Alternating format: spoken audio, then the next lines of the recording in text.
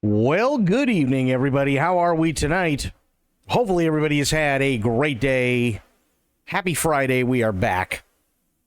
And, as I said previously, tonight we are doing the THQ Nordic Digital Showcase. I don't know what's going to be on it. The video that I have says it's 37 minutes, but it looks like there's a bunch of trailers with a timer and stuff like that. So I don't know what we're going to get. Chances are afterwards, though, we're probably going to do more Dune. But for the time being, why don't we just get into it and see what we got going on?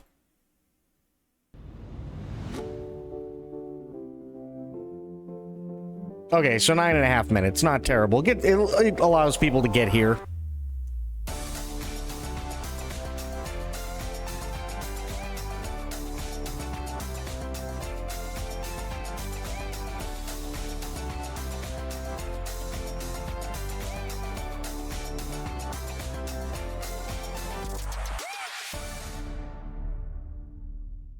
Good day from Denmark. I'm David. I am the CEO of Invisible Walls, and I'm here to talk a little bit about our updates that we have done previously and our up-and-coming new updates. So far, we have added a new game mode called Brawl. It's a team deathmatch-inspired game mode where you basically just fuck up your neighbors in a local hardware store called Nice. the Buying Warehouse. After that, we released our third map called Paradise Cove, set in a hot beach vacation area where you can fuck up your neighbors and destroy their lovely summer house and And today we are announcing our new game mode coming to neighbors very soon, where, you guessed it, your neighbors and you are getting fucked up. Because the entire Hartsville neighborhood needs to come together and fight off a, for some, familiar enemy. So head over to our YouTube channel Invisible Walls to find out more. Okay.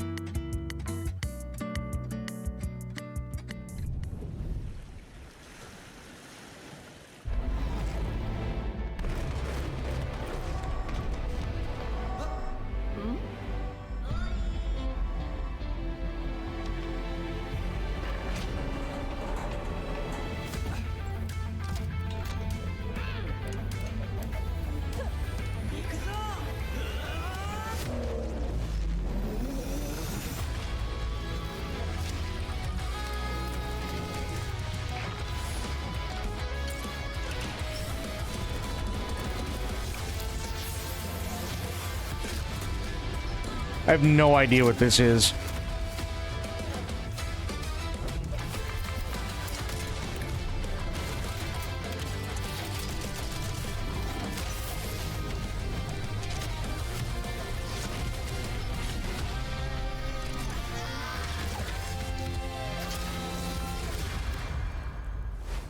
Nitrogen Omega. I'll be honest, I don't think it's for me. A war is coming our way, and when it arrives... Those Shadowlands beasts will get a taste of my warhammer.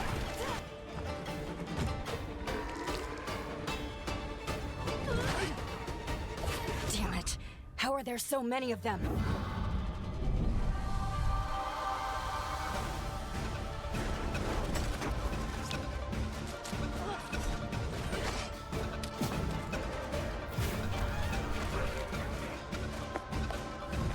Yeah, this isn't my deal either.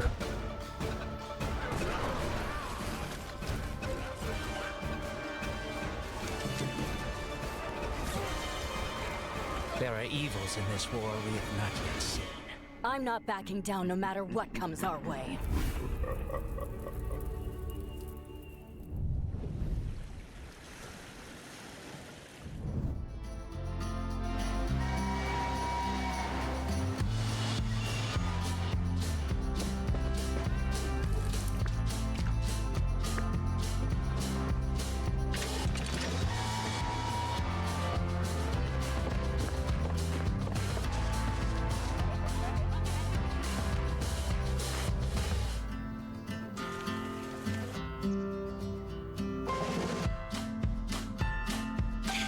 I'm gonna be honest, with a game like this, I understand it's probably geared for kids and so on, but unless there's some like really goofy and funny shit that can happen, like all of a sudden, one of the characters steps in front of the train while it's moving and they just explode into like body parts and blood. Yeah, this doesn't do anything for me.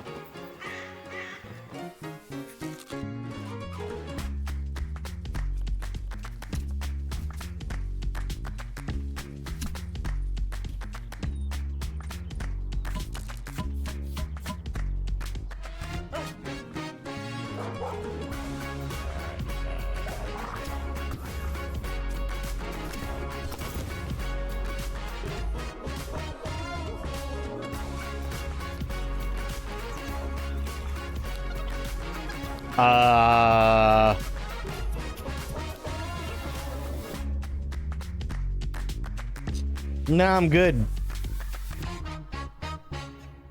I'm gonna be honest. I think I don't think the trailer did him any favors.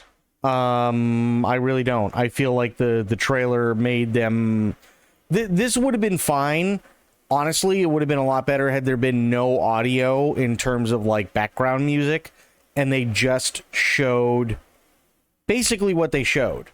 But the clearly blatant, like epidemic, like trailer reel music, doesn't do this trailer any justice whatsoever.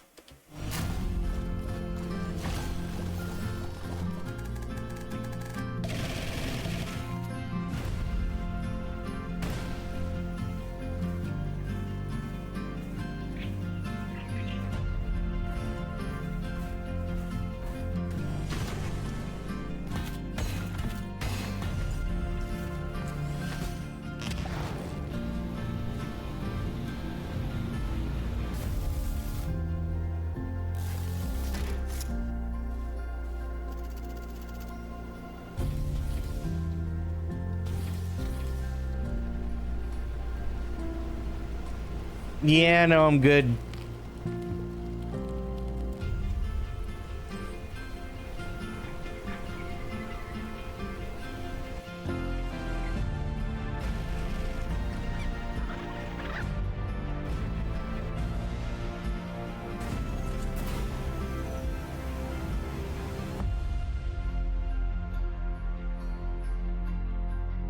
Yeah, I don't know. I mean, it doesn't look bad, but I think the most fun stuff is going to be when you're not doing any of the story stuff for it.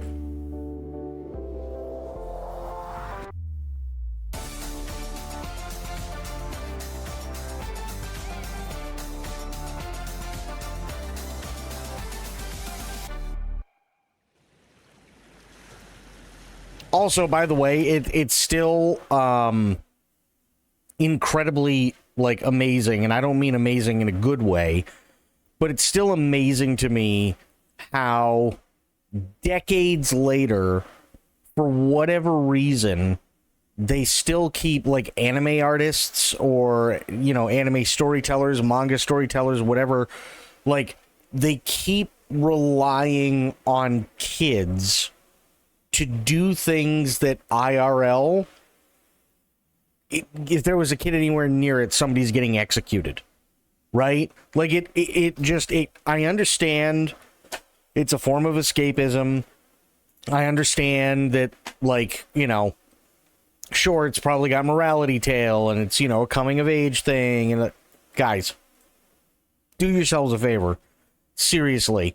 Because I am really fucking sick and tired of wanting to watch some sort of mecha anime or cyberpunk anime or sci-fi anime or anything like that and have to deal with everything that I really, really like about those genres being on camera at the same time there's a 13-year-old driving the motherfucker. Please do yourselves a favor and stop doing that. It's really, really annoying because everybody, like, they did this with Knights of Sidonia. They did this with there's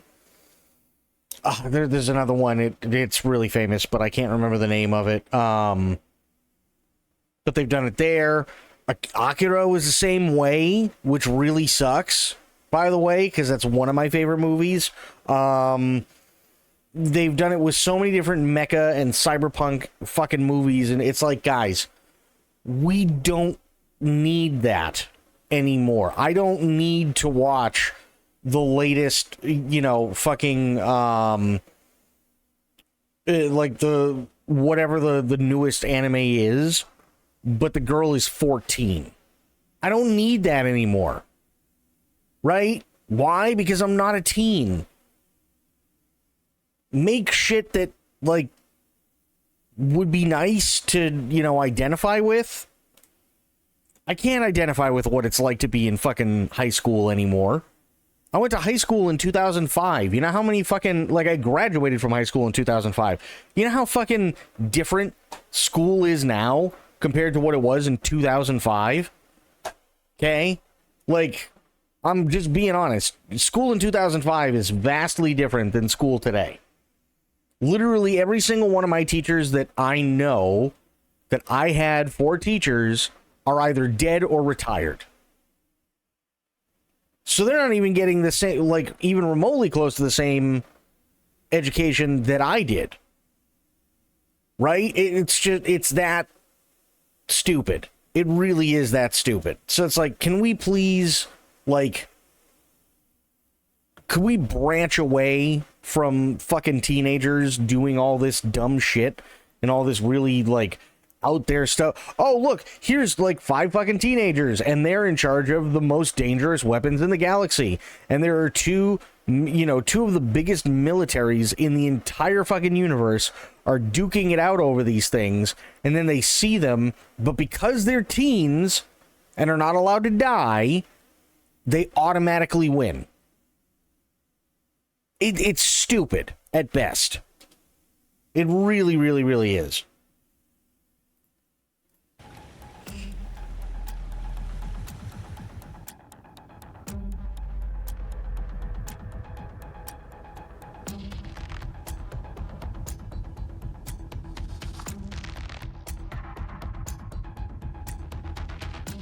Ooh, I'll tell you what, hang on. Here's what I'm going to do. I'm going to go grab a thing of water really quick before this starts, and then we're going to get into it. That's what we're going to do. So give me a minute. I'll be back.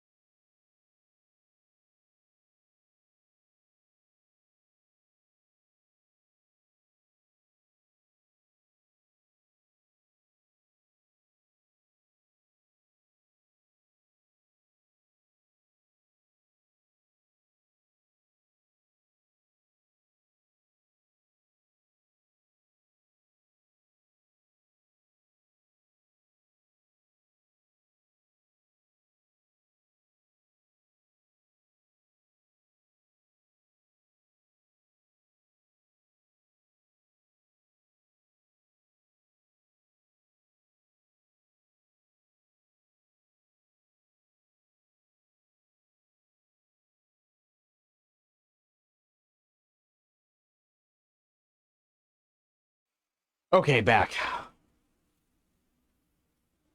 Give me 1 second. I'm opening up a new box of a thing.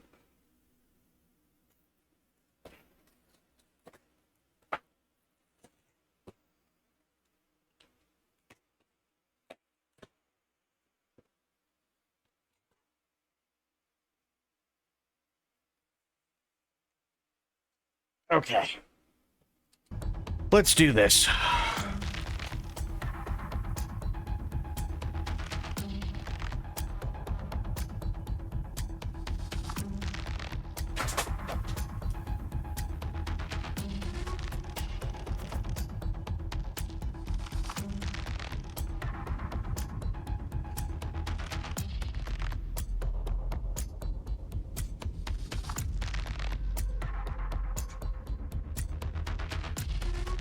This should be interesting considering I haven't heard much of anything from THQ in quite a while, so I'm kind of excited to see what they've got up their sleeves.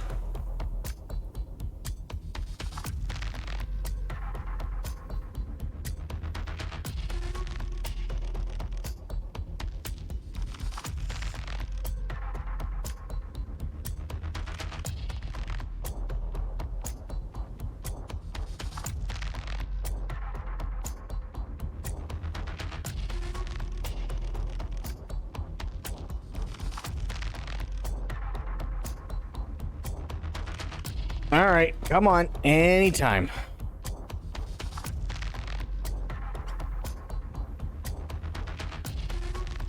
And I think this is the last one of the season, too. I think this is the last showcase of the season. I could be wrong about that, but I'm pretty sure it is. Because now they got to gear up for everything that's going to be coming out during the holiday season.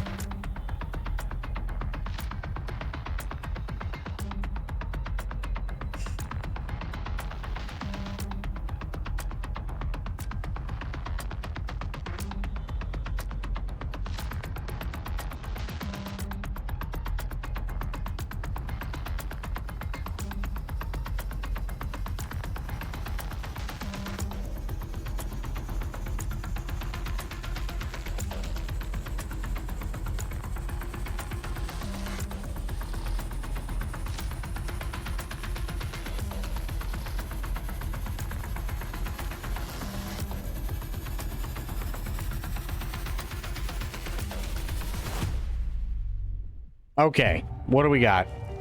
It's SpongeBob and other things. Dare to dream.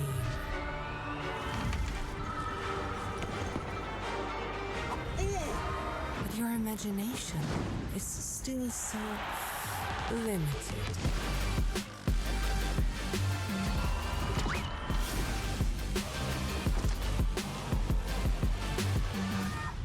Bada bing, bada boom.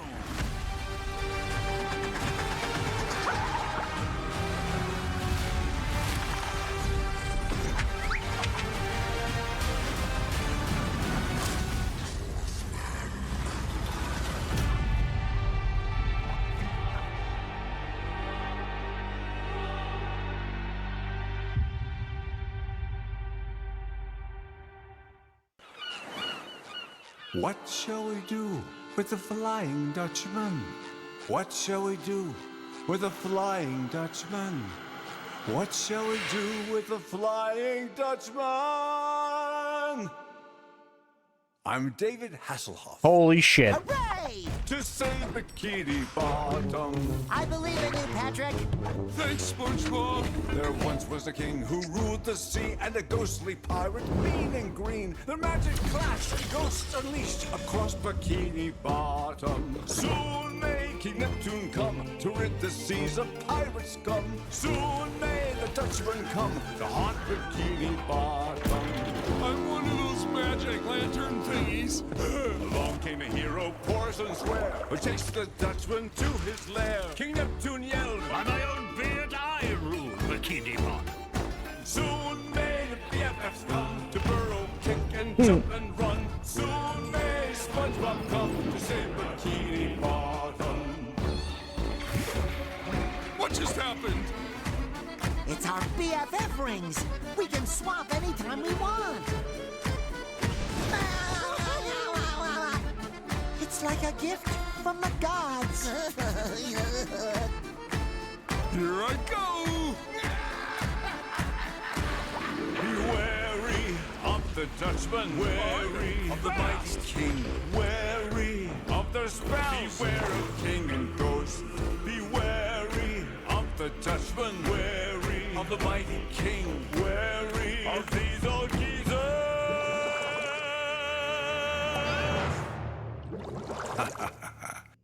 Beware of king and ghost.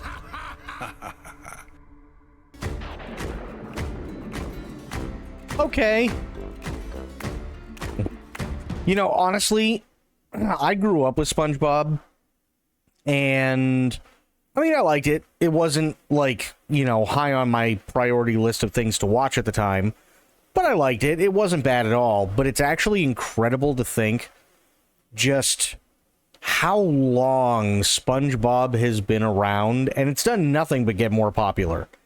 And I don't even think the show's on anymore, which is insane. So, yeah, like, SpongeBob is definitely a massively influential show.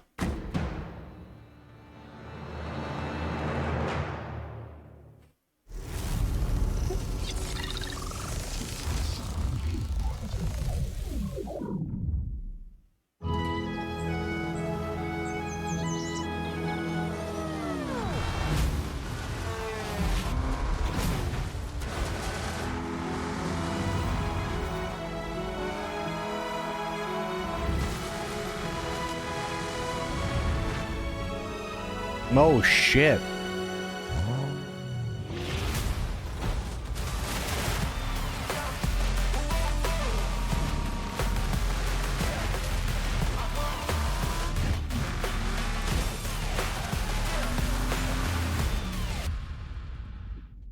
Okay. I mean, it doesn't look like a bad racing game.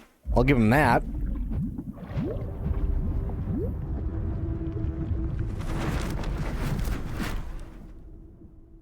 Hi, I'm Ethan, an animator at Digixar, and I'm here to give you a little insight into our next game, Tides of Tomorrow. After Road 96, the team came together around a central theme for our next project. We wanted to create a world that parallels some of the real-life environmental issues our planet is navigating. Marketland seems a bit tense today. I heard something happen with another Tidewalker. In Tides of Tomorrow, you'll head out on a journey to find a cure for a fatal disease before everything is lost. It's gone. Someone beat us to it. Asynchronous narration is our next step after the procedural story of Road 96. It supports the theme of protecting our planet, where every choice leaves a mark. Follow in the steps of a friend, a streamer, or a total stranger and live the impacts of their decisions through your own story. And yes, you can also play solo thanks to our offline journeys available at launch. This feature is a new way of experiencing a story, where previous players can act in good or bad ways. And every experience will be shaped by previous player choices. And you, as you'll be impacting other players' journeys, what legacy will you leave behind? Tidewalkers.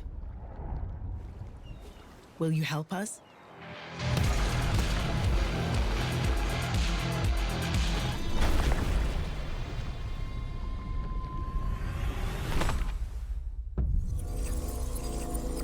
One more thing. Here's an exclusive look at the new location in the game. This place is home to the Party of the Dead, where people come to dance until they die.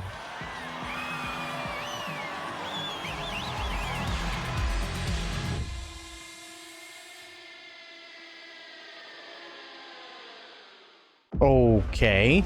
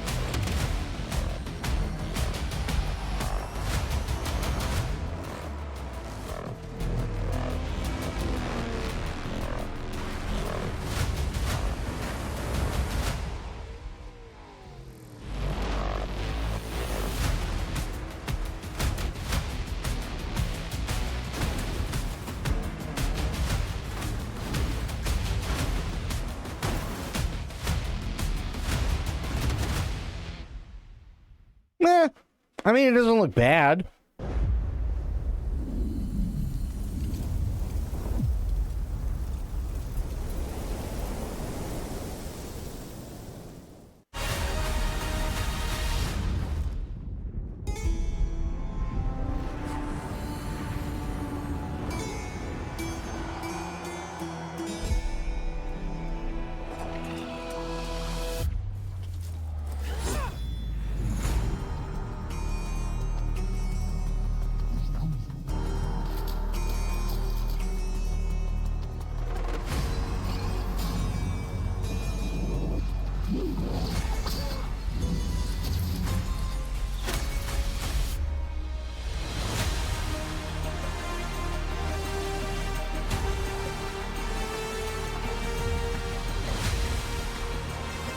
Huh.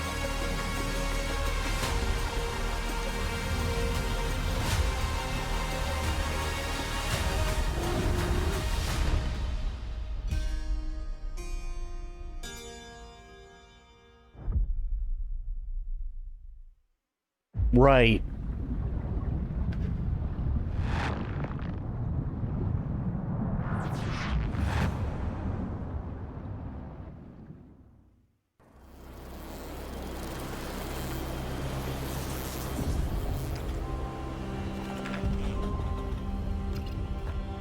Do you remember when you first met him? Met.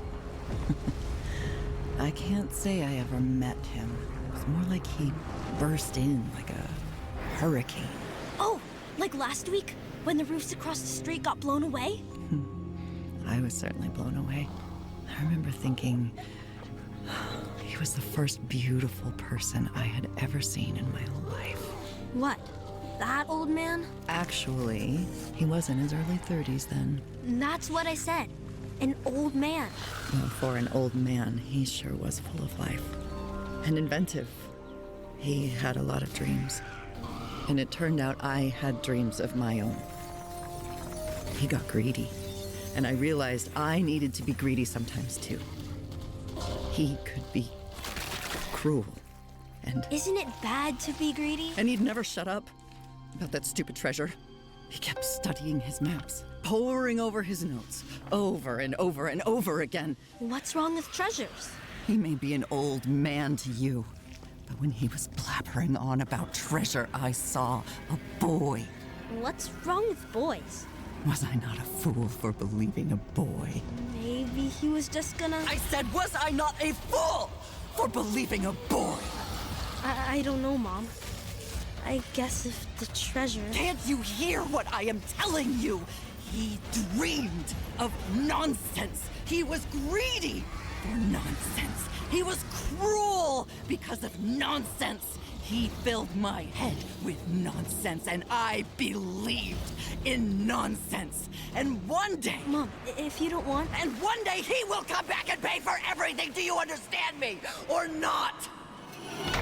Holy shit, lady. Oh, Jesus Christ. Mom, I'm sorry. I didn't mean it. Mom, I'm sorry. You're right, Mom. You're right. Mom, can you hear me? I'm sorry. I won't do it again. Okay? Okay, Mom? Mom?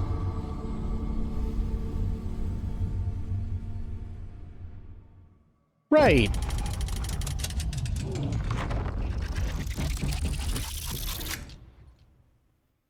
I mean, I don't know about you, but so far I haven't, with the exception of, like, I think the SpongeBob one, there really hasn't been a whole lot that's been impressive.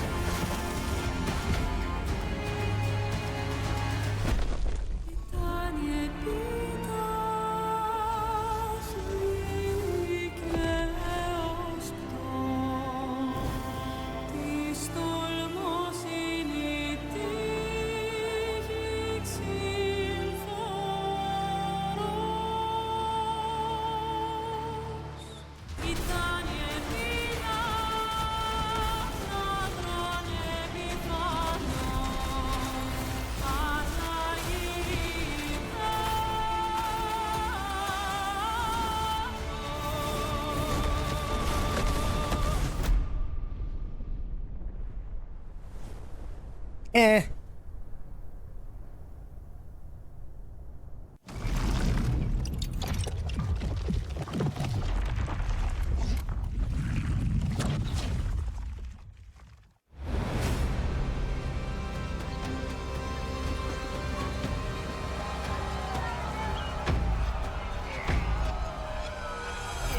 I believe that you can choose your path.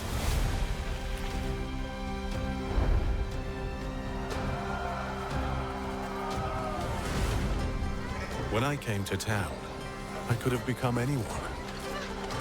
A merchant, a priest, a blacksmith,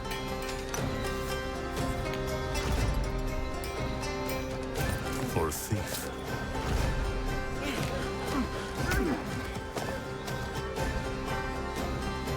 But I decided to uphold the law. The town flourished with culture and business. But not everyone played fair. In the most unlikely of situations, I fell in love.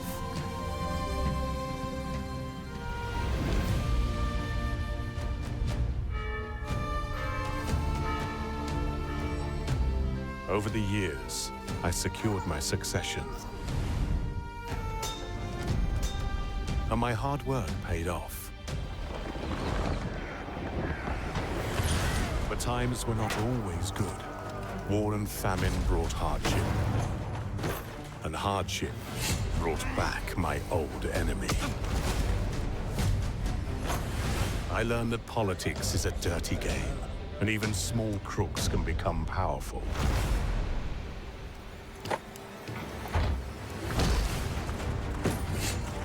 But I've always wanted justice.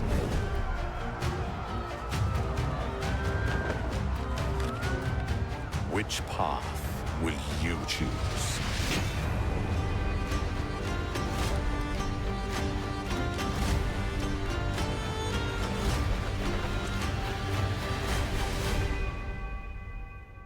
I mean, it looks okay.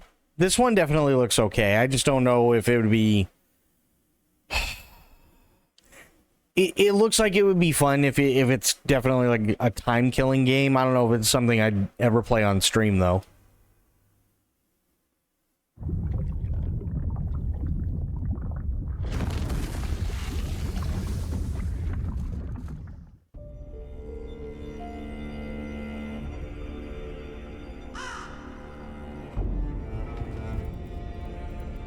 Have you ever wondered why the formation of the barrier went out of control? Gothic remake, okay. No, the other mages haven't.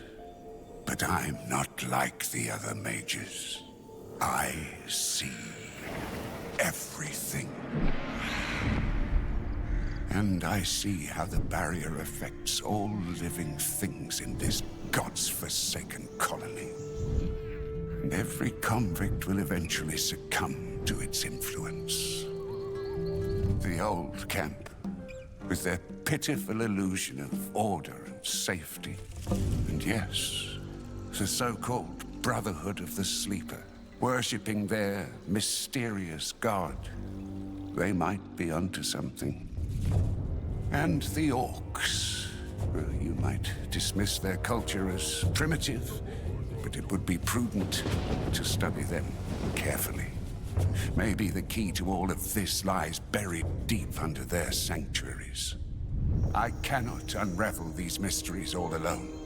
I need allies. Allies who look out for more than their own survival. Allies who accomplish things you might have considered impossible. Allies I will meet soon enough.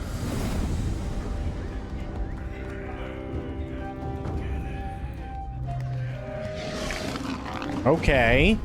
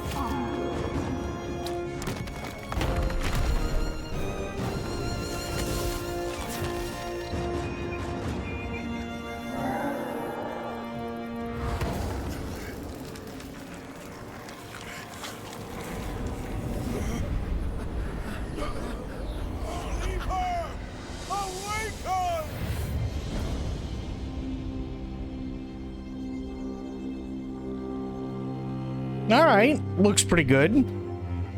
See what happens when it comes out, but it looks pretty good.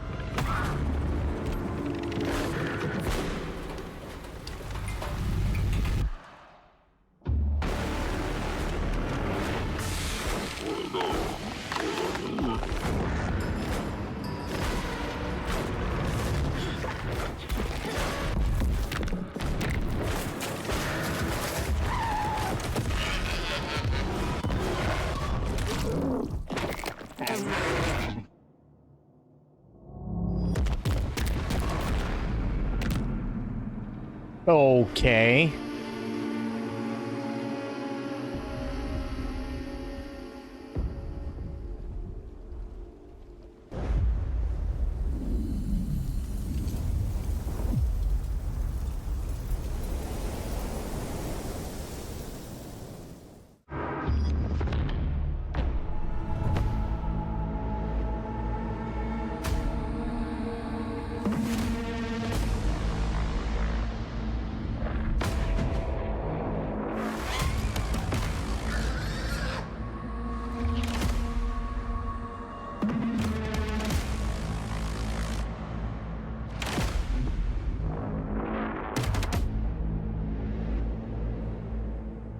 Eh.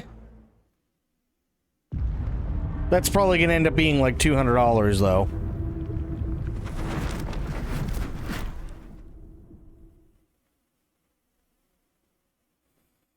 Created by 10 passionate developers. Okay. This is either gonna be awesome or possibly suck.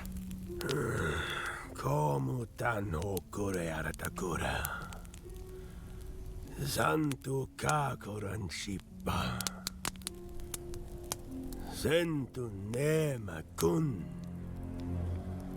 Kitoma. Uchi kitoma. Labok. Jolgo fan kurabakut. Tuho tankre. Utagarun shokli dantifa. Zendakan maritoma.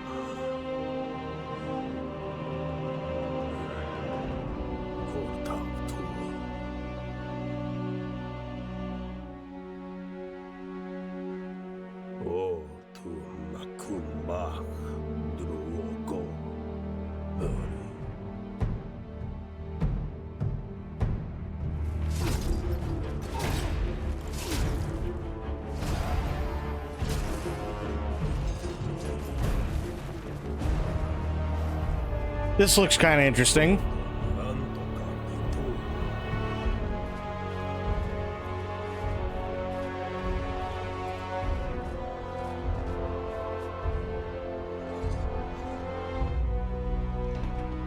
Litanku barakikan.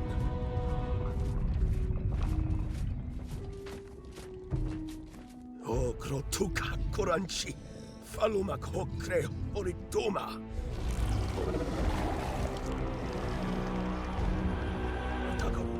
로쿠시 와시코탄.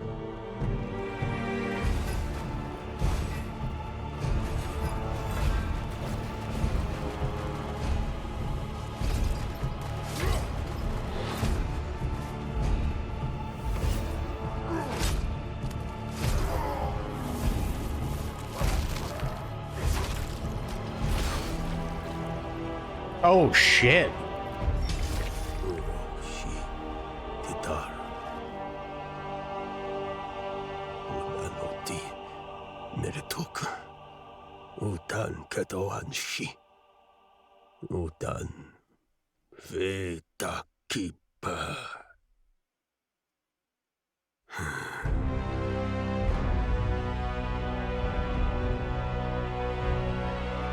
Okay.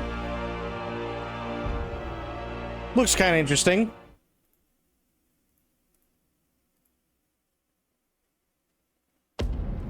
What do we got next? You will be hunted. The White City for certain. The Council. And there will be others. You would wage this war alone?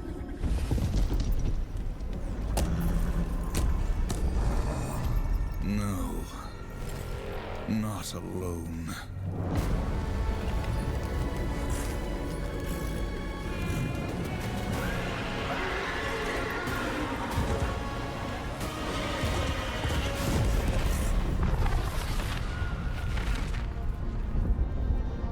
Huh. Okay.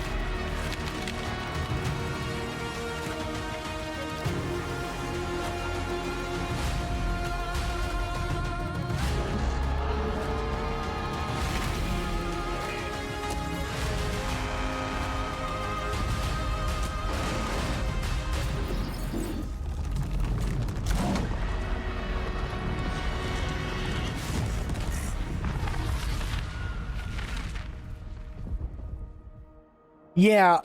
Okay, so here's the thing. Gothic Remake looked kind of good. The SpongeBob game looked pretty decent. Recreation looked funny. Maybe Fate Keeper. Other than that, Titan Quest 2, no interest. Reanimal, no interest. Darksiders, no interest. The Guild, no. Well, no, the Guild was the FMV one. Actually, I am interested in that. The Eternal Life of Goldman, no. Tides of Tomorrow, I'd have to see more, but initial impressions, no. Wreckfest, no. Sacred Remaster, no. Gothic 1, 2, and 3, if you haven't played them, probably a good time. That's cool. But overall, this one was just kind of okay. There wasn't anything like massively groundbreaking. Anything with a dope-ass soundtrack. The only one that had like anything of note, I guess, would be Tides of Tomorrow, but we only hear like snippets. And it's nothing we haven't heard before. The only other one that really does stand out, and you're going to laugh, but it's because of who it is If I can find it. Here we go.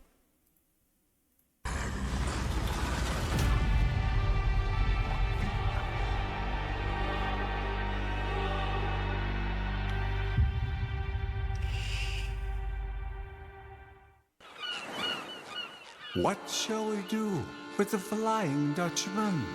What shall we do with the Flying Dutchman? What shall we do with the Flying Dutchman? I'm David Hasselhoff. Hooray! To save Bikini Bottom.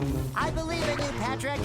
Thanks, SpongeBob. There once was a king who ruled the sea, and a ghostly pirate, mean and green. Their magic clashed and ghosts unleashed across Bikini Bottom. Soon may King Neptune come to rid the seas of pirate scum. Soon may the Dutchman come to haunt Bikini Bottom. I'm one of those magic lantern thingies. Along came a hero, Porson Square, who takes the Dutchman to his lair. King Neptune yelled, "By my own beard, I rule Bikini Bottom." Soon may... Here's the thing, right? The thing I do like about this is that, because you don't see it all that often anymore, is it's going back to like you remember the 3D platforming that like the PS1 had? That's the kind of game this is. SpongeBob may not necessarily be my thing, but it's good to know that A, SpongeBob is still around, and B, that they're going back to this style. Because it is a good style, and you got the controls that work the way that they should now, and everything. So, okay, cool. I banned SpongeBob in my house because he was disrespectful as shit, and I didn't want to have to rearrange one of my teeth. Fair. But, I mean, let's face it, it's also SpongeBob. He lives alone, so, you know.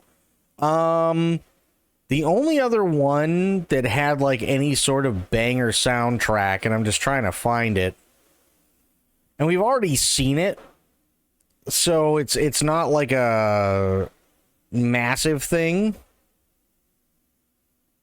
If I can find the damn thing, where the hell is it?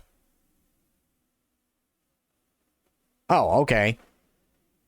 It's right after, well, kind of right after SpongeBob. Hi, I'm Ethan, an animator at Digixar, and I'm here to give you a little insight into our next game, Tides of Tomorrow. After Road 96, the team came together around a central theme for our next project. I'm pretty sure, by the way, we did see this at the Summer Games Fest, and this is one of the ones where, because I remember a very specific scene with very specific music going, wow, this soundtrack actually slaps. We wanted to create a world that parallels some of the real-life environmental issues our planet is navigating. Market land seems a bit tense today. I heard something happen with another Tidewalker. In Tides of Tomorrow, you'll head out on a journey to find a cure for a fatal disease before everything is lost. It's gone. Someone beat us to it. Asynchronous narration is our next step after the procedural story of Road 96. It supports the theme of protecting our planet. Every choice leaves a mark. Follow in the steps of a friend, a streamer, or a total stranger, and live the impacts of their decisions through your own story. And yes, you can also play... Okay, here comes the music and where it really slaps. ...solo, thanks to our offline journeys available at launch. This feature is a new way of experiencing a story, where previous players can act in good or bad ways. And every experience will be shaped by previous player choices. And you, as you'll be impacting other players' journeys, what legacy will you leave behind? Tidewalkers. Will you help us?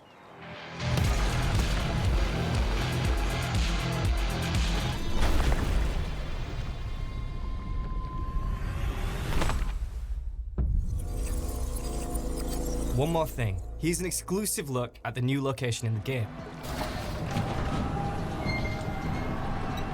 This place is home to the Party of the Dead, where people come to dance until they die.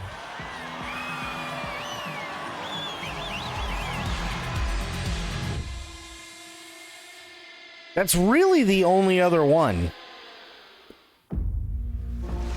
That's really the only other one that had like any sort of banger soundtrack, which I was kind of like, oh, okay. But here, I'll give you one that's synthwave.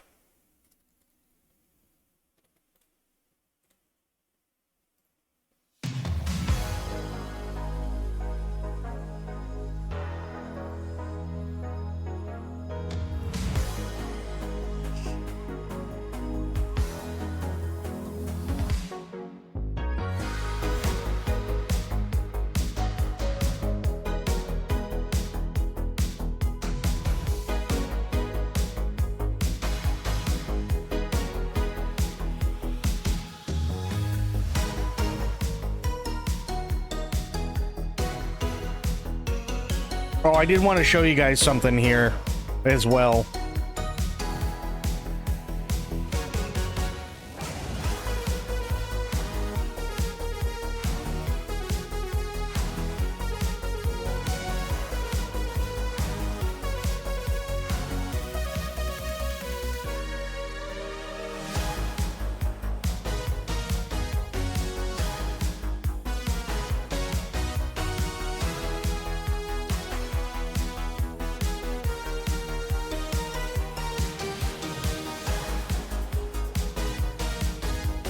Doesn't it? Actually kind of cool.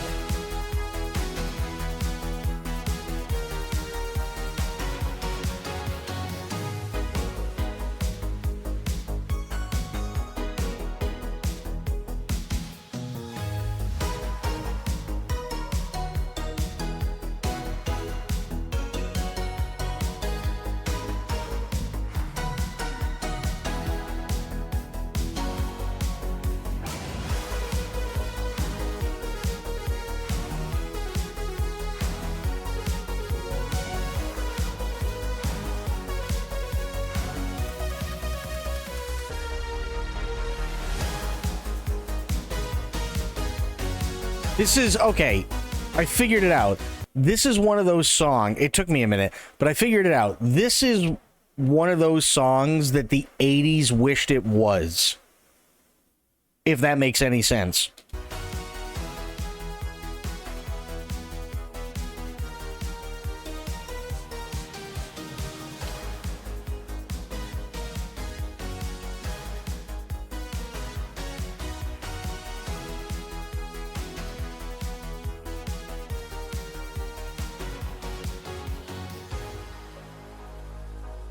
Yeah, this is one of those songs the 80s wished it was. That's the best way to describe this song. I love it, but that's what it is.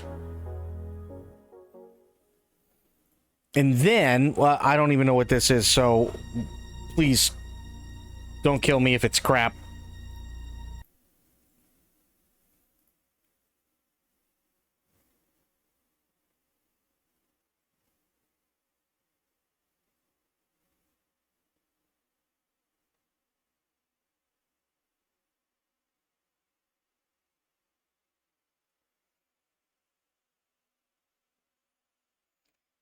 This is Star Trek The Next Generation and Airwolf mashed up.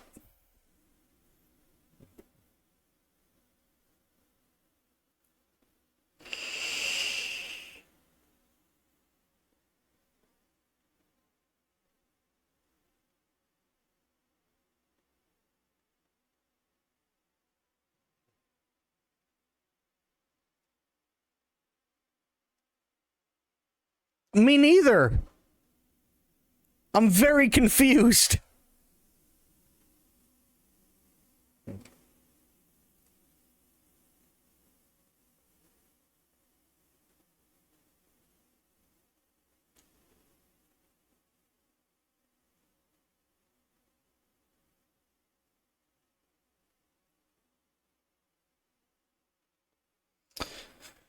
Did Airwolf have a video game? You know what I know had a video game? Hang on though, but let me check Airwolf really quick. Airwolf video game. Let's see. It did. Ooh, boy, it did. Oh, it was... Ooh. It was out on the ZX Spectrum. It also came out on the NES.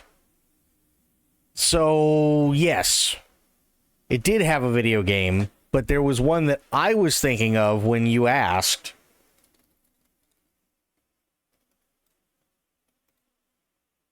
This was the one I was thinking of when you asked. That's where you played it, NES? Okay. This is the one I was originally thinking of when you asked, because I don't remember playing Airwolf, but I remember playing the shit out of this one. Blue Thunder.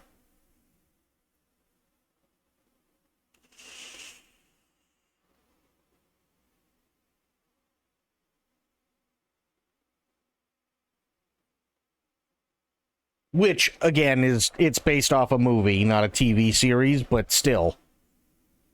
It's close enough.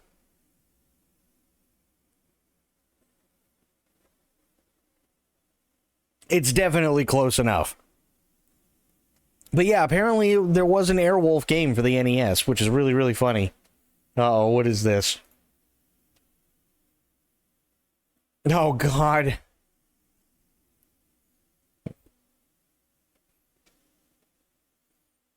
Oh, Jesus.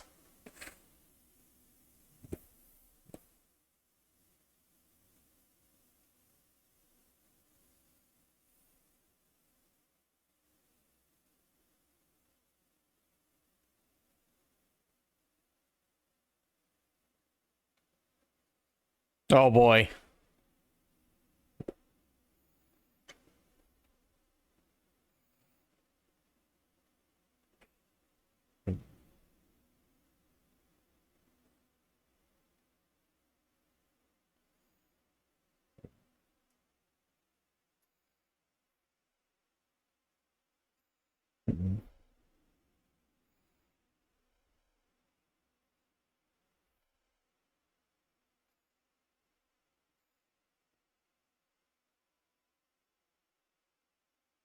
Huh.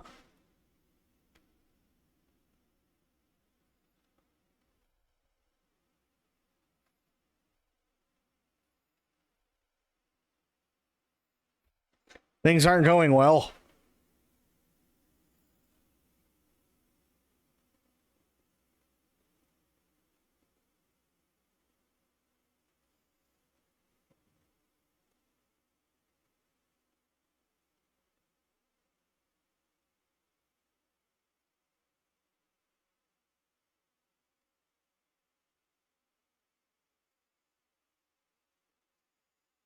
You played this in the arcade. Okay, that's fair. Now, hang on. Blue Thunder Genesis. Yeah, Genesis Mega Drive, same thing.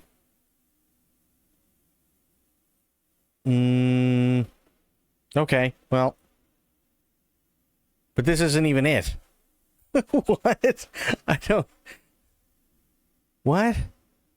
This is not it. There's no way this is it. Right? There's no fucking way this is it. No. Let's do playthrough?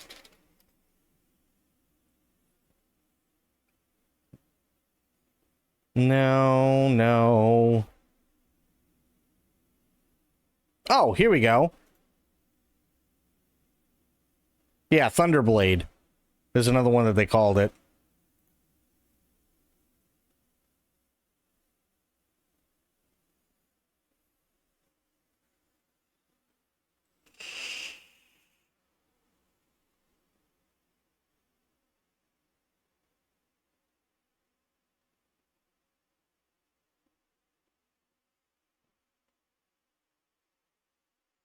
This one was cool as shit.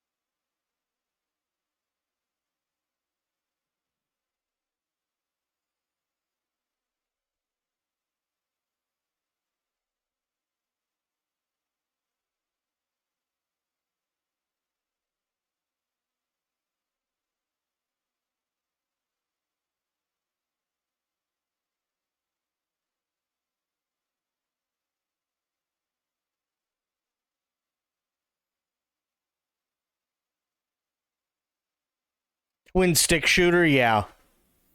This one was a lot of fun, though. I missed this one.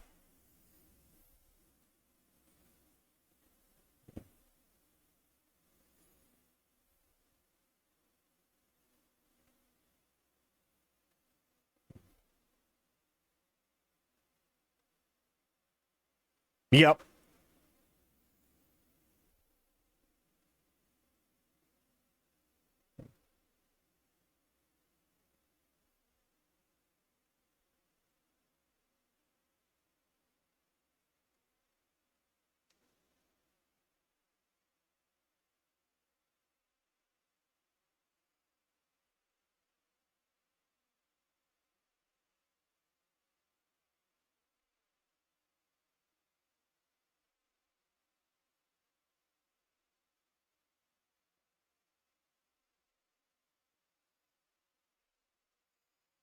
God, I remember this. I used to spend hours on this game, too. This was not an easy game.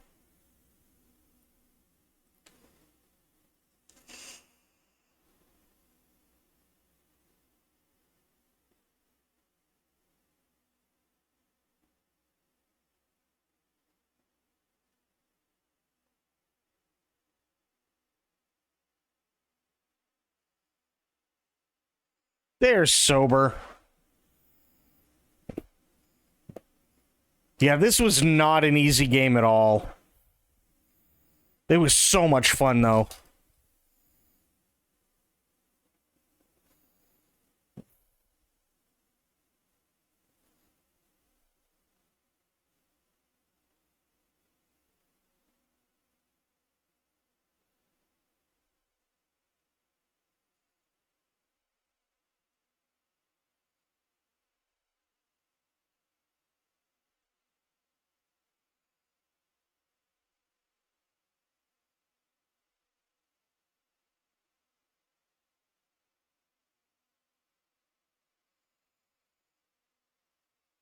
Oh, I don't doubt it.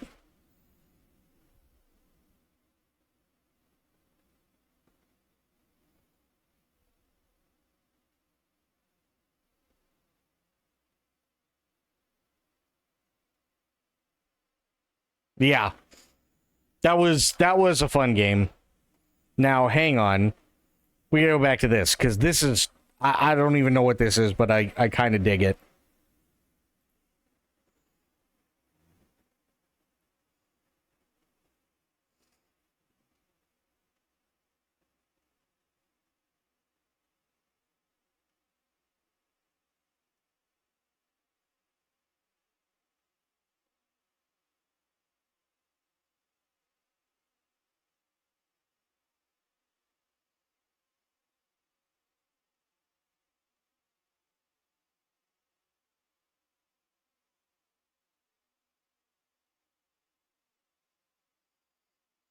Oh, it's better than that. It's Star Trek The Next Generation and Airwolf in Synthwave mashed up.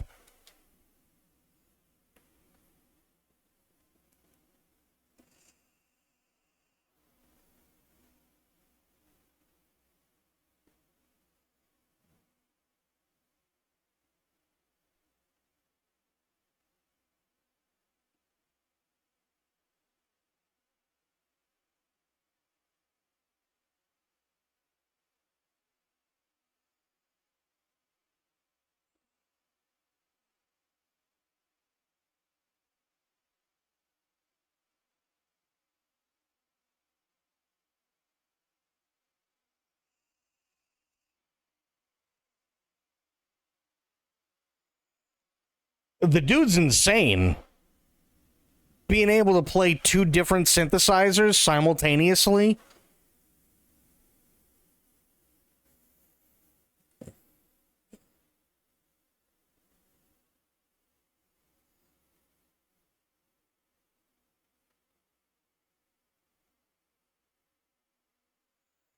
That was actually really good. That was really, really good. I'm gonna like and subscribe. Go like the video, please. This is mental, but it's actually really, really, really, really well done. There was one I wanted to show you. Not the Dolby Surround. That's 4 years. Maybe they took the original one down? They might have. 2 years ago. Why?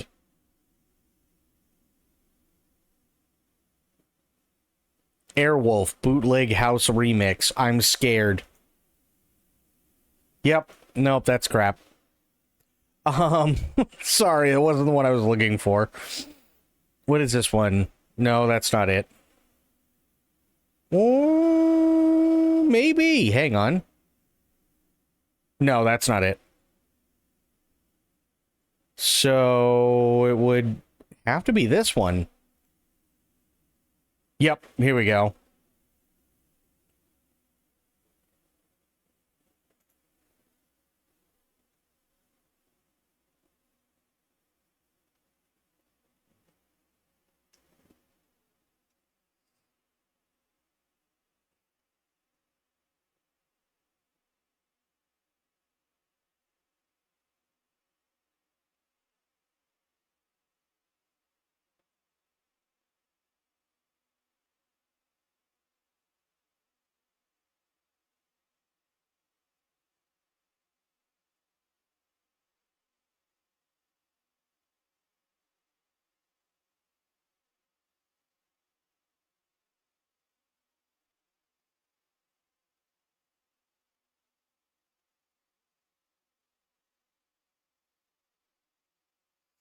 I mean, to be fair, Airwolf was cool, but it kind of started huffing its own farts after a while. And it didn't take long, unfortunately. The premise was cool initially, and then they tried turning it basically into another Knight Rider. You know what I mean? Like, it didn't work as well as Knight Rider did. Unfortunately.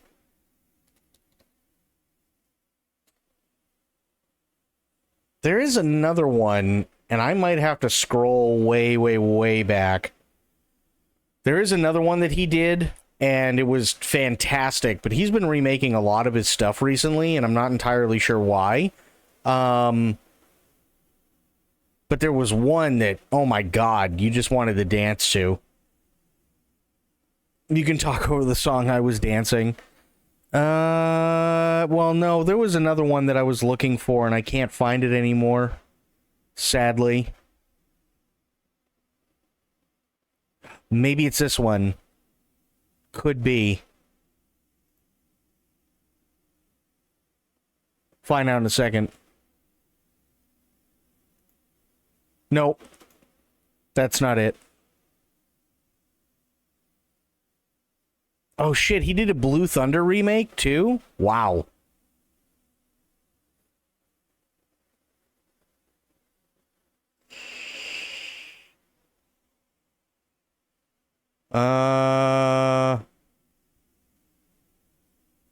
Airwolf intro.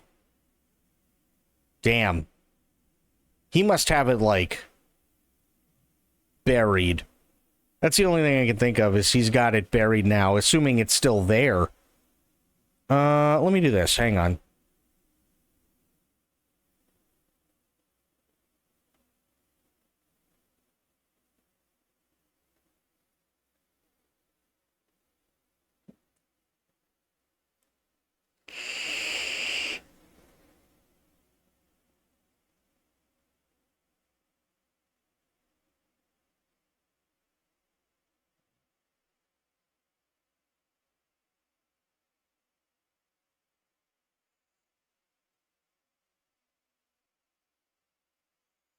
This isn't the one, though.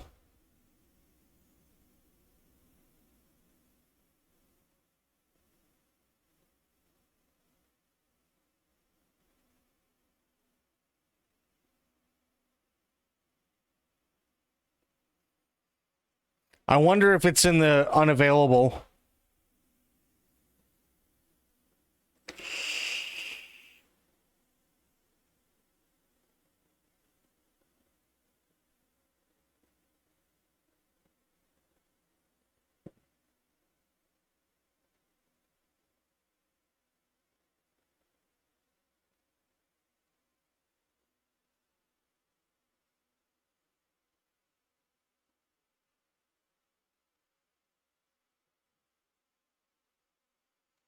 Just to get me so crunk as a kid, like, woo, time for Airwolf? Fair. Totally fair.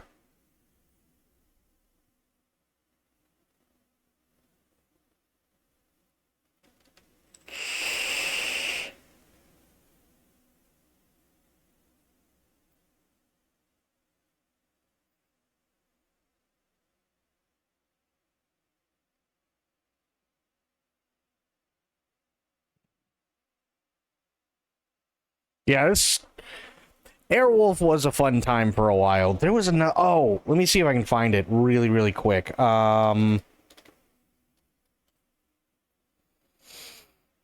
It's been forever since I've tried to look for it, so I don't know which one it is anymore.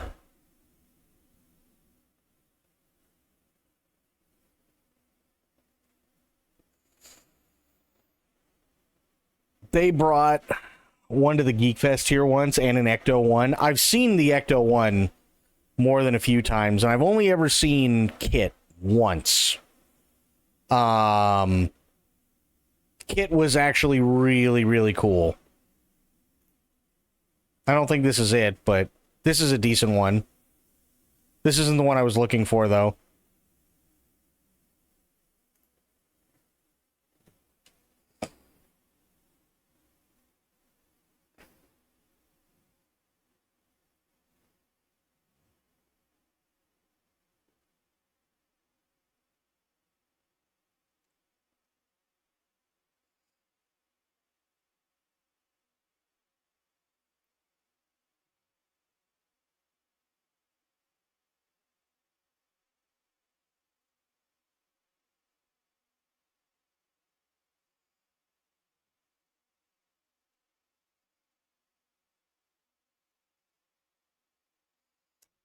On occasion, British Star Wars Stormtrooper 101st would show too. Nice.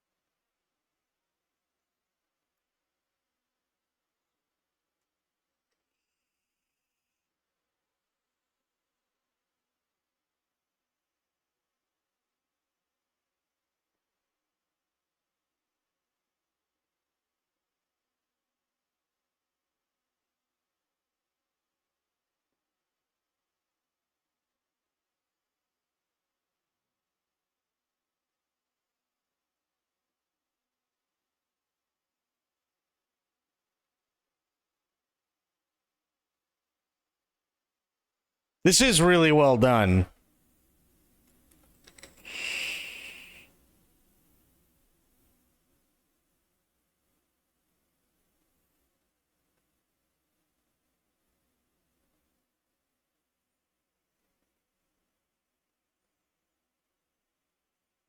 Now, hang on a second.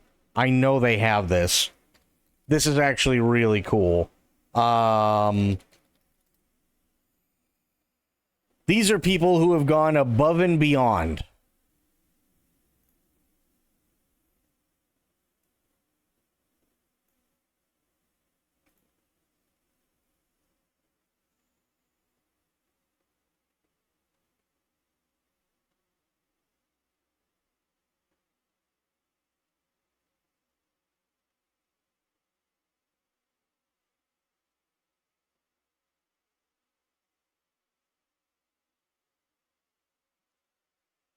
Actually, it is.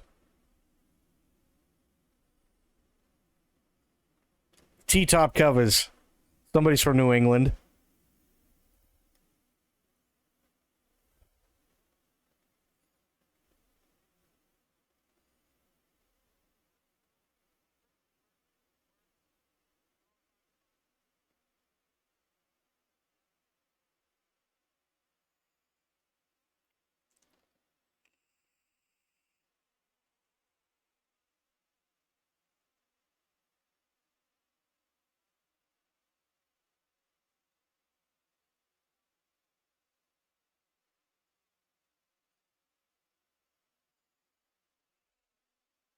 RPM? Oh, shit. Okay.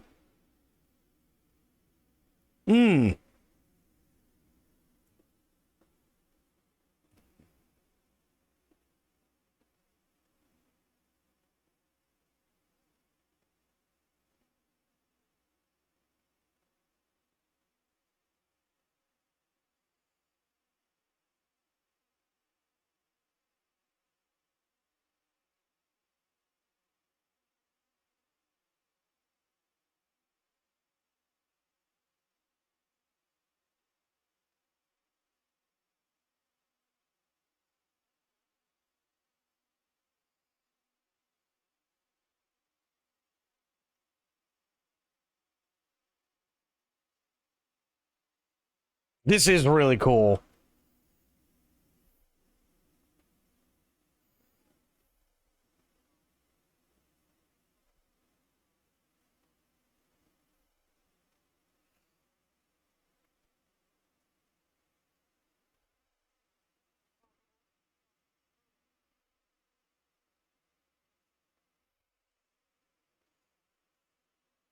Turbo booster.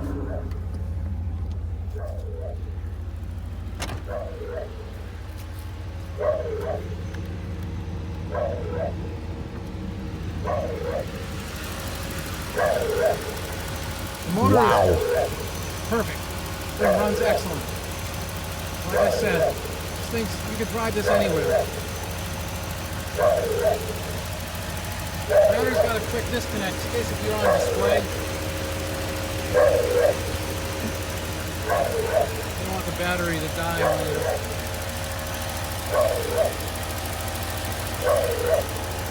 A little drive right here.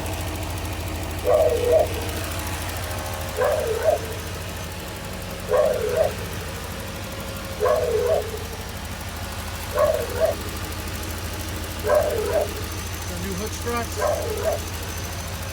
new hood insulator.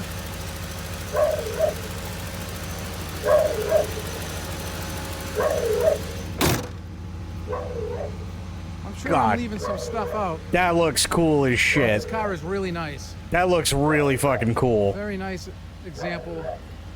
Pretty close to a kit replica as you can get. Again, with the little personal touches to it, which makes this unique. If you have any questions, just leave them on the comments. Thanks, guys. Take care. That looks great. That looks really, really great. Wish I had enough money for a vanity project. Dude, right? It's, yeah. Those are such cool cars. They really, really are. I love Kit. That's an iconic car. You can never go wrong with Kit, ever. Okay, one last thing. Because this is a follow-up to stuff that we've had to deal with recently. GOG. GOG and game publishers launch freedom to buy .games to raise awareness on censorship in gaming. August 1st, some games vanished not because they broke the law, but because someone decided they shouldn't exist. As an archival platform dedicated to protecting gaming history, we believe that if a game is legal and responsibly made, players should be able to enjoy it today. And decades from now, with the launch of freedom to buy games, we're taking a stand against the quiet erasure of creative works from digital shelves. I can't go down much further, but there are 13 titles for the next 48 hours. They are of the adult nature, so that's why I can't show them. But for the next 48 hours on Freedom to Buy Games, 13 titles will be available for free. Nice, the good guys on side. Yep. I wish I could show you, but yeah, I'd probably get banned. Not because it's like any of the really heinous ones or anything, but they're known games that are banned on Twitch. So, one of those deals. But here is the link to that. So if you guys want to go check them out, because apparently today YouTube started rushing out all their AI shit. Who fucking Ray?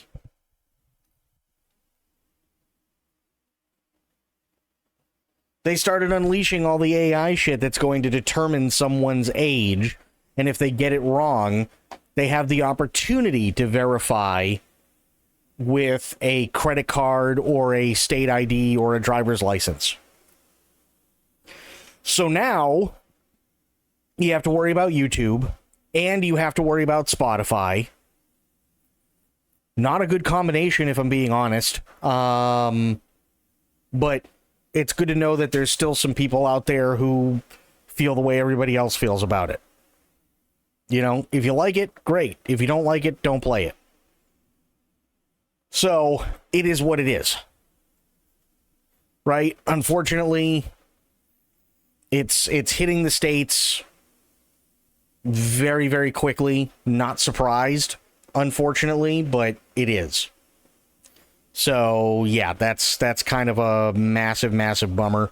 I don't know if there is ever going to be a fix for it, but we'll see. We shall definitely see. Okay, so the THQ showcase, if I'm being honest, was kind of a, I don't want to call it a flop, but there wasn't really anything like too huge with it. But we did get some reviews of Battlefield 6. I think Jack Frags did like an hour-long one, and there's a couple of others who did like hour-long ones. We're going to watch the IGN one only because it's short, and although I'm sure that there are opinions that I'm going to have that are different from theirs, generally speaking, if you want something that's, you know, anywhere between 10 to 15 minutes and kind of gives you the rundown of everything you're going to hit, IGN is not terrible.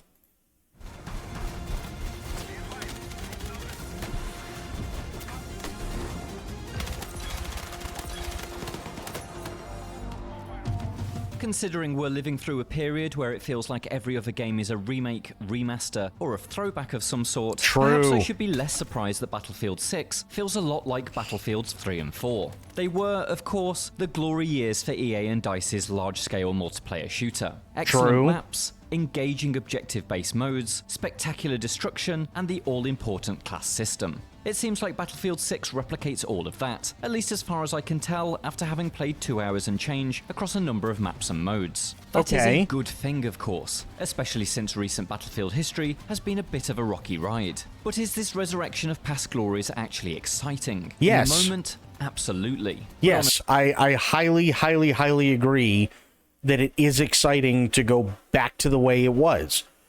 I've already been through this, but I'll say it again. Battlefield 3 was the first time I looked at EA and went, you're full of shit. When they broke everything in Battlefield 3, and then they came out with this not even half-hearted apology. Literally they didn't even apologize. They literally just said, we hear you. And that was it, right?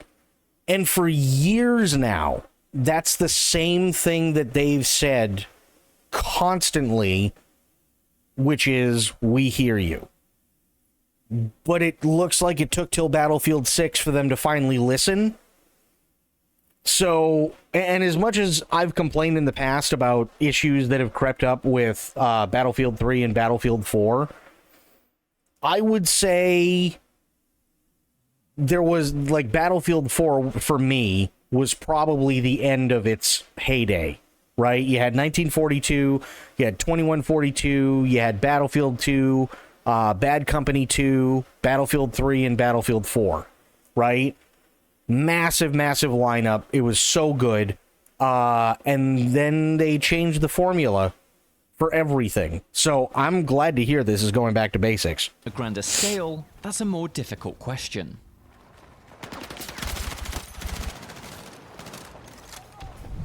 Those exciting moments are often the result of the well-defined class system, which returns in a comfortingly familiar guise following Battlefield 2042's missteps with its hero shooter-like specialists. The assault class can use their grenade launcher to breach through walls, and then turn the startled soldiers who once huddled behind it into Swiss cheese. The engineer is the vital cog in a tank battle, using their acetylene torch to repair friendly armor and keep the cannon fire rolling, even as an entire building collapses around them.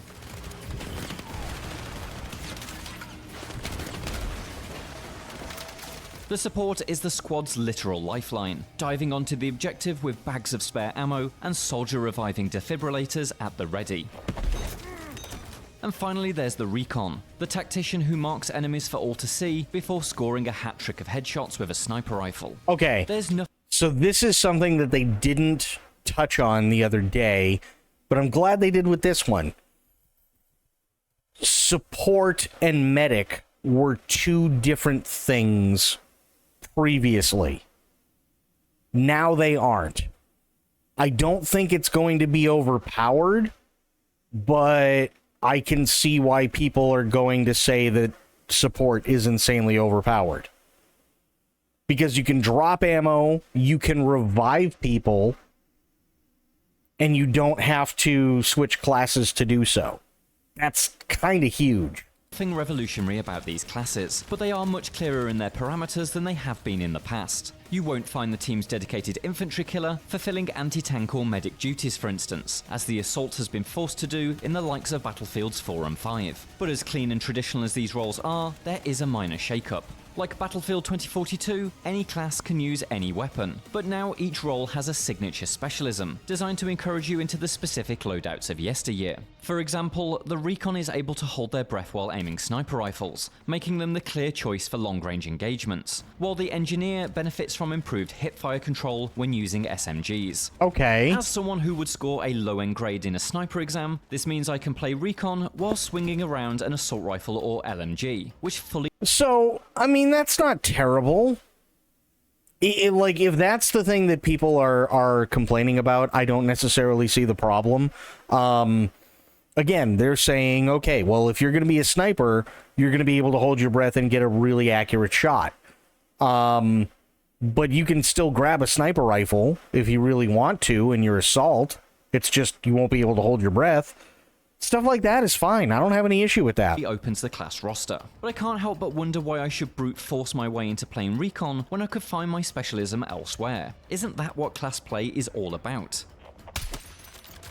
The odd, freeform elements of 2042's weapon system saw their fair share of criticism, and I agree that tighter restrictions would have been of benefit both there and here in Battlefield 6, especially since there's real strength in the design of the prescribed specialist gadgets for each class. The support's deployable cover is a solid example. It's great for hiding behind while resurrecting fallen squaddies, provides a safe space for allies to restock on the ammunition bags you can drop, and acts as a surface to mount the LMG that the class specializes in. In short, the components of each kit can harmonize wonderfully, and I think the interesting choice is finding which class kit provides the best melody for your playstyle, rather than adjusting the individual notes within that.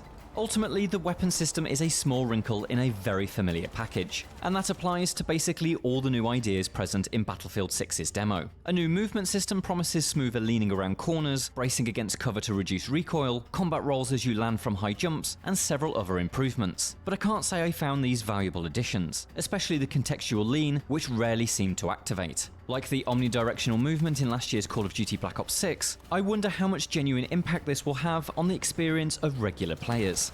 The one addition that I do love is the ability to grab a fallen soldier by the scruff of their neck and drag them to safety before reviving them. It's a useful ability that everyone has access to, which admittedly does infringe on the support's duties, but it's far from the instant revive of the defibrillator. More importantly, it's something that creates a moment. There's few things more heroic than dragging a buddy to cover while machine gun fire kicks up the dust around you. If all the small additions add up to something that feels as good as that, then maybe Battlefield 6 will develop a more distinct character in time. But what about the battlefields themselves? The series has always had to find its own formula when it comes to level geography, simply because the classic 3-lane design doesn't work for 64-player chaos. The flagship Conquest maps retain that almost open world feel, much more expansive than Call of Duty arenas, with an eye for real world authenticity. City streets feel like genuine, albeit thankfully evacuated population centres, and buildings are realistically laid out with coherent stairwells and floor plans. The designer's hand can be felt when you realise that there are maps nested within maps, but they leave a good impression. The broad edges of Empire State replicates the wide, tank-friendly streets of New York City, but push further into the centre, and there's rabbit warren-like alleys and a large concrete multi-storey building that's perfect for claustrophobic, close-quarters fighting. One or two matches simply isn't enough time to understand the nuances of a map, and so I can't say where exactly the few on offer would rank among the all-time greats. But Liberation Peak, set along the slopes of the Pamir Mountains, provides the ideal amount of wide, rocky terrain for land versus air battles, alongside pocketed military bases that give birth to desperate infantry firefights. Siege of Cairo, meanwhile, has the dense street networks ideal for luring tanks into RPG ambushes. Okay. With no demolition centerpieces, there's nothing that instantly becomes a map's signature element, but I hope that continued play will reveal carefully placed details in each street, room, and capture point. Talking of demolition, Battlefield's trademark chaos remains very much intact. It is somewhat restrained compared to the map-shifting Levolution system that powered Battlefield 6's most obvious touchstones, but the alternative is much more useful in the minute-to-minute play. Entire building facades crumble away under cannon fire, opening up buildings like sardine cans to reveal the fleshy fiends hiding within. You can breach floors, allowing for Rainbow Six Siege-like downward assaults, or simply blow the support from beneath a pesky sniper.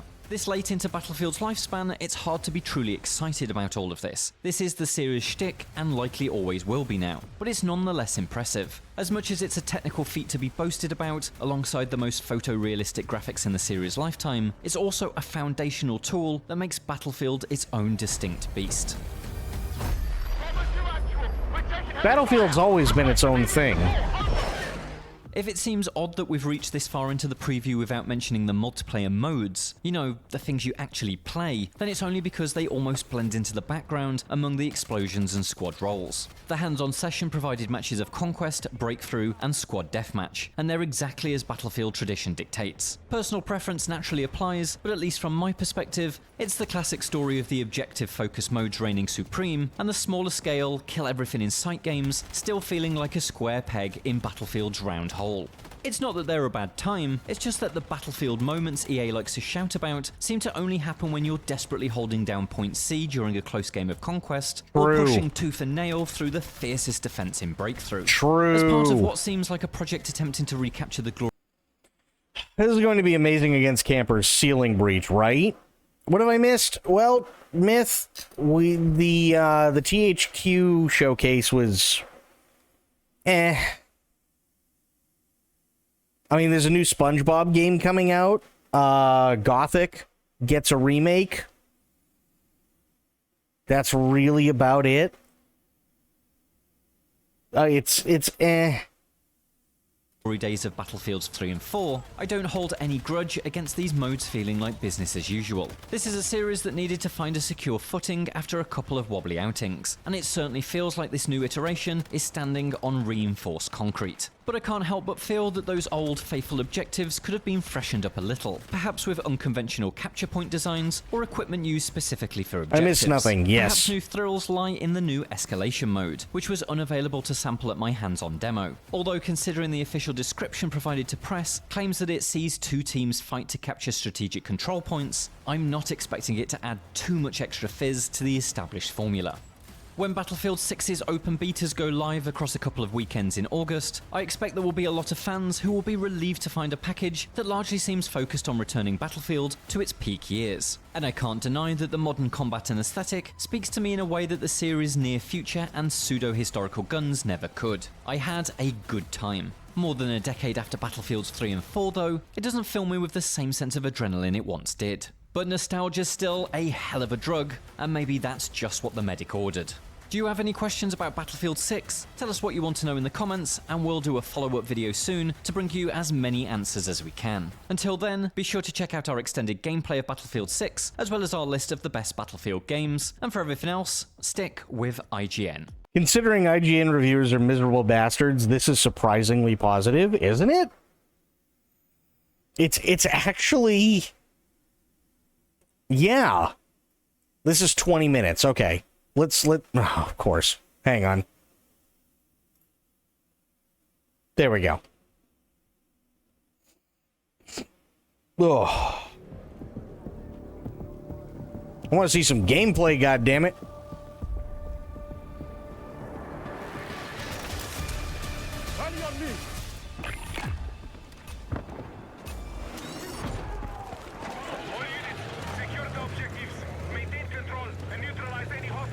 There is not any okay. I generally assume if IGN doesn't like something, it's really good. If they like this, it must be incredible.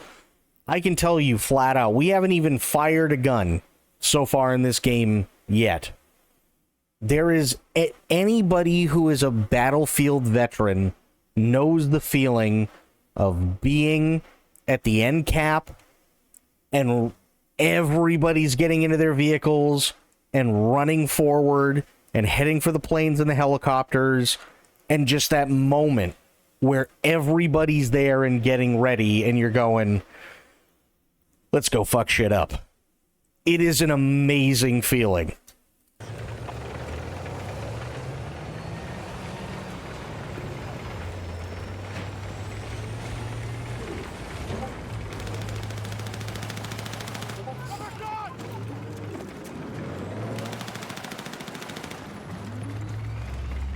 I just got a semi from that. I mean, shivers. Yeah, sure. Sure.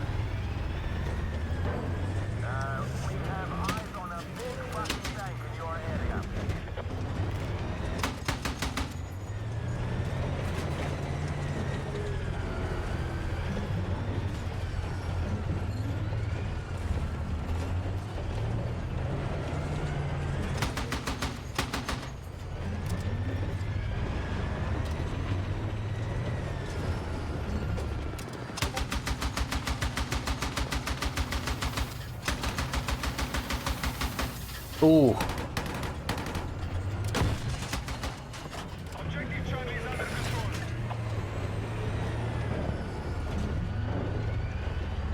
Another peen getting big peen moment. Yes.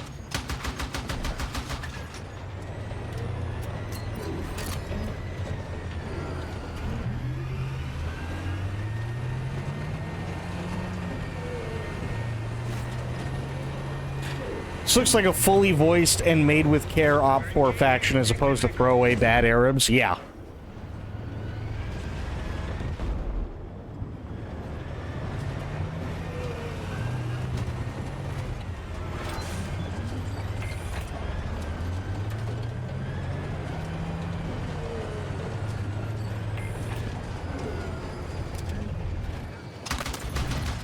Oh. That dude ate shit.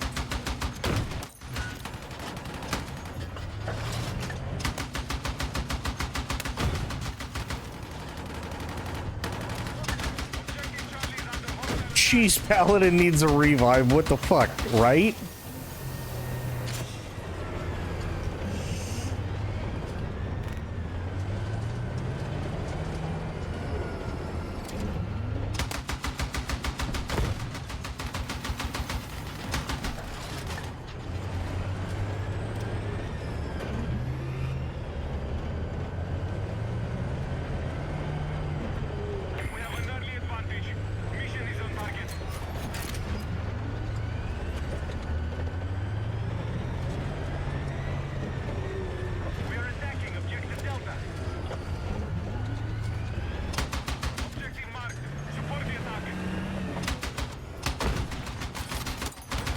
Oh, shit.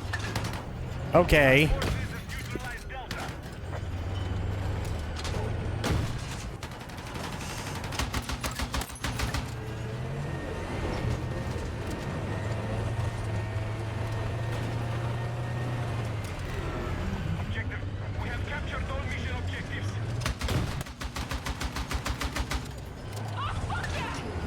Oh yeah, this looks so good.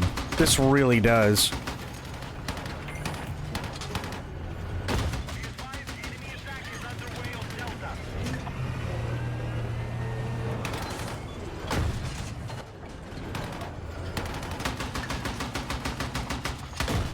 Yeah, that's when you run.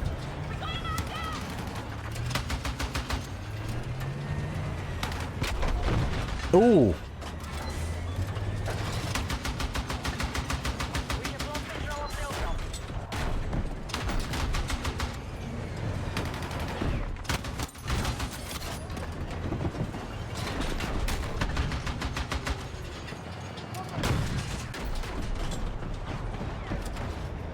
God, I remember the screen would be filled with smoke and you can't see anything and you're just firing into the smoke as much as possible.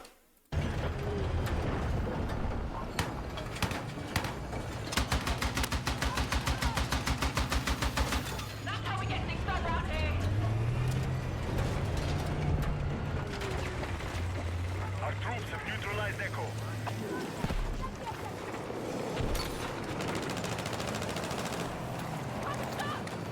Oh, absolutely spray and pray.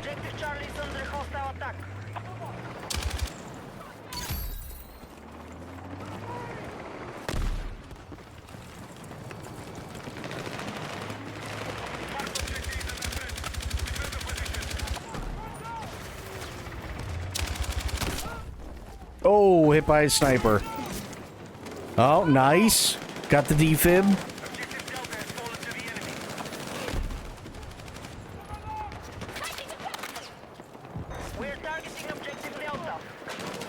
It's one of the Inquisition soldiers from Dragon Age Inquisition. No shit.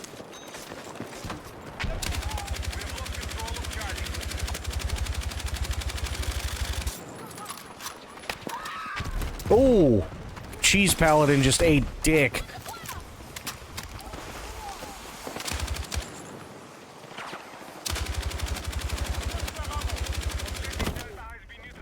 Oof. Nice.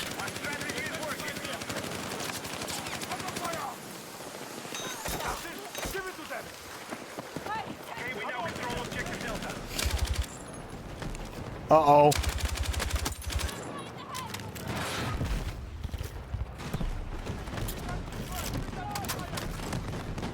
That's bad.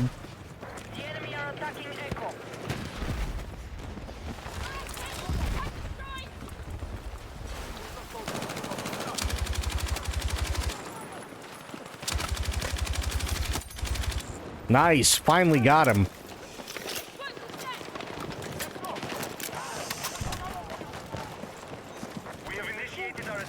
I love the craziness of this. I really do. Like, again, I didn't play 5, I didn't play 1, I didn't play 2042, but I played the rest of them. This feels like the craziness that everybody loves about Battlefield.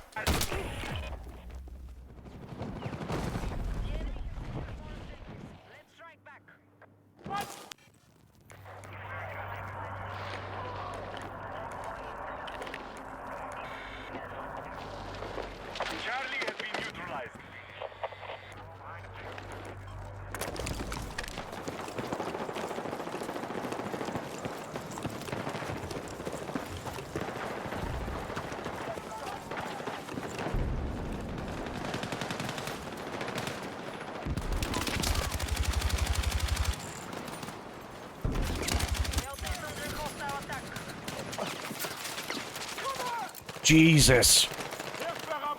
Come on, man. What are you doing? Aw. Pussy. He just let his... He just let his people die. Did you see that? As a former medic of the Battlefield series, sincerely fuck that guy. Like, you do not deserve to have the defibs, sir.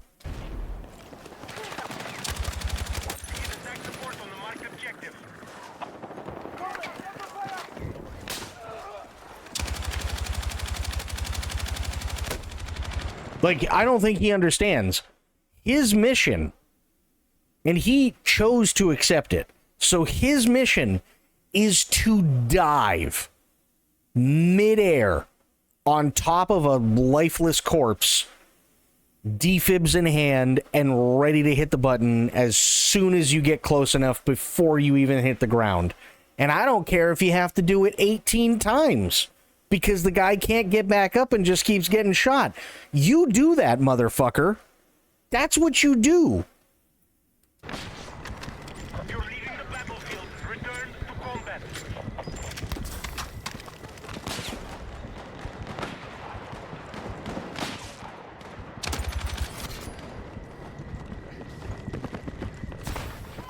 We're attacking Objective Echo.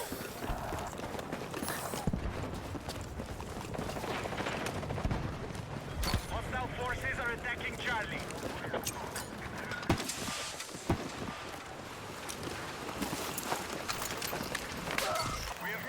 Revive him, you son of a bitch! Gee, oh my god, he's okay. Okay, this person's reviving skills are... They leave something to be desired. Attack support is needed on the marked objective.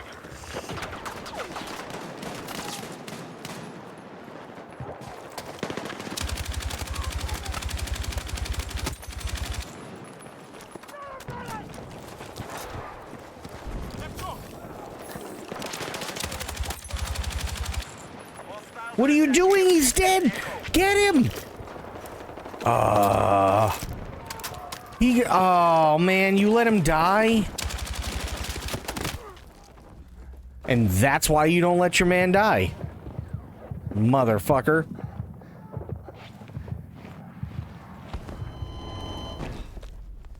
Because now you have to die because nobody's following your example of being a fucking hero.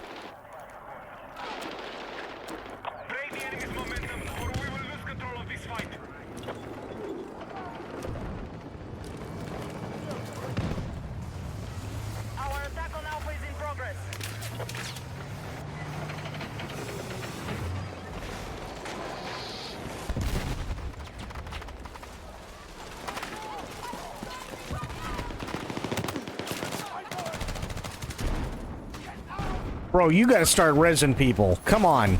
Get in there. Res them. Res that man. Oh my god.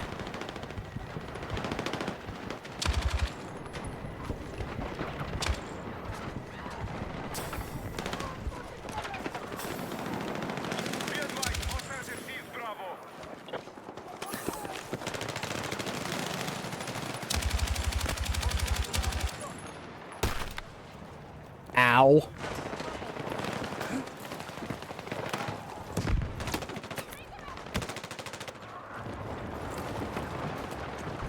Nice, nice little hidey hole.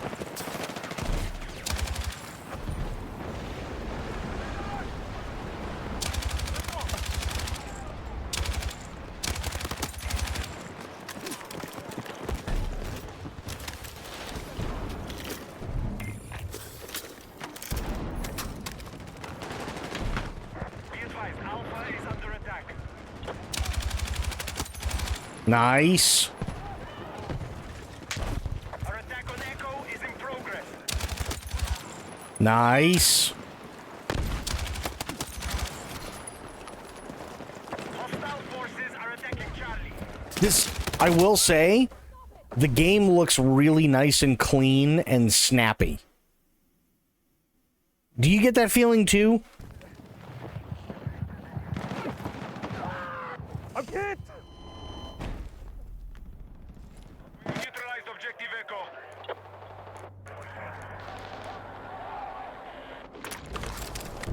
We are targeting Objective Delta. It does. It feels really polished. What are you doing? Go get... Oh my god. Cheese Paladin, you just let Cheese Paladin die, you fuck.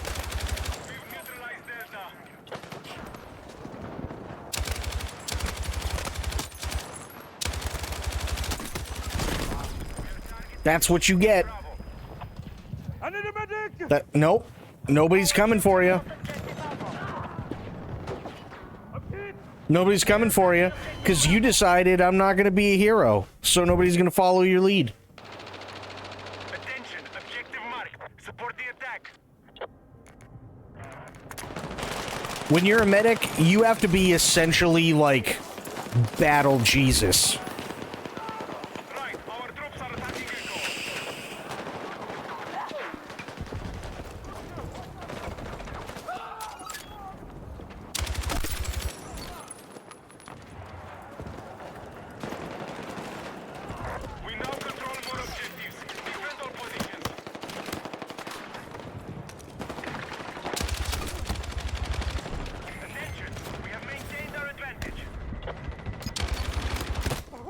He's just letting his people die out there. What the fuck, man?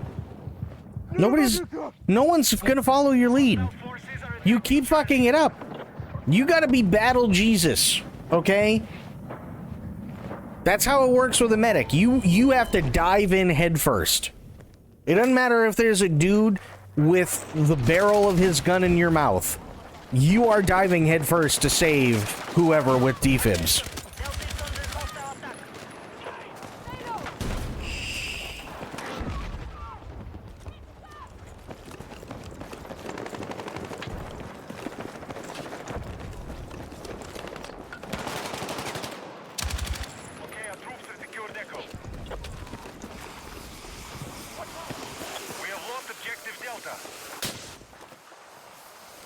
Well, of course we lost Objective Delta, because you don't revive anybody. The enemy are attacking Echo.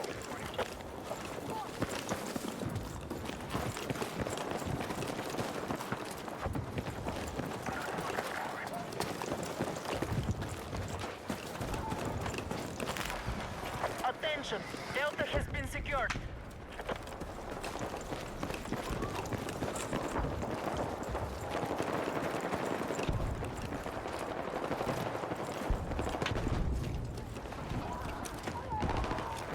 You're just gonna let all those people die. That's what you're doing. You're gonna do that? Jesus, bro. I need a medic. No one's coming for you, buddy. No one.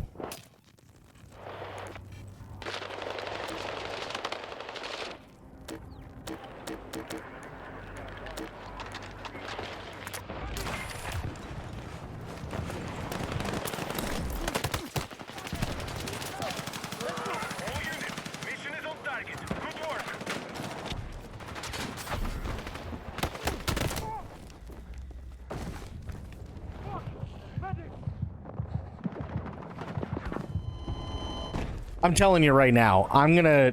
Enemies are attacking. I do want this game. And I also found out earlier today, you do not need the EA app installed on your PC to play Battlefield 6, which is fantastic. But I will say, when I get this game, and I will get this game, and I will be playing it, support, recon, and I think support and recon are going to be my two biggest ones. And then that'd be followed by assault and engineer. Yeah, but definitely support and recon for sure.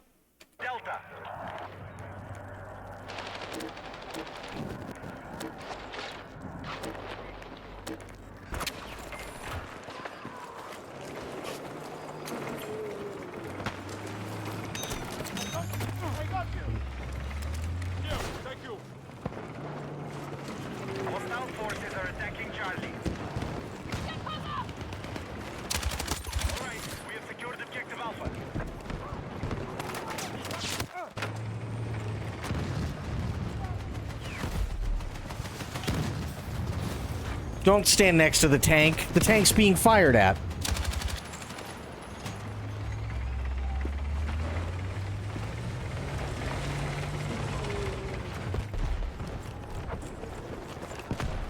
Objective Charlie has been seized by hostiles.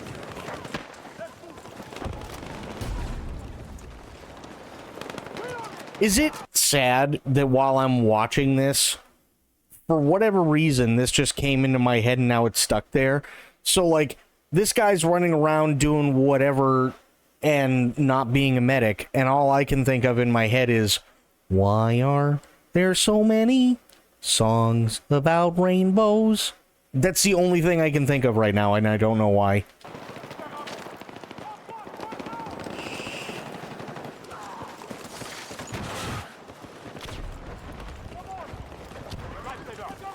Our troops are attacking Echo.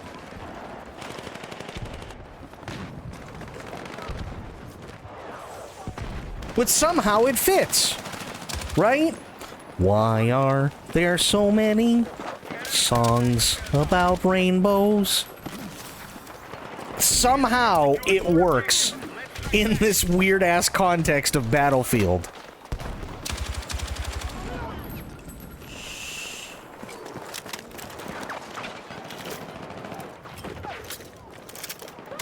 Oh, Rainbow Connection is... It's easily one of the greatest songs ever made.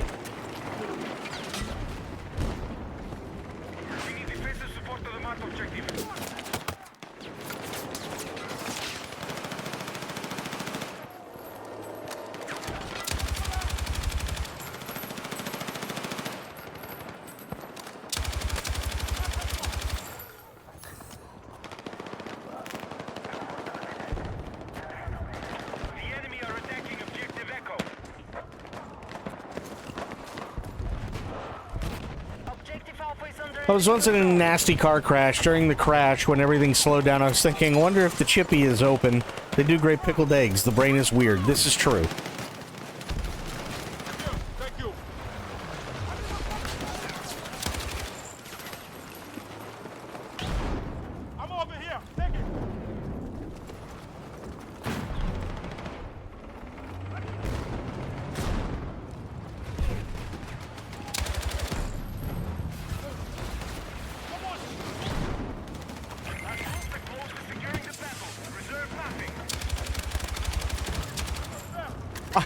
I'm pretty sure that the guy on the radio... Let me see if I can back it up. Hang on. He says they're taking the battle. Reserve laughing. Listen. Listen to the guy on the radio.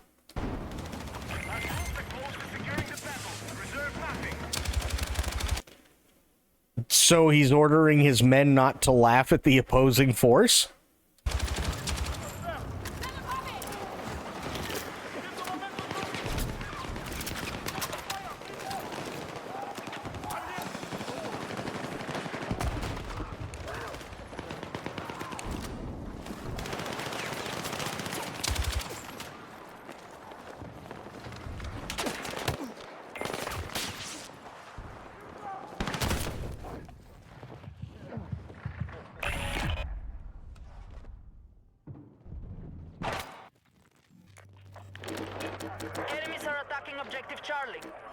This has to be almost over, right? Yeah, this is almost over. Unrelated, but it's also in this chaos of Battlefield. It's also the slow movements that are amazing. I saw a tank rolling down the street directly toward me, so I lay down in the rubble and watched it pass. The turret slowly turning side to side, and it looked right at me and then moved on. Yeah. Oh, yeah. You don't get shit like that in Call of Duty. Ever.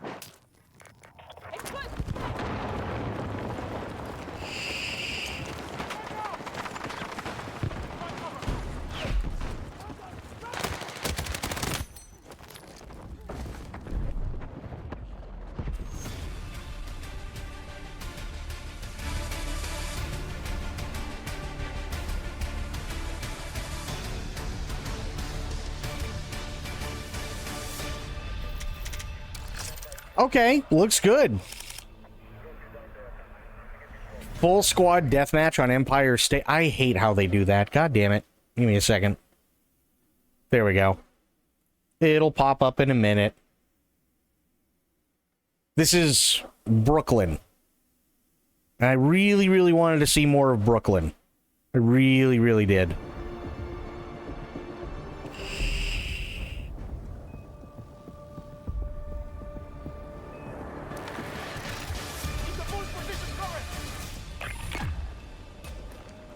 First to 50 kills, okay. All units, multiple enemies detected. Neutralize all targets.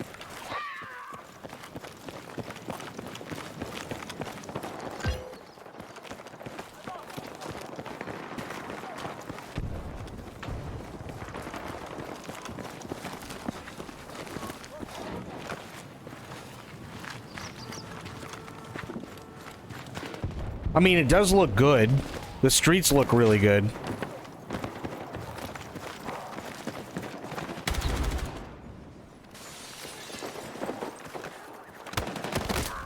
Ooh.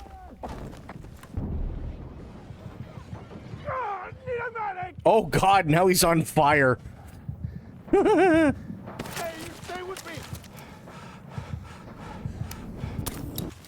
There you go. Charlie Intel saved your ass. Nice.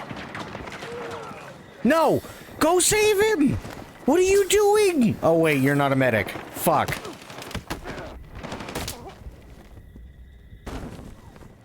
You're not a fucking medic!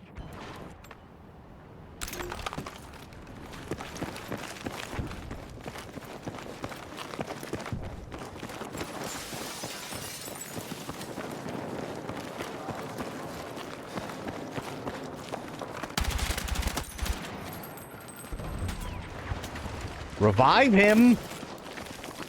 I got you! Or Need a medic! that.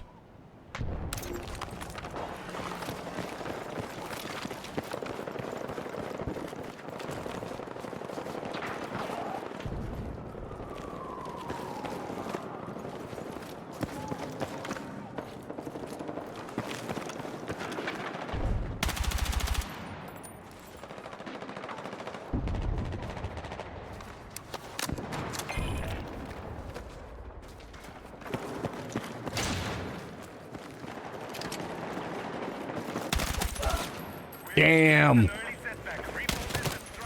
Damn. Okay. Somebody's cooking.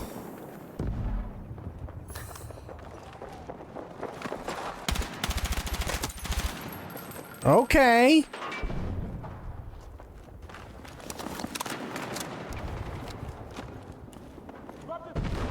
So, boys, and there are my chip buddy scarfing, pint chugging, vaguely xenophobic and rotund countrymen.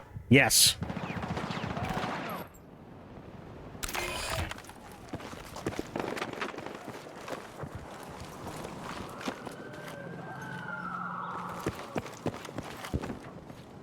Come on, man, help him. God damn it.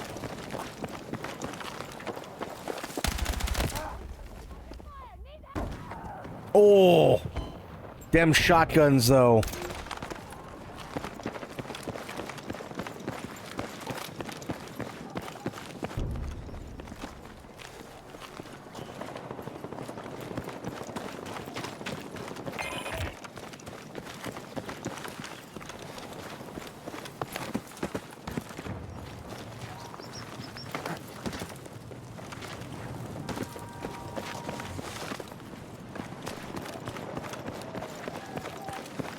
Yeah, same.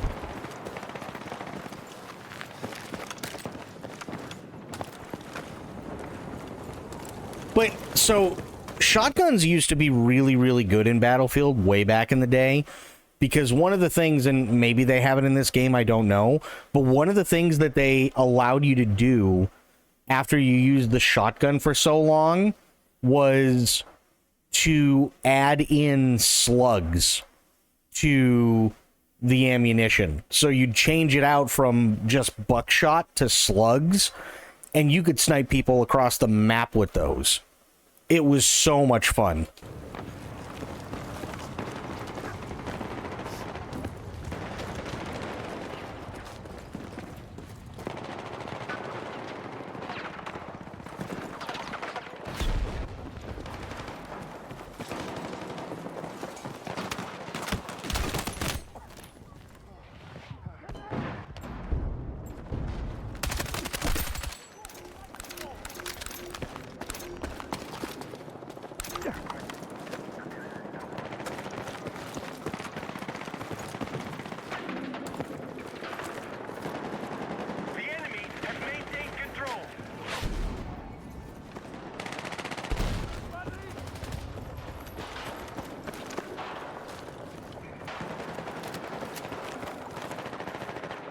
This all looks good.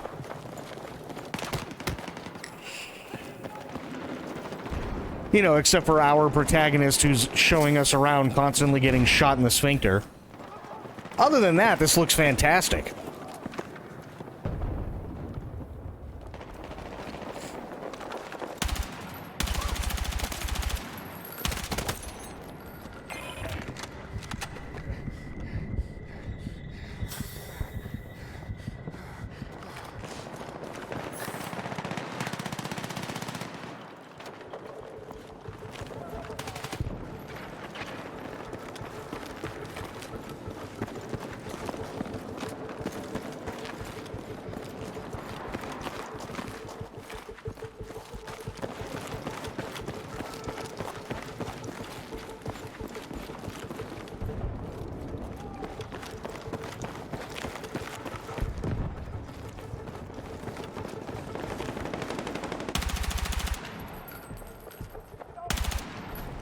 God, bro, if your aim was any worse, holy shit.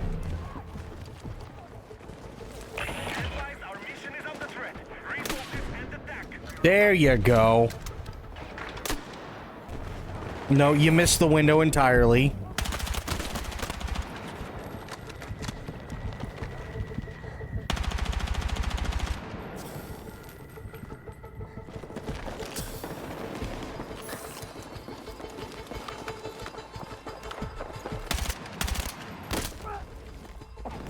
Yep, that'll happen.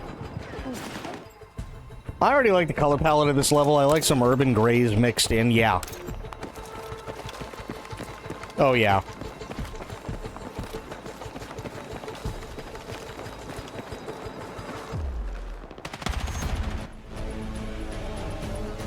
Looks good.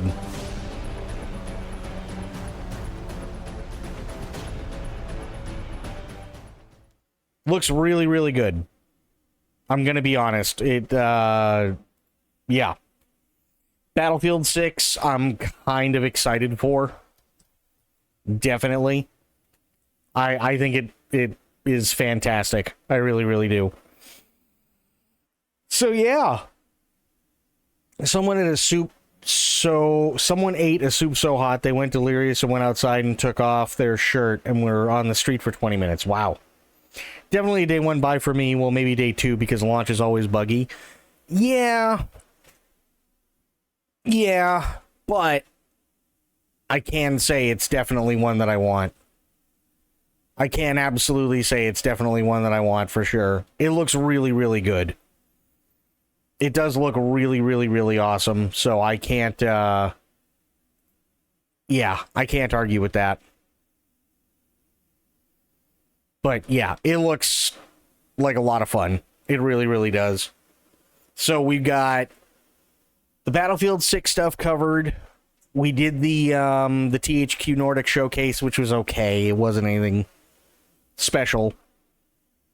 GOG, again. I'll give you the link to this.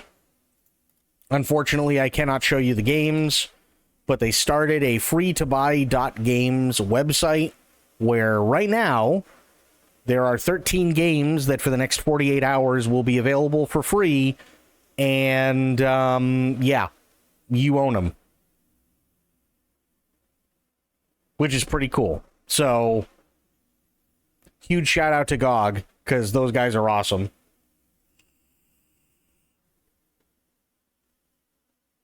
Definitely massive shout out to them. Okay. Let me do this. I grab them, won't play them probably, but archive. Well, I mean, whether you do or not, it's not a big deal, right? Like, it's more about those games in particular have been taken off of Steam and itch.io and crap like that, right? So it's stupid. It's really stupid that they were. But hey, at least there's somebody still pulling for us. Gotta give them that, right?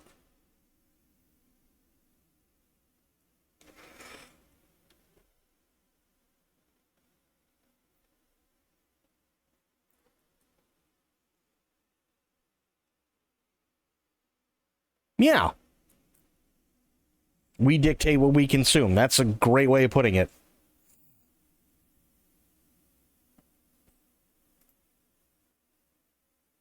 Not Australian Puritanic. They're... I don't get it. I really don't understand why people are listening to them, but... whatever.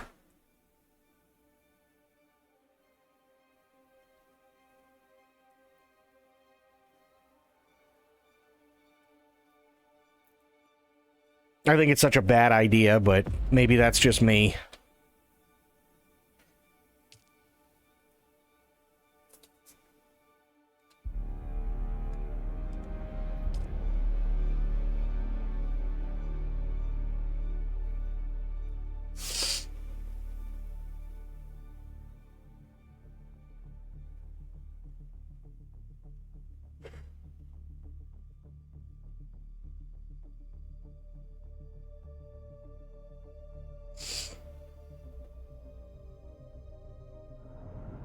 Okay. So, I need to figure out what the hell's going on. I need to find the wreck of the Euphoria. And if I remember correctly... yeah. That's not good. The more I see of you play this game, the more tempted I am to get it. I think it's PC only, though, and I don't know if my laptop would run it. Might wait for a peasant release. This is a really fun game. It is definitely a really fun game. I kind of feel like I'd get royally screwed if I went over there right now. So... gotta go to the garment.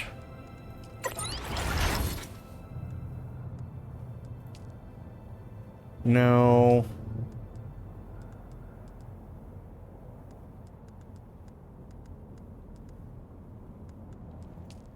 aha, radiation suit. I need aluminum. And this one needs duraluminum. But I don't know where duraluminum is, which is a bummer.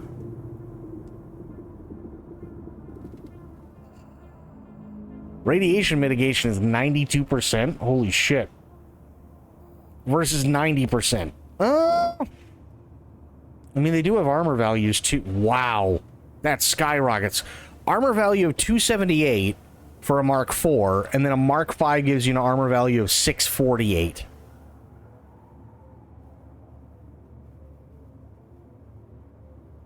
That's insane. Where the hell do I get duraluminum? Let me find out.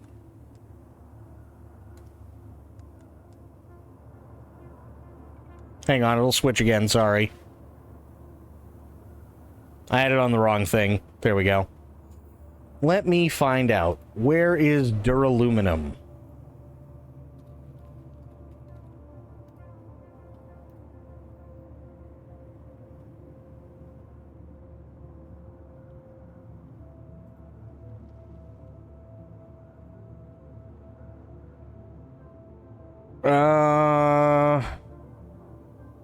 Duraluminum is made in a medium ore refinery, which you should already have constructed if you made aluminum. True. At this point in Dune Awakening, you'll probably have a decent water setup, but you'll still go through a lot of it processing duraluminum.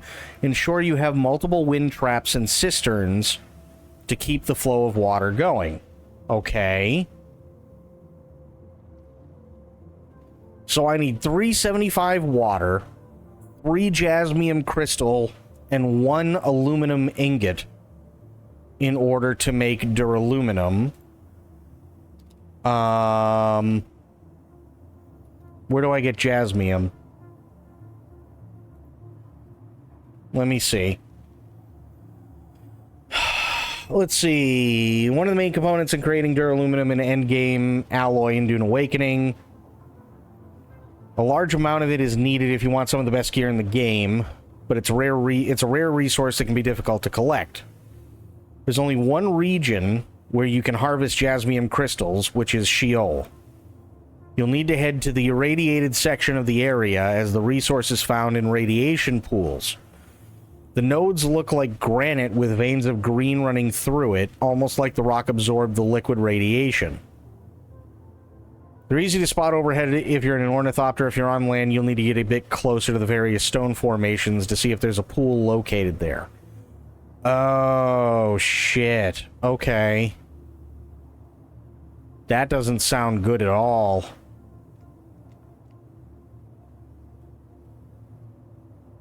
Even though you can find a lot of crystals on the various rock formations, the best places to go for jasmium farming are the various caves found in the region. Ideally, you want to head to Shaitan's Grotto or something. Shaitan's Grotto is south of the wreck of the Delphus. Okay. These caves have 4 jasmium nodes inside them along with collectible pieces. They typically have other nodes like copper or basalt and containers to loot. Shaitan's Grotto is one to repeatedly visit as it has a unique chest. To the east of the region, Greed is another cave that's good to explore. Same number of nodes, but it's close to the edge of the radiation. This makes it an ideal place to farm, as you can leave the area to reduce your radiation exposure and return to it when your stacks are cleared. Oh, shit. So that's what's going on, huh? That sucks, actually. Okay, so here's what we're gonna do. I need Radiation Suit Mark 4 first, which means I'm pretty sure I have to go get more aluminum. But even if that's the case, that's okay.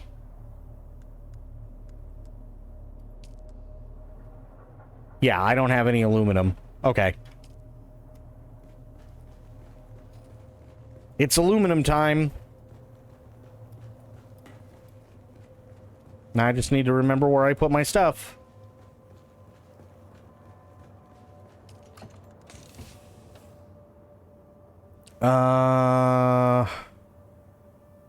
Shit. Well, that's not it. Is it in here?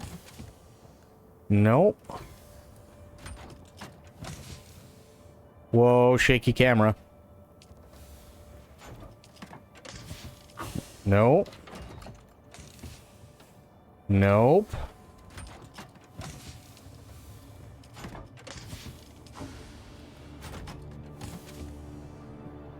That's bike.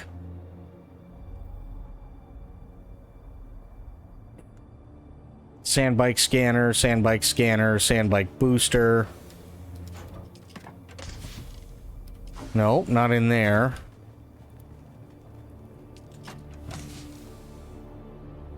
There it is. Storage. Perfect.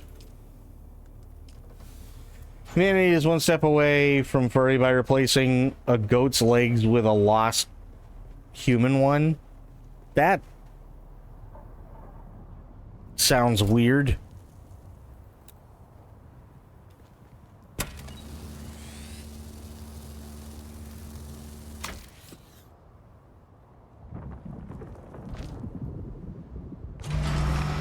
Okay, there we go.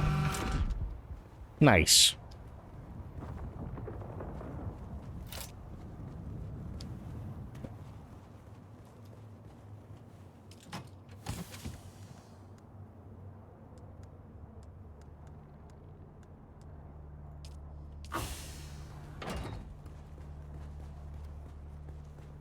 My response to much of modern science is, can you not? I mean, that's a safe thing to ask, for sure.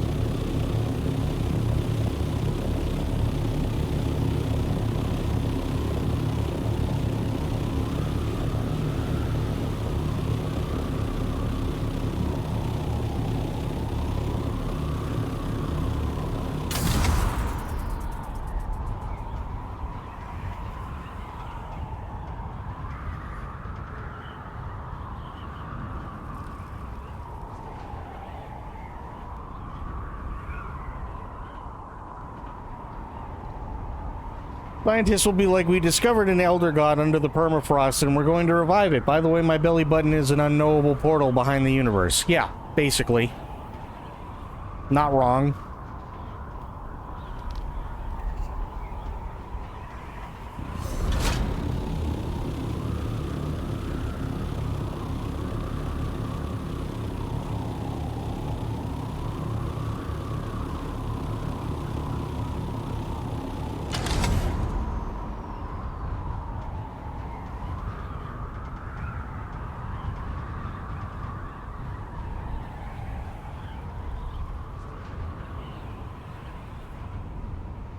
Or some science team in bumfuck will suddenly announce they've invented the super clap.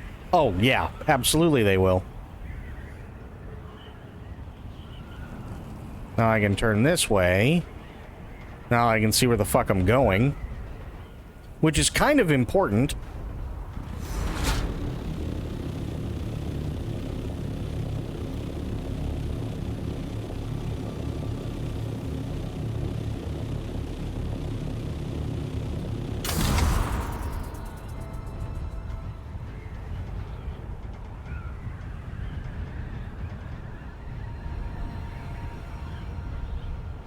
I kind of got bored with SCP.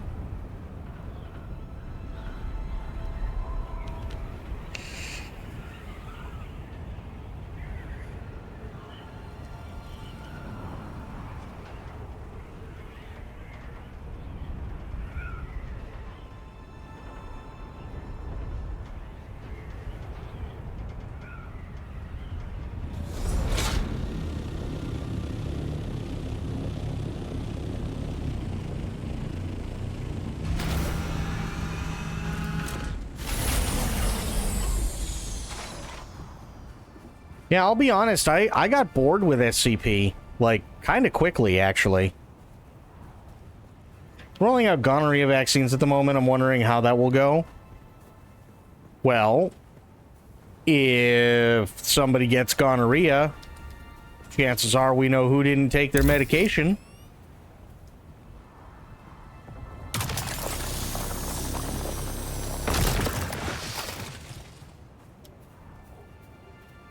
Just a thought.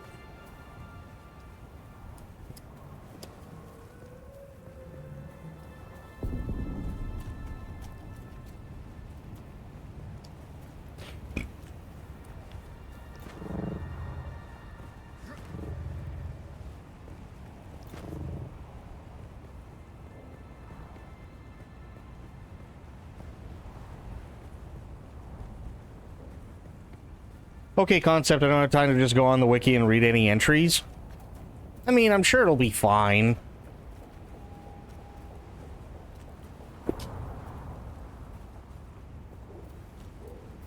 Like, all things considered, you know what I mean? Like, that seems like an okay one.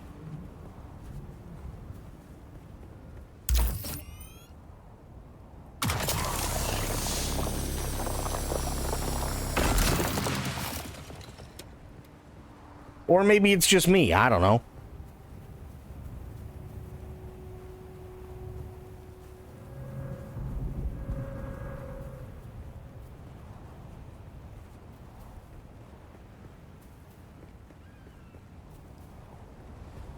I don't know, to me it feels like, you know, oh my god, there's a new vaccine coming. Alright, so what? Like, I really do hate to put it that way, but there's a lot of people who kind of need to hear that.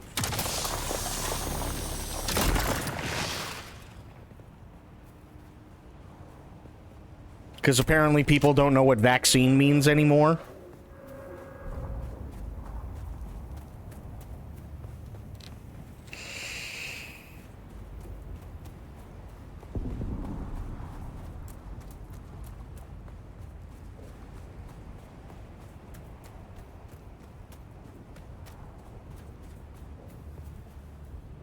Oh, shit.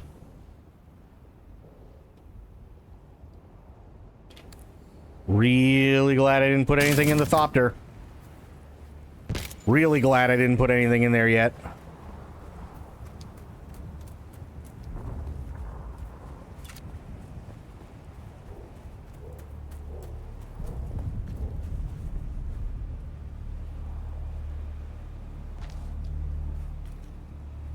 There we go.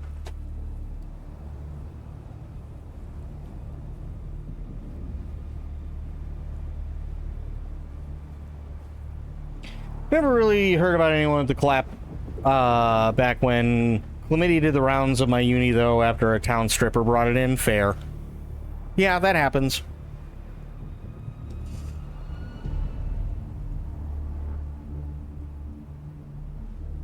Sector weather alert. A large sandstorm is approaching. I am so fucking glad I decided not to put anything in my thopter just yet.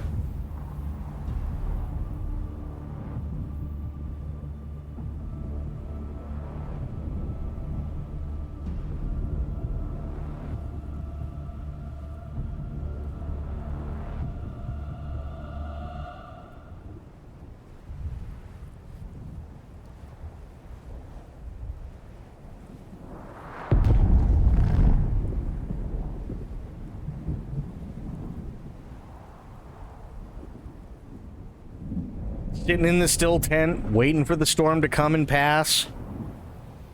Yeah, that massive anvil head. Holy shit.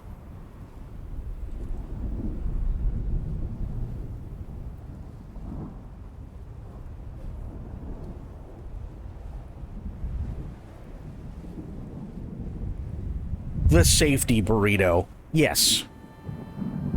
It's exactly what it is.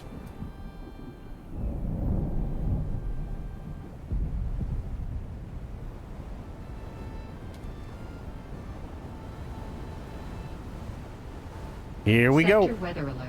A large sandstorm is approaching.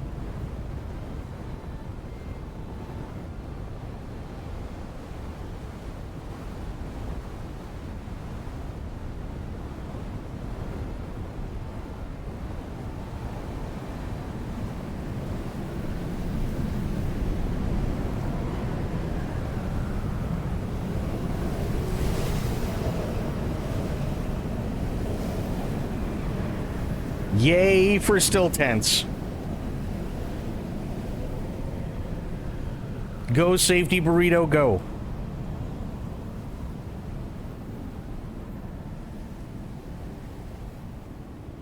I'd sleep so good in there. Yeah, I don't doubt it.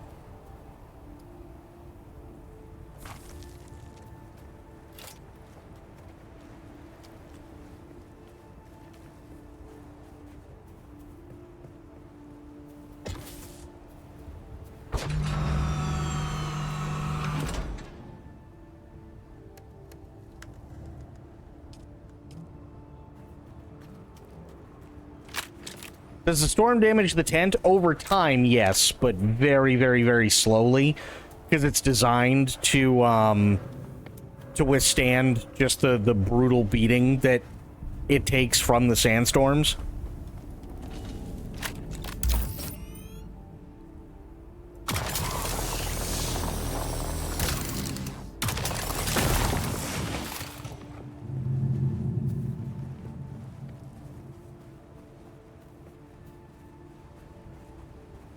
Like, that's still my first still tent.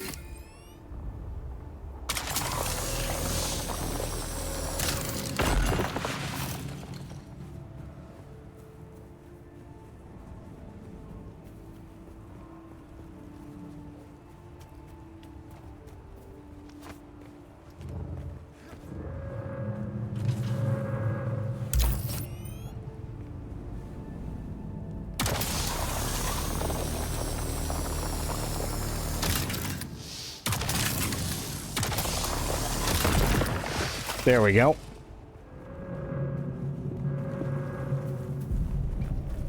Is there still marquee? I don't believe so.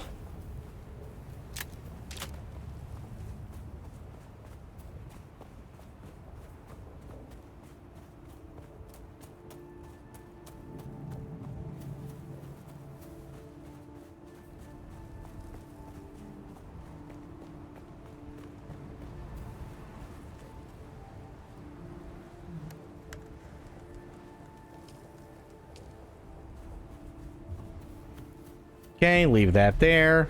Keep going for more.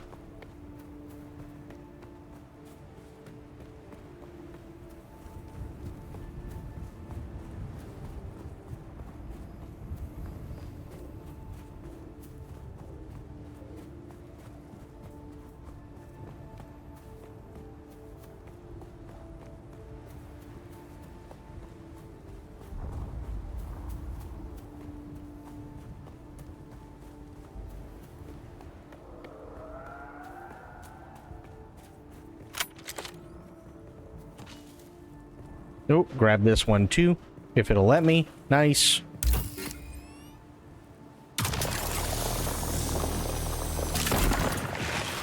Hell yes.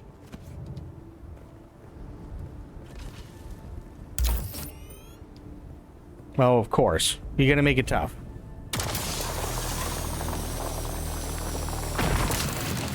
There we go.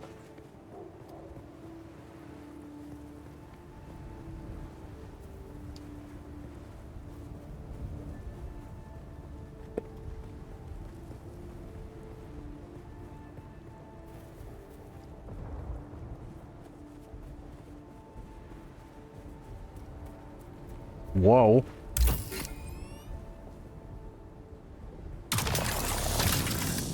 What in the fuck am I standing on that's making this so bad? There we go.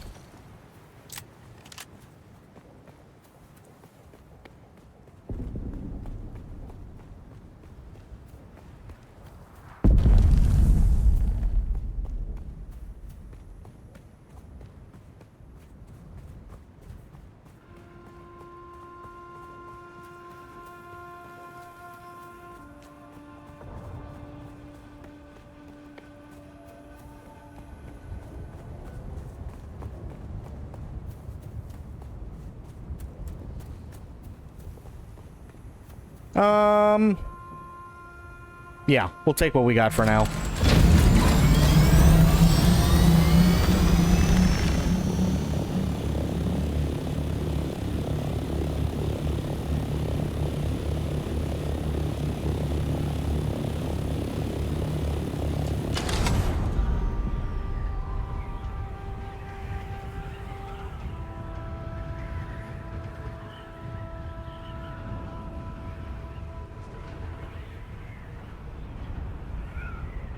Lick those rocks? What?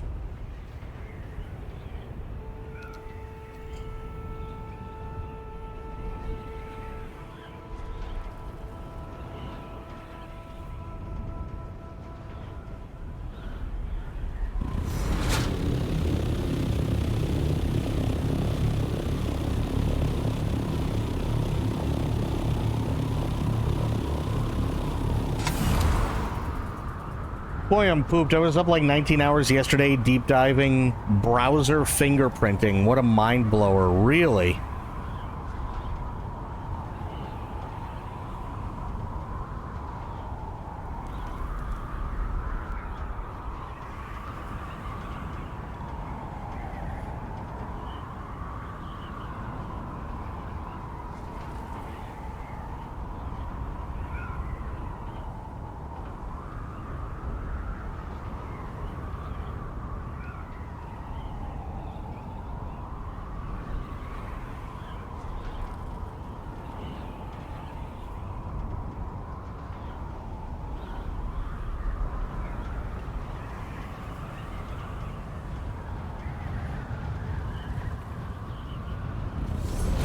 Okay, is it just me, or has it kind of felt like a... like semi-blah week? Does that make sense?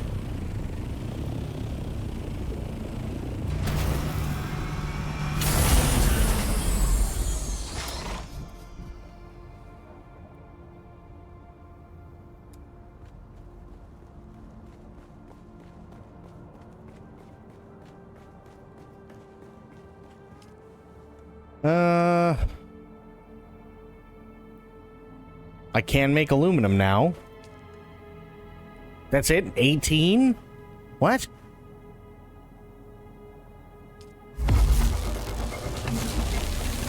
I crap more aluminum than that.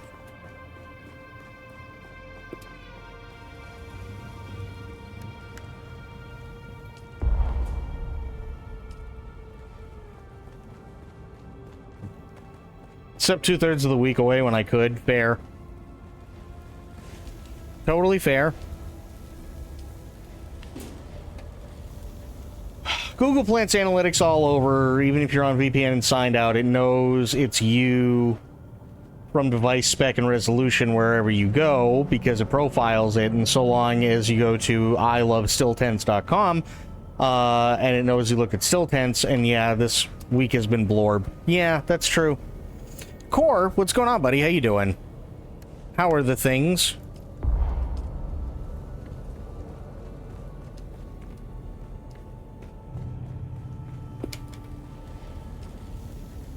And if I'm being honest, I think I'm just kind of in a holding pattern right now, waiting for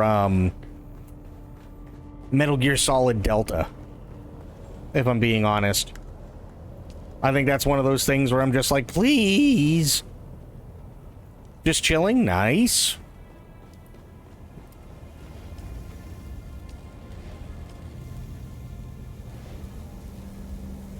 I really, really think so. I really think Delta's going to be awesome.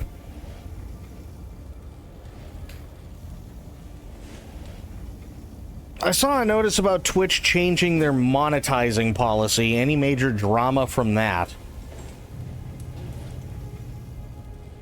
Let me see.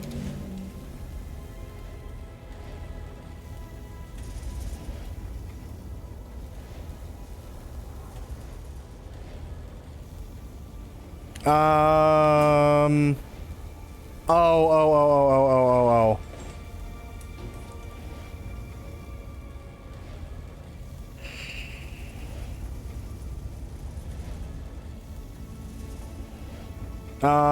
Monetized streamer agreement.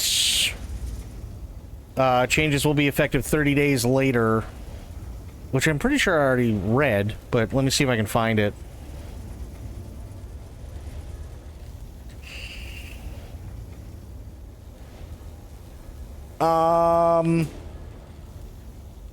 You're just getting your community started. You've been on Twitch for a while. That's fine.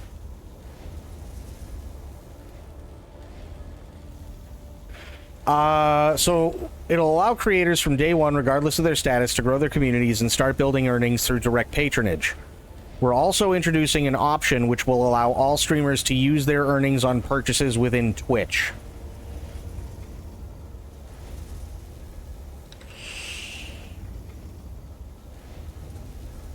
Previously, earning a Twitch partnership required a user to have 50 followers, an average of 3 viewers per stream, and at least 8 hours of cumulative streaming across at least 7 different days.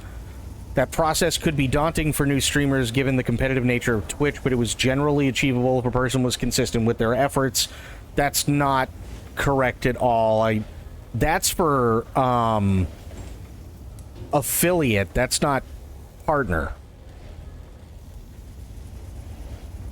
Beyond this big change, Clancy also explained other plans for Twitch in 2025. The company is working on features to help partners earn more money while collaborating. Both landscape and vertical video through enhanced broadcasting tools will be added to improve the mobile viewing experience. And the tools to edit clips will also be improved. These updates come shortly after Twitch announced that it will be implementing a 100-hour short storage cap on highlights and uploads starting April 19th. Yep. Yeah, I mean, they're just opening up the monetization stuff to everybody.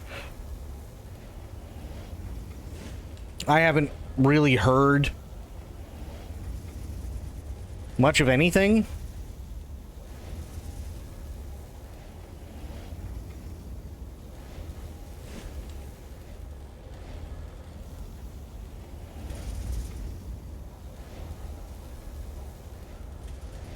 Program revenue.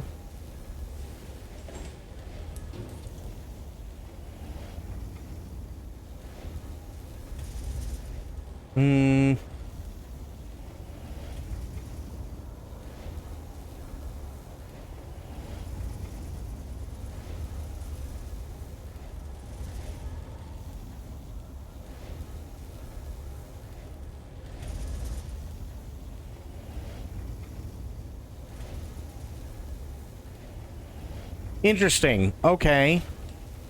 I mean, they haven't, like, changed much of anything.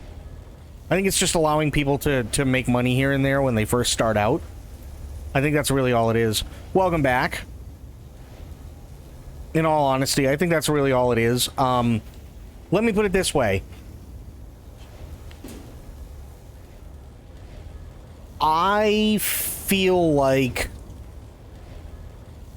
and this is going to sound really dumb, because it is a massive thing, right? It's a massive thing for people to get partner, and when eventually I do, I think it'll be a great moment for me as well. But I feel like the prestige of being partner hasn't been around for a very long time. It's definitely a mile marker for sure. But just being partnered by Twitch and not affiliated anymore, there's really no difference. There really isn't.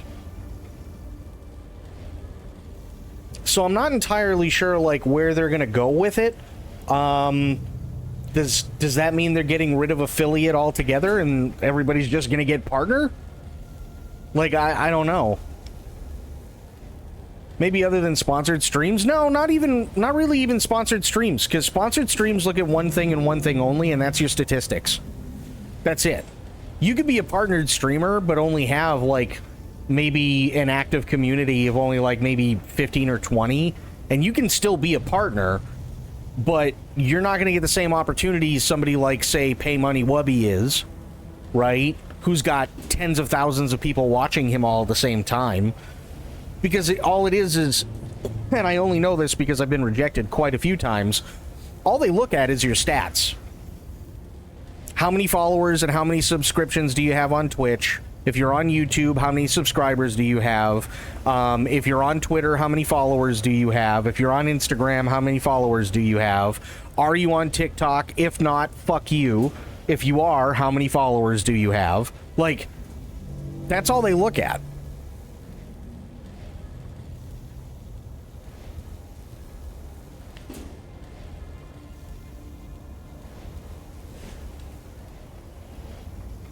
Because they're trying to change you from a content creator into, and I hate the term, but they're trying to turn you from a content creator into an influencer.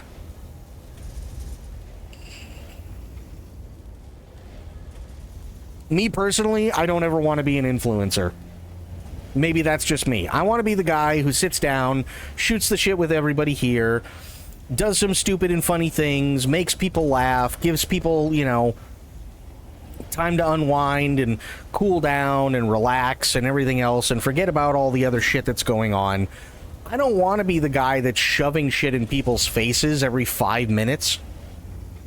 Hey guys, you should totally buy this fucking vegan cereal thing that comes in a hemp box.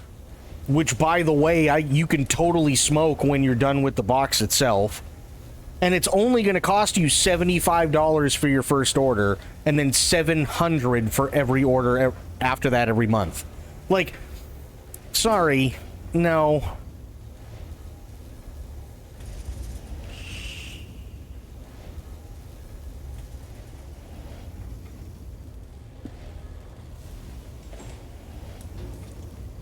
And, I mean, let's be honest.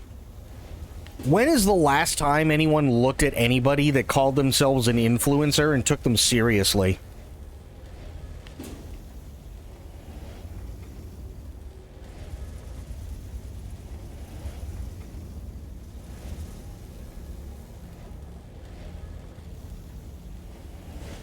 Hello Fresh had to go to court for something like that? I'm not surprised. I'm not surprised in the slightest. They're trying to make influencers. They don't want content creators. That's the big thing. They want influencers. And it's just dumb. It really is just dumb, right? They're breaking everything down to the most basic of metrics, which is quite literally bigger the number, better the person. That's their reasoning. Bigger the number, better the person. It doesn't matter if maybe somebody hasn't gotten, like, supremely lucky yet and gotten rated by, like, that one person who, you know, will skyrocket their fucking numbers, or if they don't have a video that, you know, went viral on YouTube, and they're just a smaller creator, right? It doesn't matter if that smaller creator is right. They're automatically less of a good person, according to these companies, than somebody who's got 40,000 concurrent viewers every single stream.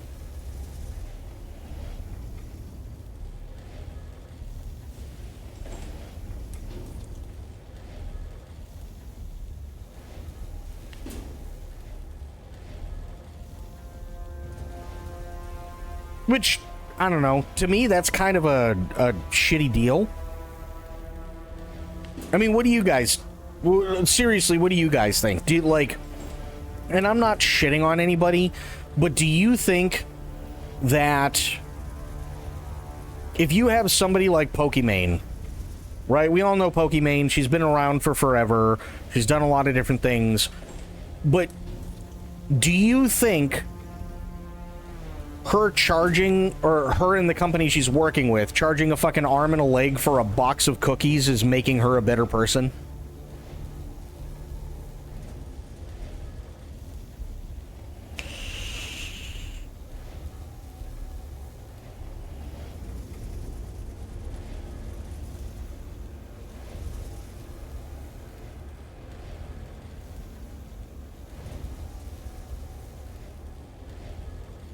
Oh, she partnered, I want to say a year or two ago with, I can't remember what company, but basically they, I don't know if they still have them, but she was the face of this company that made, like, specialized cookies.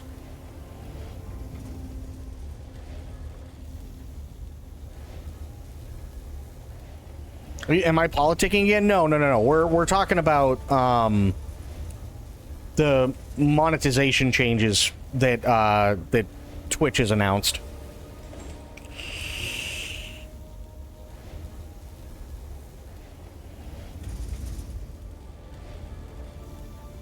Read that as pot licking. I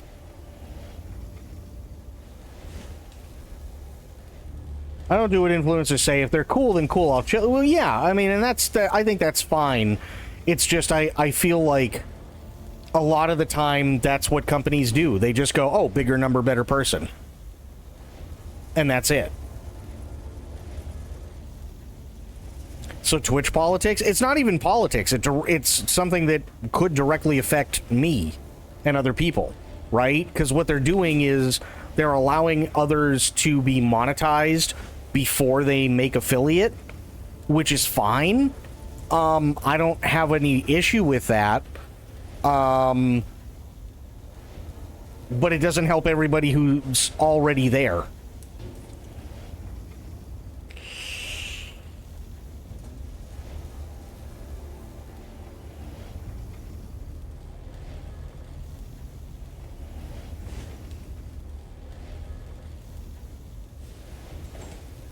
But if I'm being honest, I think what they're doing, I think the reason why they're doing it is to make more money. So if, like, day one, somebody who's not an affiliate, I'm not the best person for this, talk. Well, no, it's not even that. It's just, I think they're doing it to make money, right? And I can't necessarily say I blame them, because there's a lot of other things that they've done which haven't made any money. But if you have somebody from day one who's really, really popular and people are able to subscribe to them, Twitch is making money. So I don't necessarily feel that that's, like, a bad thing. I'm just kind of wondering what that means for affiliates and partners.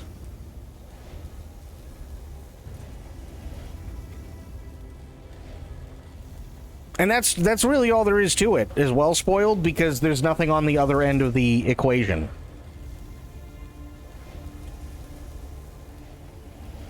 That's really all it is. Oh boy, there goes the bin across the street. If I disappear, my neighbor went to Shining. Oh boy.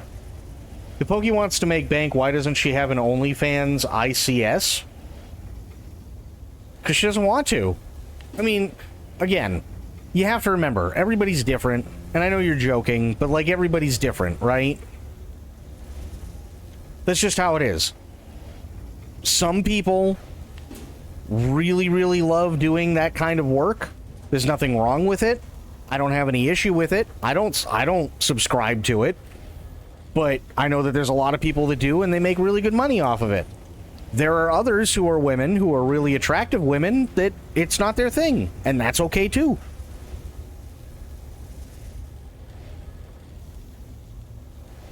I read something about abandoned property. Twitch won't pay out if a person hasn't streamed in a few years. Makes sense, really? Of course. Absolutely. Twitch is getting off easy. They don't have tariffs on their product. I would be interested in seeing how their sub price hikes have worked out for them. Honestly, I don't think it's gone well. I mean, you still have more people post-COVID using Twitch than you did pre-COVID, for sure. But I don't think the price hike has helped their cause. I don't necessarily think it's hindered, but I don't think it's helped anything either. They haven't grown exponentially like they did during COVID. Hence all the sales, yeah. Unless that's exactly what they're trying to do, right? Which is entirely possible. I don't know the ins and outs of it. Right? I really don't.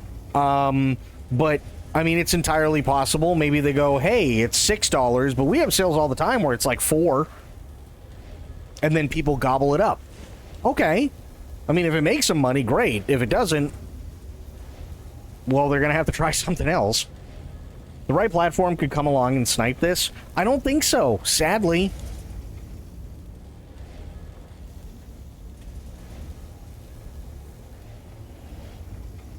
Was the sub hike to pay out money to streamers or because of platform? It's probably platform expenses, not to pay out streamers.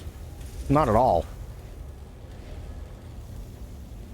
Twitch has always had the problem of basically every year only accounting for roughly about 1% of everything that Amazon makes.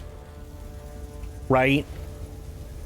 But that's also not accounting for all the money that they have to put up, or Amazon has to put up for just general maintenance and general expenses and everything else. So I'm sure that Amazon is kicking Dan in the ass to make some like really drastic changes so that Twitch can actually become profitable by itself without, you know, Amazon holding their hand every 5 minutes.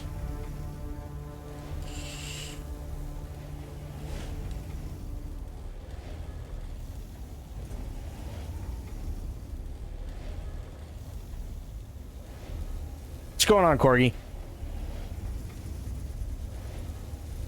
Used to pay out 50, but now it's more like 30 unless you have the viewer support to boost your payout. No, it's 50-50 now across the board.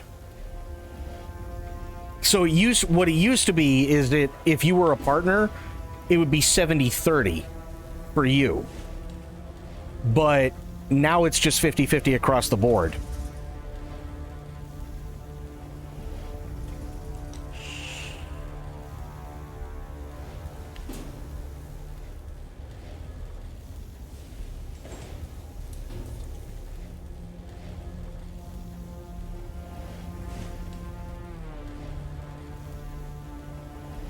What's the plus BS about then? Oh, you're talking about like the goal thing where it's like, oh, if you get like Partner Plus or whatever. So that is, if you make it to Partner Plus and you're there consistently, you will get a higher percentage of the sub revenue. Is that how you get to 70? As far as I know, that is the only way to get to 70 now. Yes. Unless there are like some older streamers that had really good lawyers that were able to get them like a long-term multi-year contract that Twitch just cannot get out of right now. I'm pretty sure that's about the only way you can get 70-30 now.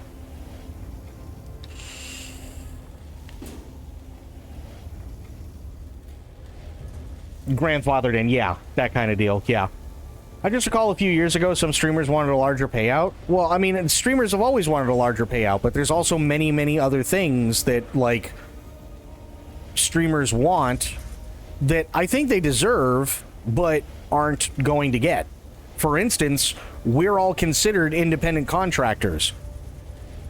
So we get everything untaxed, which means that we have to make sure that we have everything for our own taxes come tax season.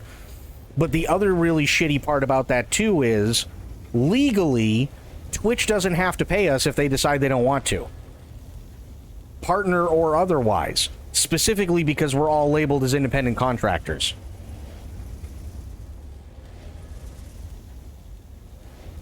We're considered non-employees. So it doesn't matter how many hours I sit here and stream or do something funny or whatever. No subs, no pay. Period.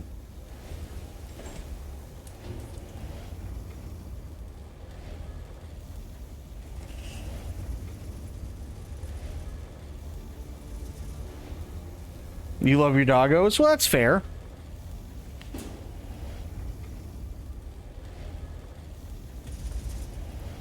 Independent contractor is a way to have production without all the payroll taxes and benefit expenses. Yep. Which means we also don't have any access to insurance.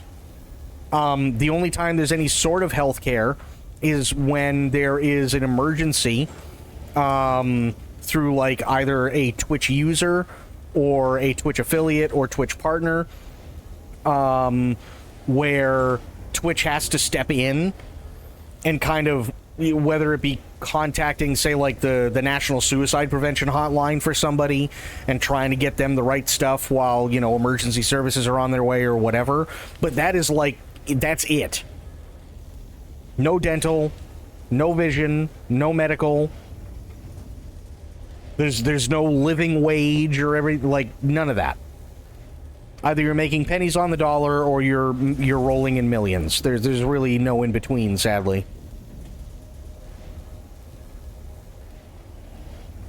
I had a career job in my 20s that switched full-time employees to 1099 contractors. Ouch. That sucks. And then there you go. They're like, everybody just lost all their insurance because now they don't have to pay for that anymore.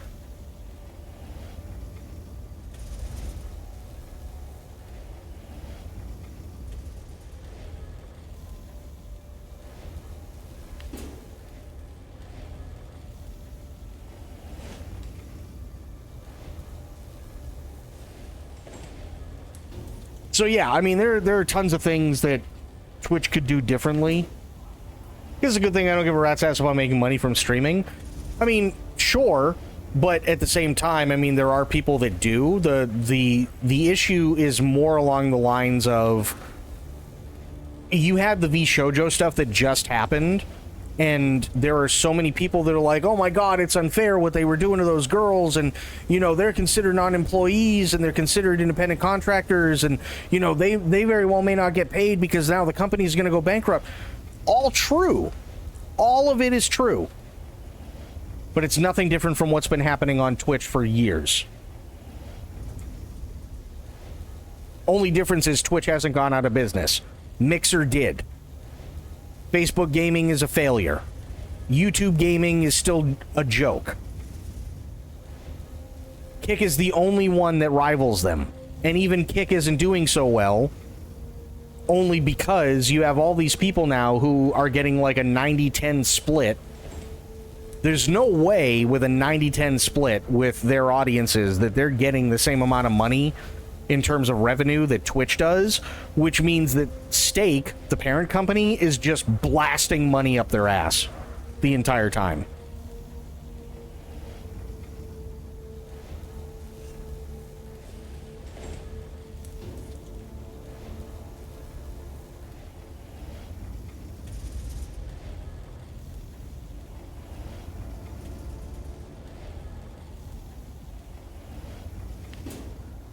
So yeah, I mean, hey, it's not easy. I'm not saying it's easier than being a construction worker. I'm not saying it's easier than being an IT professional or anything like that. And Spoiled coming in for 54 months. Holy fuck. Guess you got your monthly ad, right? But thank you for the 54 months. I appreciate it.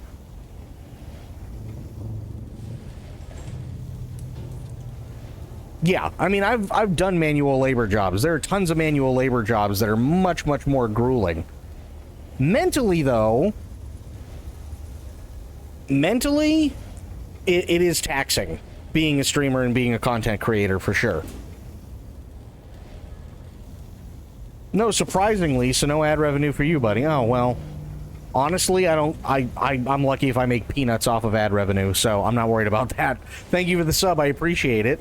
Thank you for the 54 months, my god.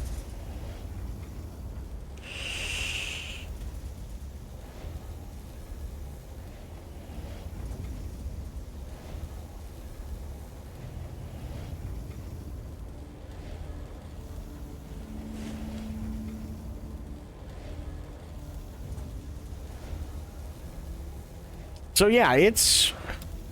Being a streamer does have its areas where it is tough. Being a content creator, same thing, right? But, you know, I mean, it is what it is. It's the job that a lot of people want.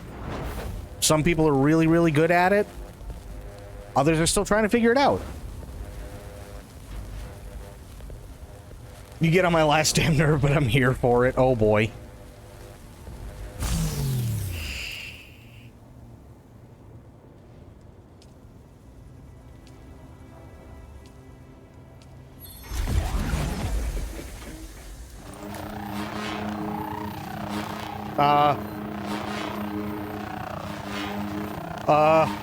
Wait.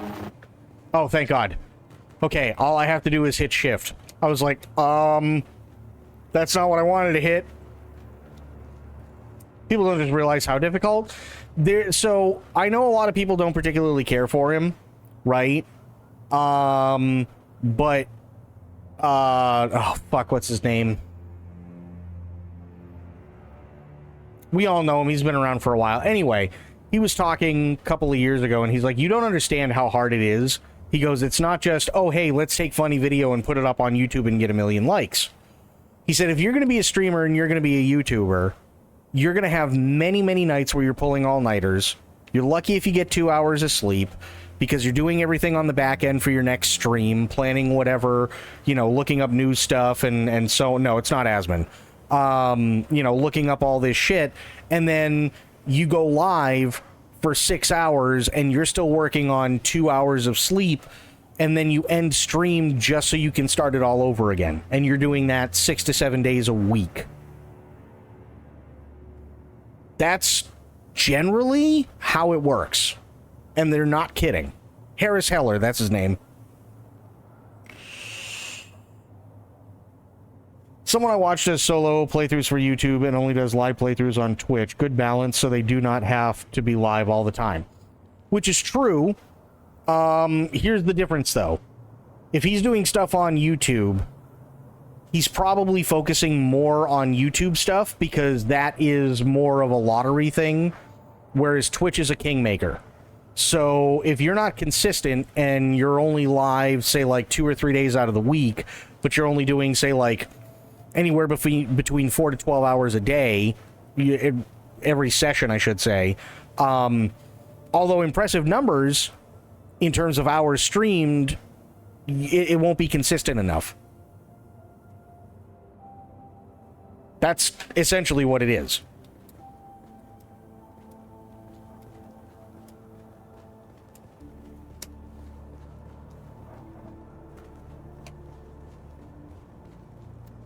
And it's kind of a bummer. Okay, what do I do with this? Do I just... Oh, okay. Fair enough. Now I'm in my radiation suit.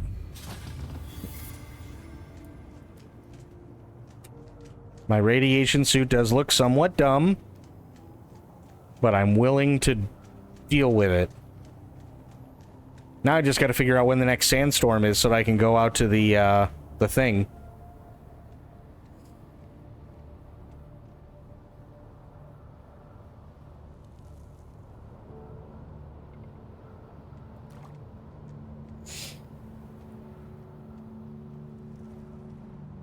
So yeah, it's definitely a thing. I mean, it like every job has their taxing moments and stuff like that. It's a bitch. I hope things in the future get better. It'd be really, really nice. I think it'd be really, really cool to actually get paid a wage to stream. I think that'd be a blast. I really do. You know, be a full employee. I think that'd be fantastic.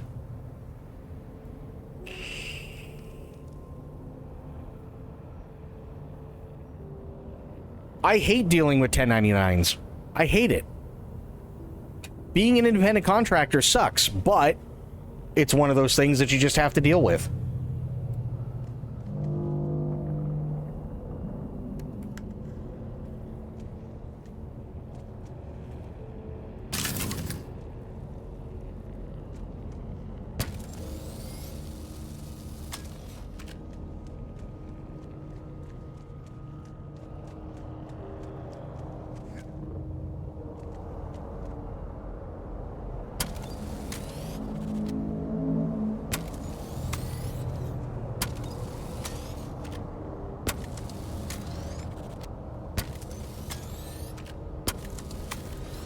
Nice.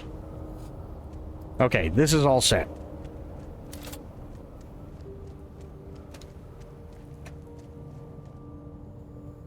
Been there, done that more than I care to remember. Yeah, it's not fun. It's not fun at all.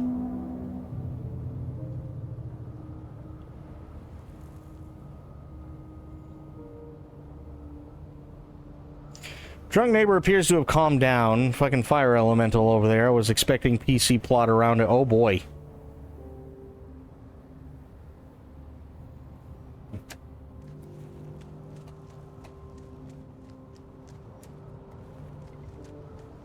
Okay, well, I have to wait till morning.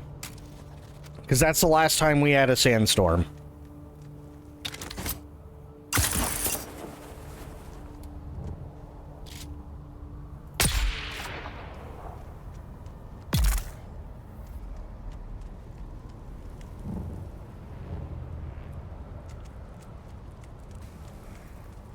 Yeah, anything good?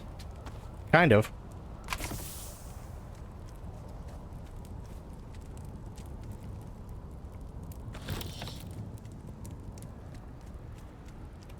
Periodically, she explodes like 4 a.m. and the police have to come sit on her. I think we're at 4 times now. Jesus.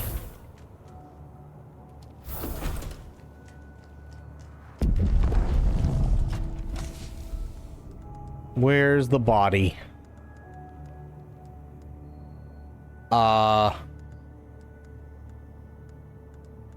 Right. No body. Got it. Oh, probably because it was left out there because I didn't have enough space. If I had to take a wild guess.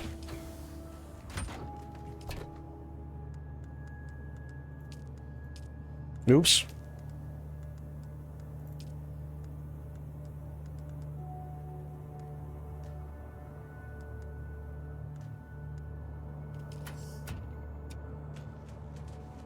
Done that a time or two. Comes with working in an ER. That's also true.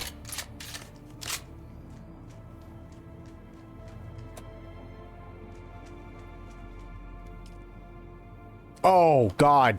I have a friend, and I felt so bad for them. I'm not going to say who they are, but they are an EMT. I found out the other day, right? The driver of the ambulance was going through an intersection, sirens going off and everything like that, and a car came perpendicular to the ambulance and tried to run the red light, and the ambulance went right over the fucking car. And my friend was in the back of the ambulance trying to help somebody when they hit, and they ended up taking a pretty nasty bump on their head, and they ended up going to the doctor because things weren't looking right. Come to find out, detached retina.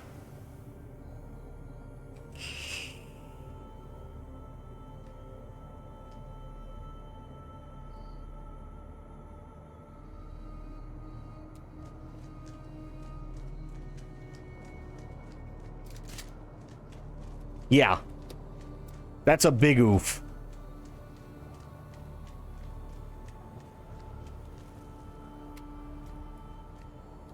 Let me see something here really quick. Okay, this can refine duraluminum. Good. Hazard pay should be a thing. I agree. I totally agree.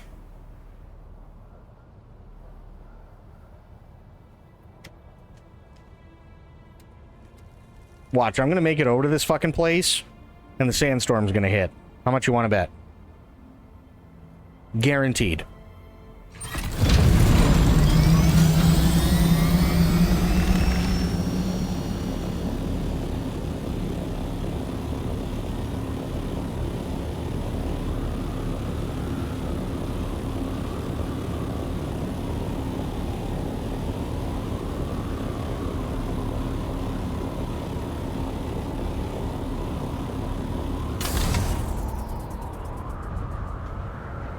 Center paramedics get 37-hour shifts and shit pay. Yeah.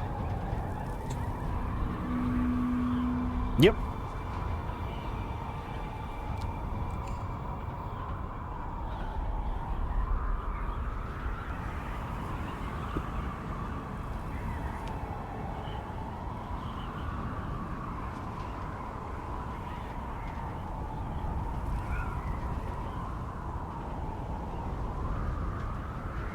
We see those lights and sirens, for fuck's sake, move, bitch, get out of it. Yeah, I agree completely. I don't... There are very few people, I think, that disagree with that, but there's a lot of really stupid people, sadly.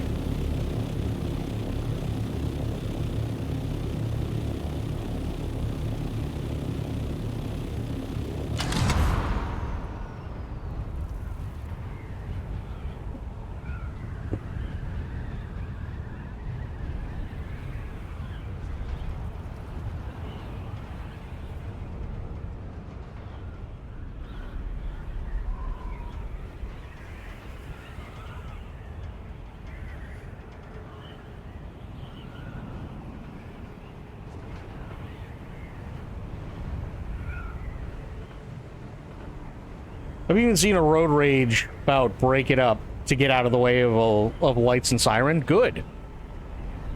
That's how it should be. That's exactly how it should be.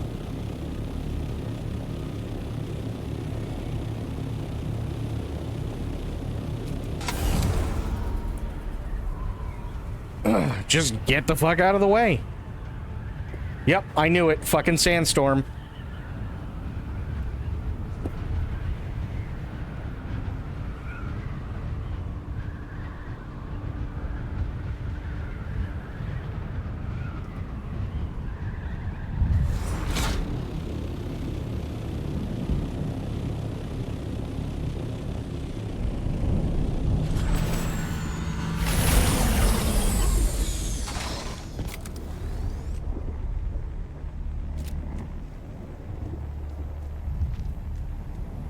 Wow, I got in there just in time. Sandstorm is approaching.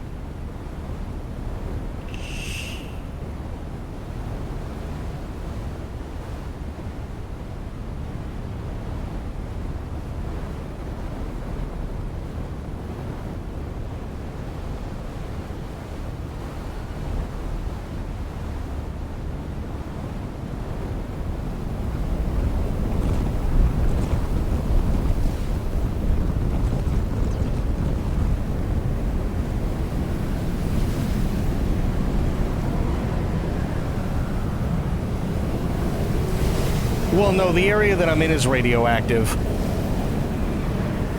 Medic I used to know was killed in an accident. BMW thought the rules didn't apply and broadsided the rig at 45. Ouch.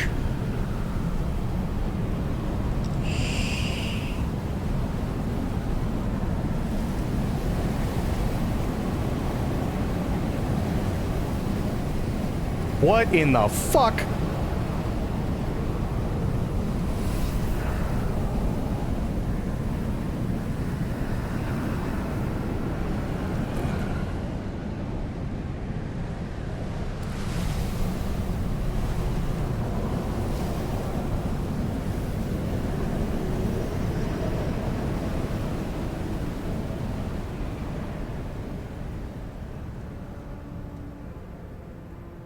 That was incredibly orange. Holy shit. That's also a long way to go without a thopter or a bike.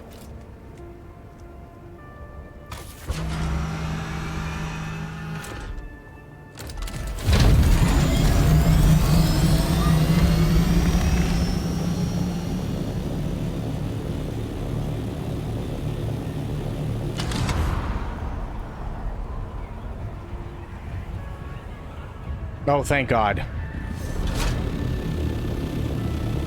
We are out of late radiation.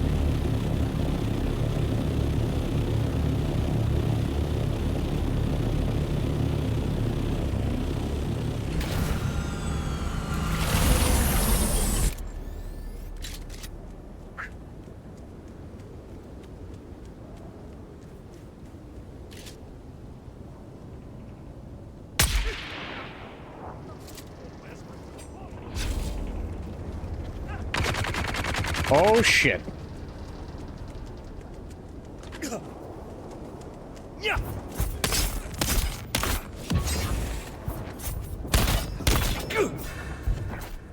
Shields up.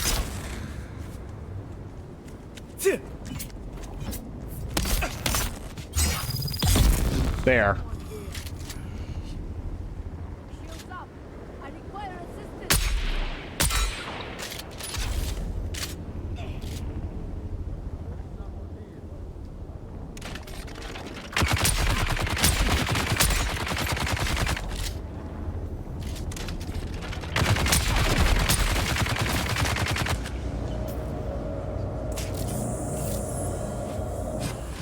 Damn. This guy doesn't want to die.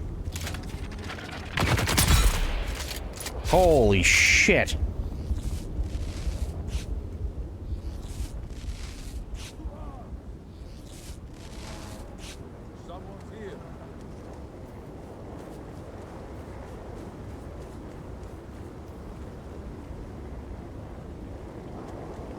Reveal yourself.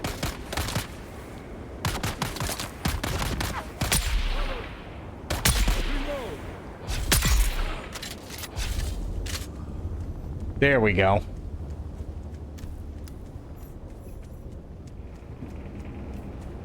Okay, Wreck of the Euphoria, which is what I wanted. Was a bitch getting in here. Uh-oh.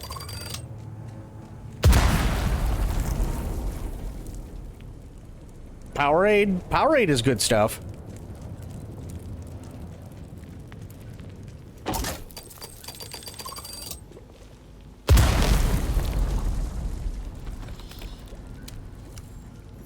Recover the container. Got it.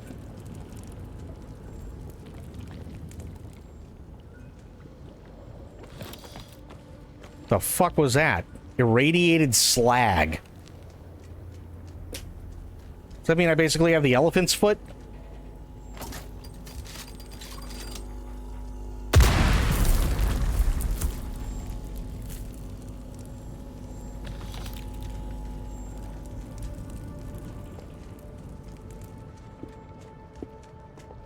Listen, whatever. I got what I came here for. Let's get the fuck out of here.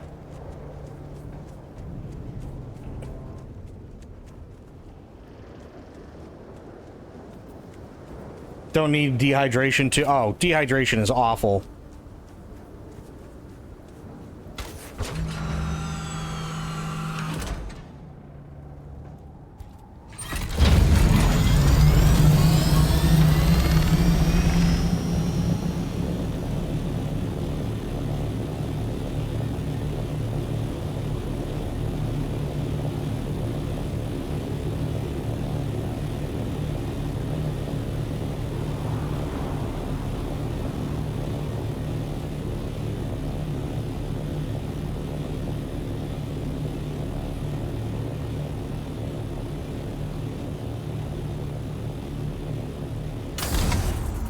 All right, radiation's gonna come in now.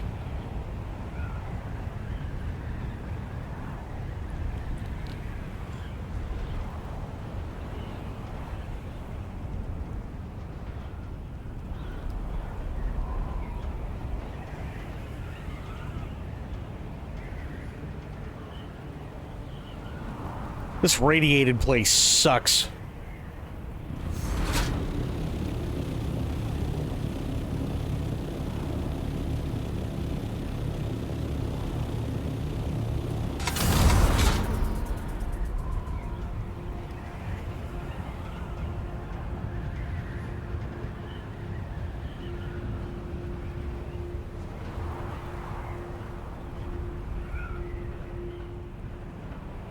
what's the goal of the game? So there is a PvE slash storyline element.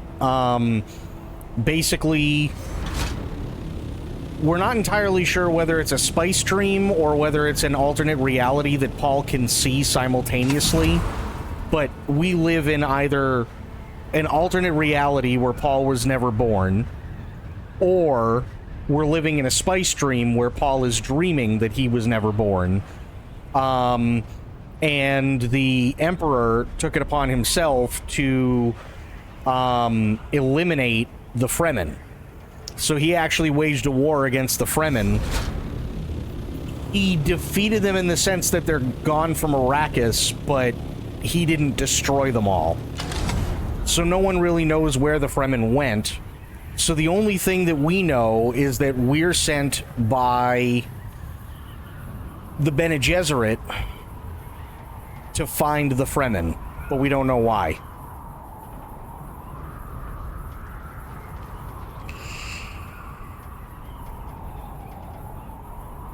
And then after that, it's also a survival game and everything else. But I'm on an RP server, so when I actually am able to get in contact with people and see them and all that shit, then yeah, RP happens. And there's like a whole world of politics aside from what you would have in just the PvE going on as well, because again, this is an RP server.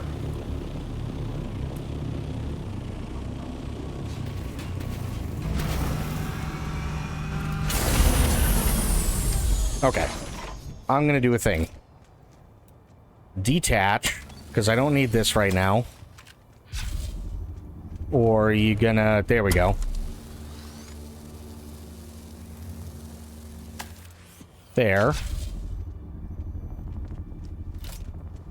You required to complete story missions to unlock more content, or is it more sandbox? A little bit of both. So, for instance, these are all like the major like plot lines and stuff. So like I've already been through the epilogue, and it just says wait for contact, right? Which is fine, but then you end up going to another contact who's an assassin, and you kill all, you know, you do everything for the assassin. Then they go, okay, well, you have to join a house, right? And you're going, okay, cool. So then you choose whatever faction that you want, and then there's like sub-stories and crap like that, depending on the house. And so I went with Harkonnen, so I got Spycraft, I got Casimir, I've got Execution Order, Von Koenig is done, the coup is done, Basics is done. Now I'm working for Peter de Vries, who wants me to go and do a bunch of different things for him. So you can explore, you can follow the mission stuff if you want. It really all depends on exactly what you want to do. If you want to like, if you want to break it down like as far as possible to the point where you do minimal stuff to make sure that you can still like unlock everything that you need to build the more complex shit, then you're probably looking at like, I don't know, just the main PvE story and none of the secondary stuff. And basically the main PvE story is just finding old sieges and sniffing or snorting spice like it's cocaine, and then having a spice dream about it. And then you unlock new skills and all that good stuff. That's really about it.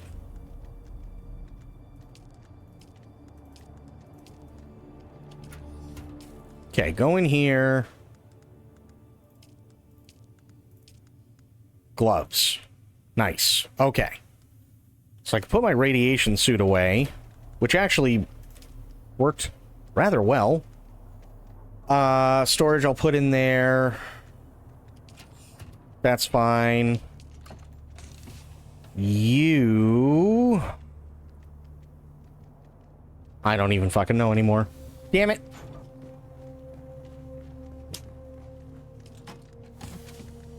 Put this in here. That's the tainted spice. I need to keep that. Irradiated slag. I have no idea what that's supposed to do. Nope, that's full. That's full.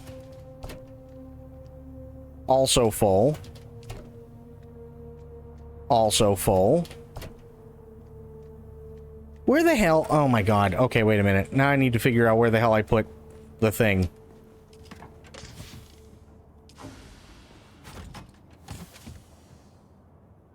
No.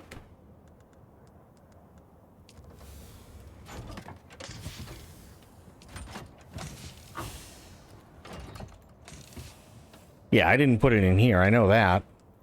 I'll dump these in there, though. Screw it.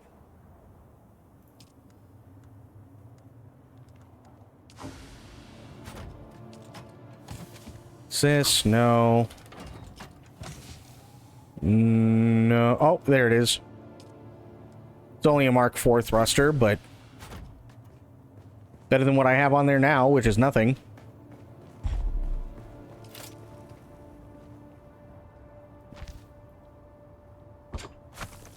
Nice.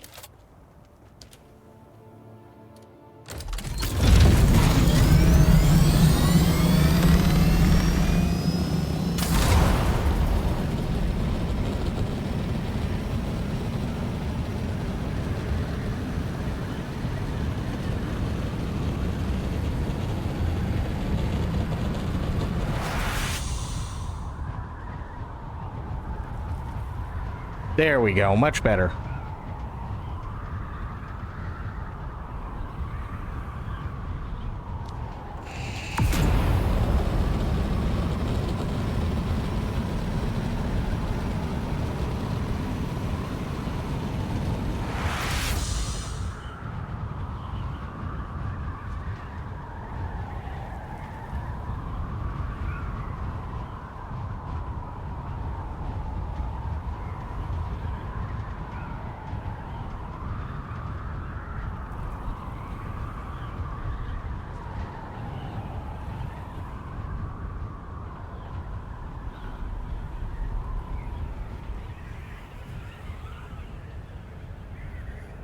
Okay, on to Peter.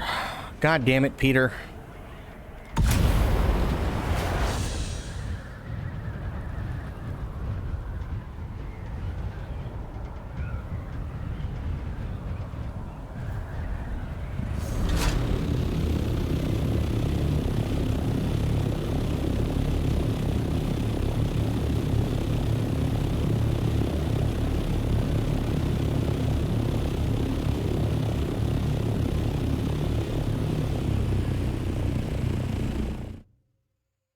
Much better.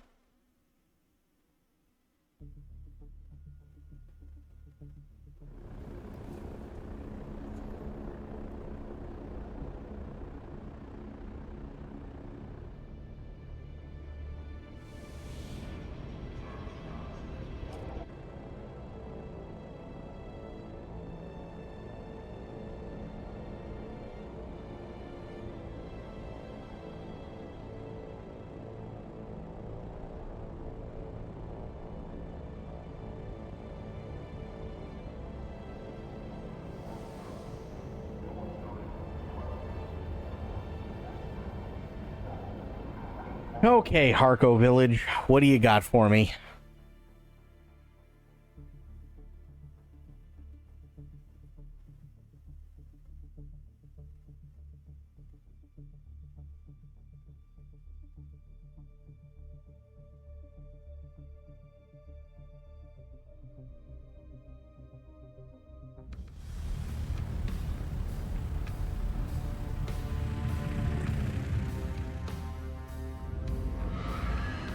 Nice.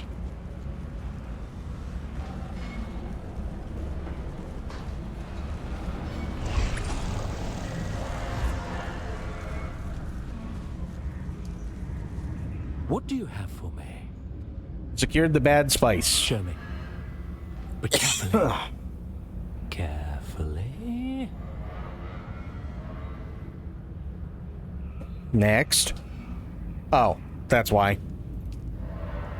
I find those who can accomplish the impossible to be just adequate for what comes next. I think you're ready. Ready for what? You recovered something important enough to draw Imperial notice. That moves you to whole new vistas of intrigue. I can guide you on the twisted path. Okay. From this new playfield, we can set things in motion that can not only win the war, but raise us above the threat of our enemies. Or our Baron. Okay, so what are you saying? I am saying it is time for you to meet Glossuraban. Oh, shit. Beast himself. It is time for the next step in your initiation. Let's do it.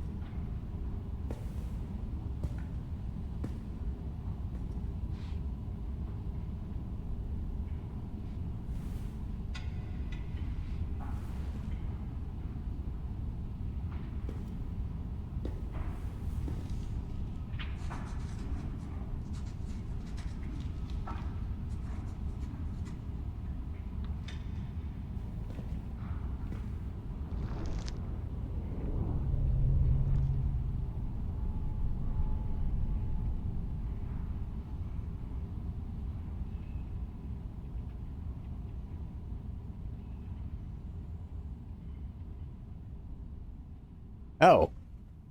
Okay. Not entirely sure what that did, but sure. Peter DeVries nods while dismissing you.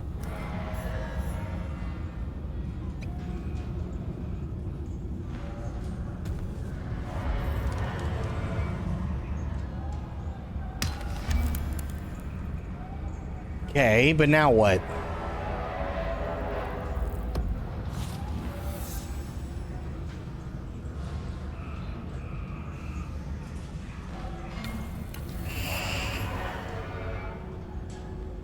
House rank 5.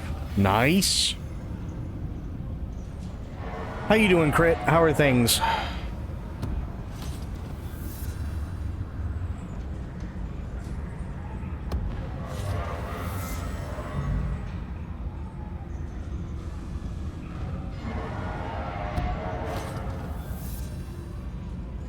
Behind on things, but good? Well, that's a good thing. I'm kind of sort of in the same boat, so I gotcha.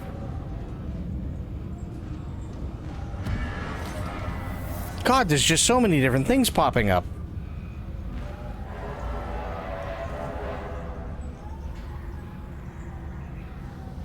Okay, now let me go here. DeVries, yeah.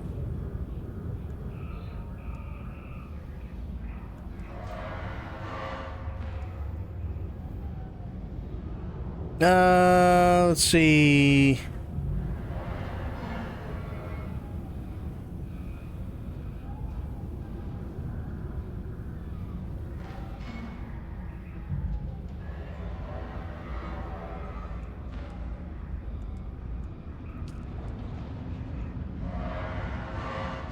Oh, okay.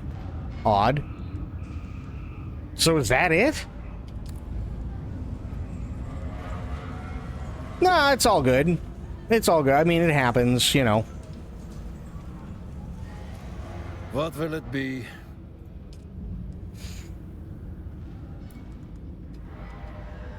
Let me see.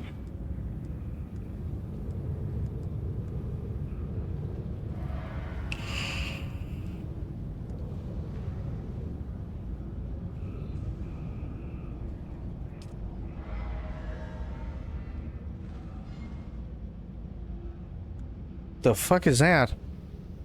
Dining room furniture set. Oh.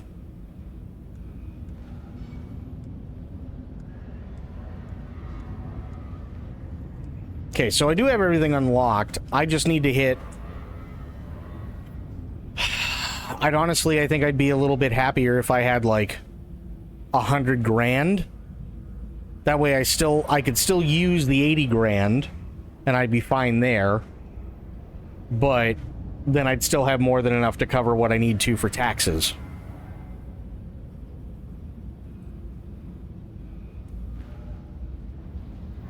But yeah, it's basically just like, there's things that I have to send to people, and that's easy. It's just, it takes a little bit of time, right? Because I have to get get everything squared away and sent over to them. It just takes a little bit of time. That's no big deal. But then there's other things. So, like, for the last 2 weeks, okay? For the last 2 weeks, I've been working on stuff for people who do roleplay. Believe it or not. And actually, you guys might like this. You guys might like this a lot. Let me bring this up really quick, because I think you'll enjoy this. I do this all for free, by the way, so this isn't like me going, oh, well, you know, you have to do it this way, or nothing like that. Right?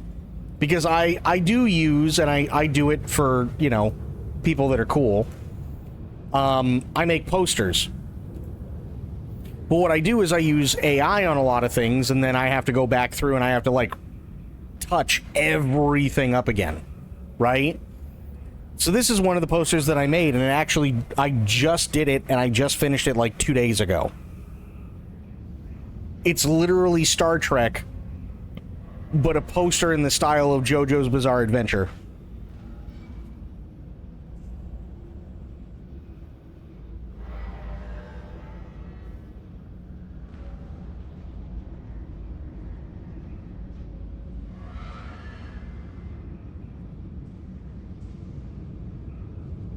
That took me like 30 hours. That's Zachary Quinto? No. No.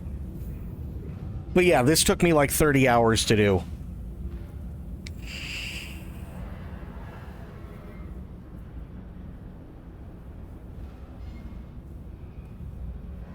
So yeah, been doing stuff like that because I was asked, and I said, sure, why not?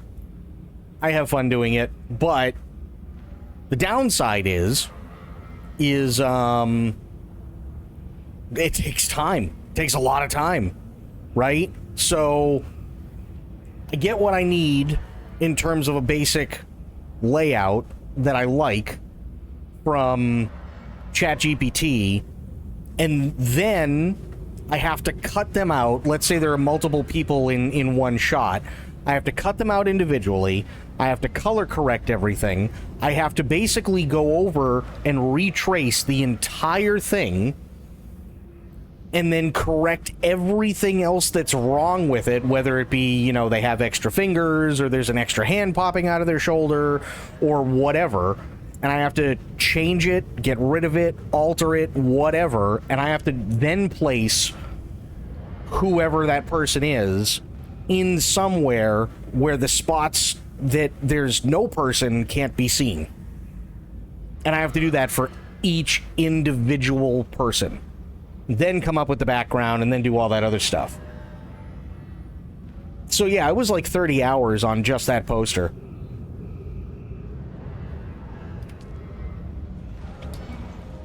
But what I will say is that in no way,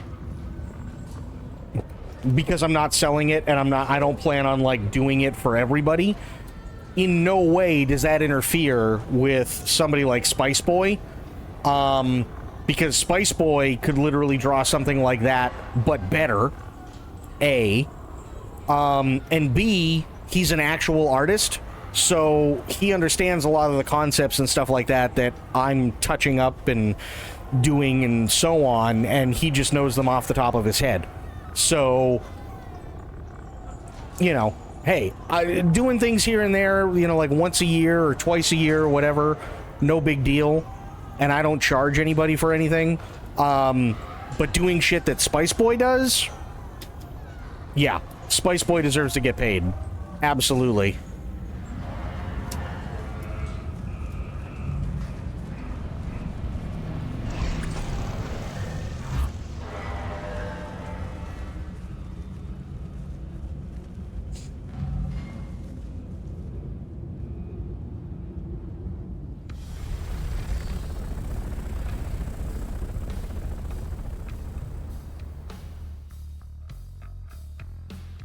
Like Spice Boy, Zeke, Dawn, like all of them deserve it.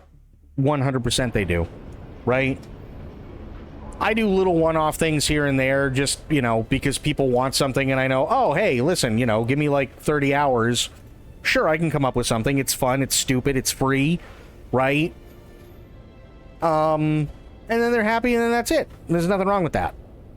But I would never, ever, ever, ever charge anybody for anything like that, because that takes away from what Spice Boy and Dawn and True and anybody else who's into graphic design or anything like that, that hurts them.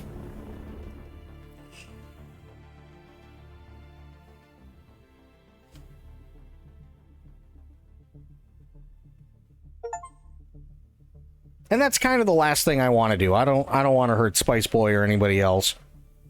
You know what I mean? I have great ideas, and there's a lot of things that thankfully I'm able to implement. But there's also no way in hell I'd ever do it as a job, because I'm just not that good. You know what I mean?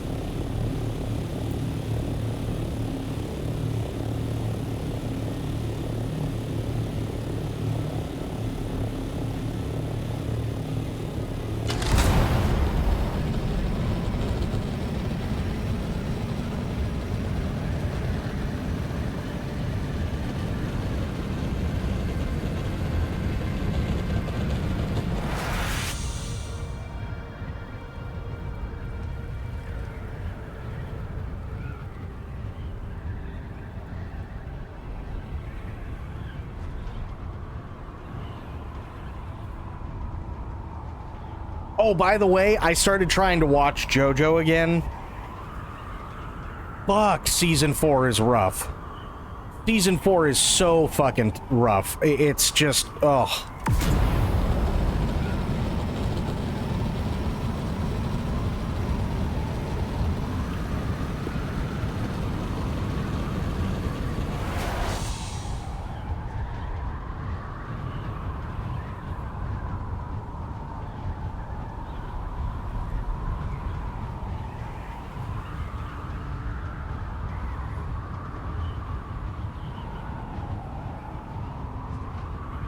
Like, I find myself more and more just, like, trying to get through Season 4 for JoJo just so I can, like, not have to deal with Josuke anymore.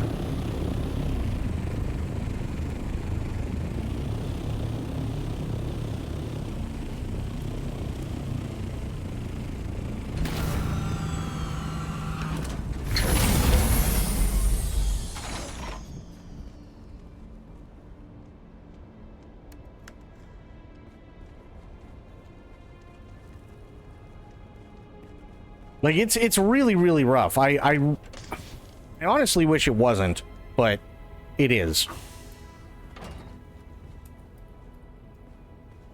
It's tough.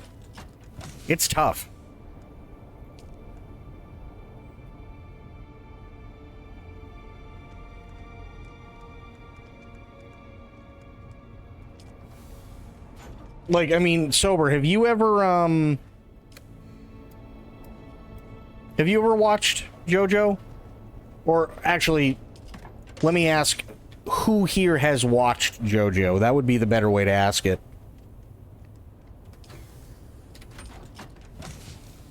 Or like Bloop or Core or anybody? Like, have you guys watched that at all?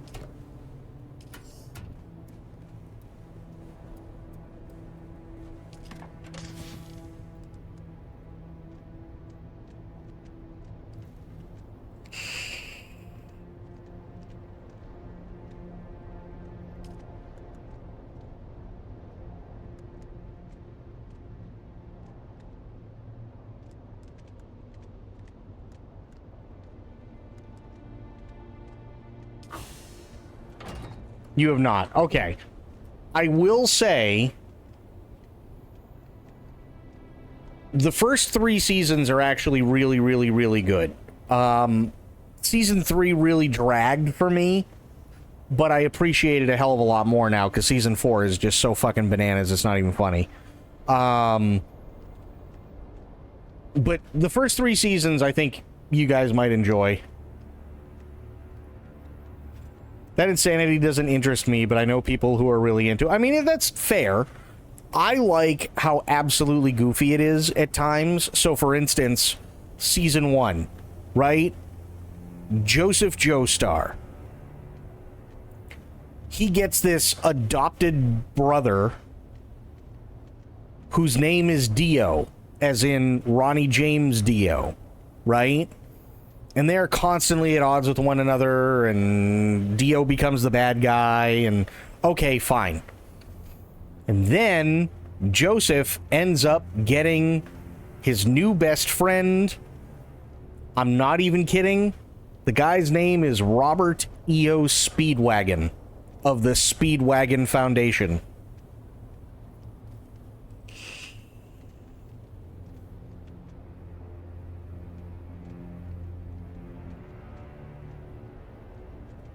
Like, no bullshit. And wait, it gets better. It gets even better. Hang on. JoJo Season 1 characters. As I understand it, doesn't it get more unhinged? To an extent, yes. However, the reason why it gets more unhinged is because the guy who is behind it can't make up his fucking mind as to what he actually wants to do. Kind of appreciate that, though, not gonna lie. Oh, yeah. Okay, here we go. So you have, sorry, it's Jonathan Joestar. You have Robert E.O. Speedwagon. You have Will Antonio Zappelli. You have Tom Petty. You have Dyer and Straitso. You have Dio. You have Wang Chun, Jack the Ripper, Bruford, Tarkus, George Joestar the First, Dario Brando. Let's see, who else? Oh, there's Tattoo. There's Inspector Archer. There's Doobie, as in the Doobie Brothers. It's so stupid. It just is. It's insane. Some of these I don't get the reference, so hang on. Let me do this. JoJo Season 1 music references. Okay.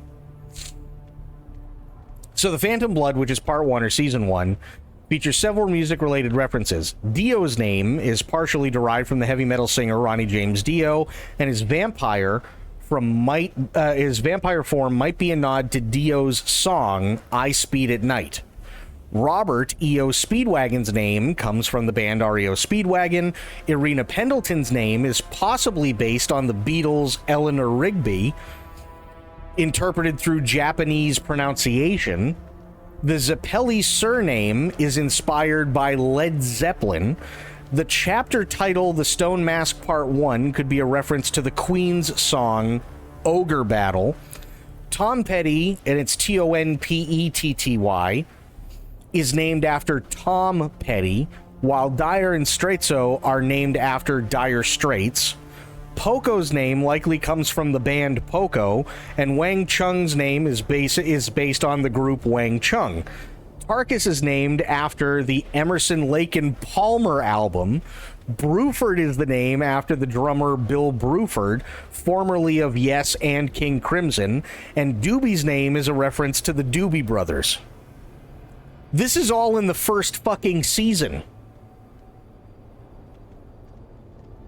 So you've got REO Speedwagon, the Beatles, Led Zeppelin, Queen, Tom Petty, Dire Straits, Poco, Wang Chung, Emerson, Lake and Palmer, and Bill Bruford of Yes, and the Doobie Brothers fighting Ronnie James Dio. Oh yeah, and also like an unlimited army of vampire zombies or zombie vampires. We're not really sure on that one.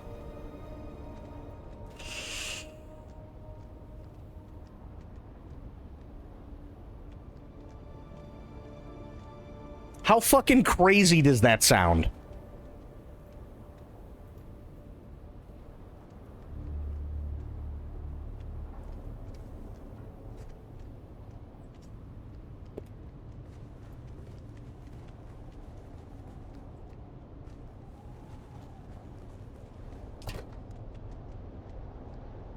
Oh, where is it? Where'd I put it? Did I put it in here? No, I didn't. Okay, I know where I know where it is then.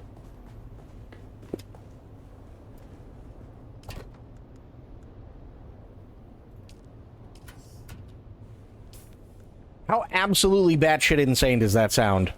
Like, I know nobody was expecting it. That's for damn sure.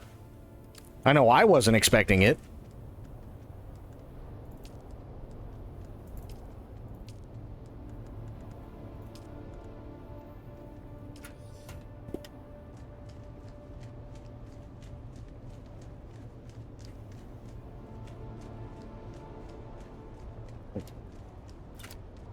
Nope, that's the wrong thing. How's my fuel? Max fuel, okay.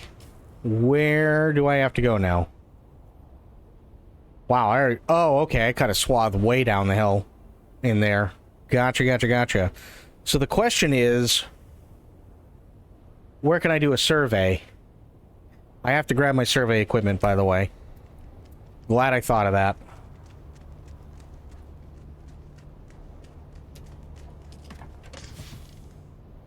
Where is my survey equipment?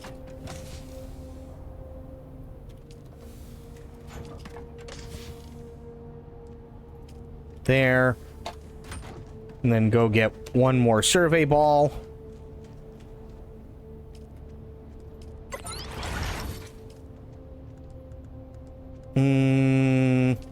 Yes.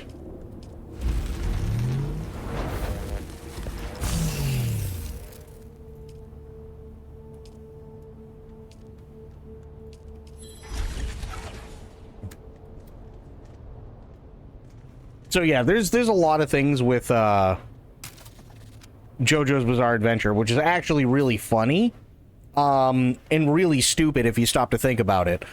But yeah, that's just that's just how it is, right? You're just like, oh, okay, guess I'm right. It's so fucking weird, but it is fun.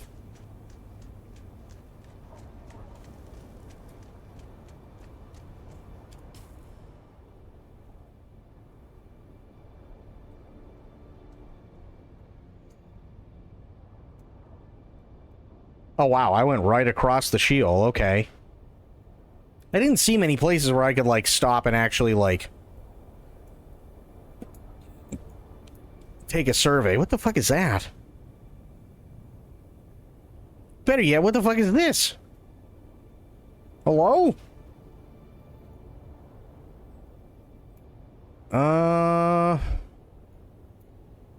Maybe if I go over here? Maybe. I'm not sure.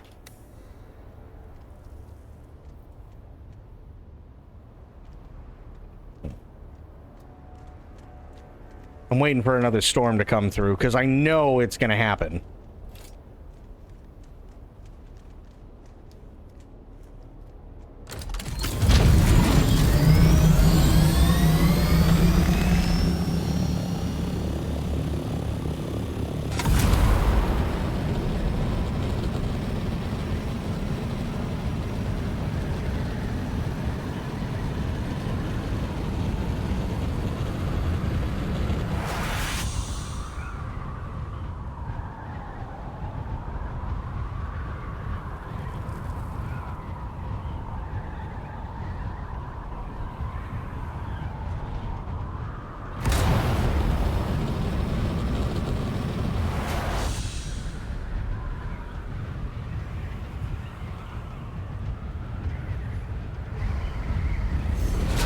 Oh, that was almost really bad.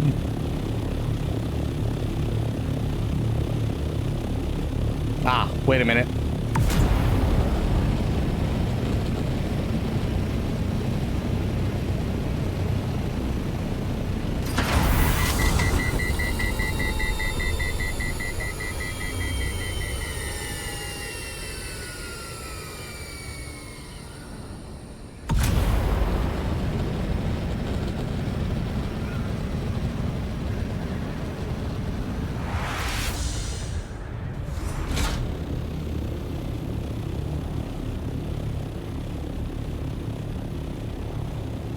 I'm thinking up here.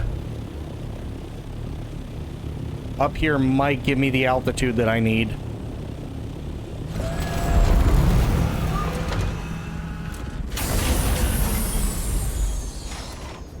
But that's a big might.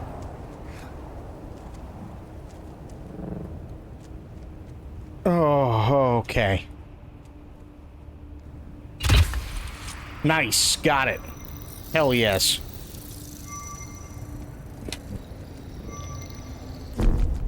Oh, fuck you. Alright. I got out of the range of it.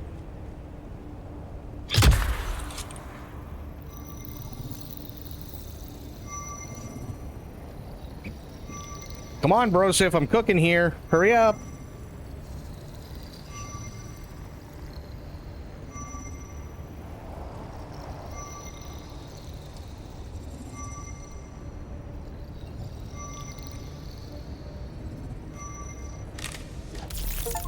Perfect, thank you. Okay.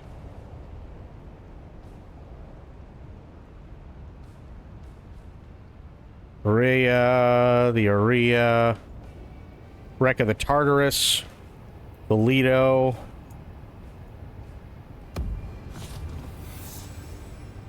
Travel to the Harkonnen base in northern Sheol. I don't know where that is. But I better fucking find out.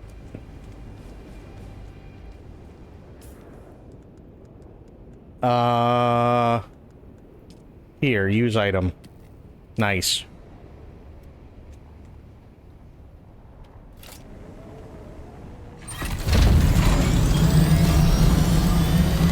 Fuck.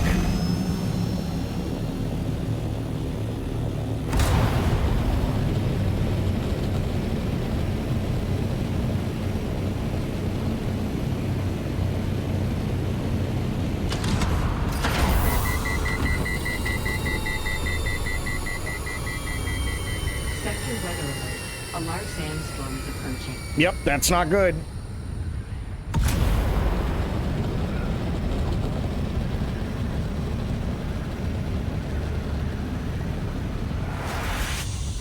Come on, baby. Come on, baby. Get me home.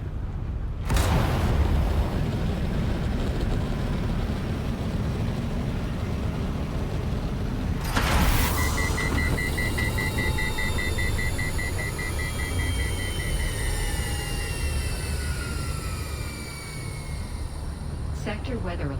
A large sandstorm is approaching. Just making it back. My God.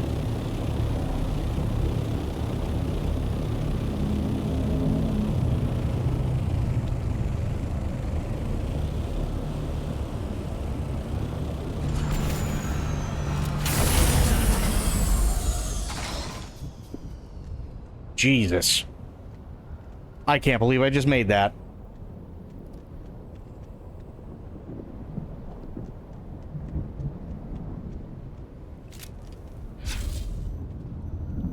No, turn that off. There we go.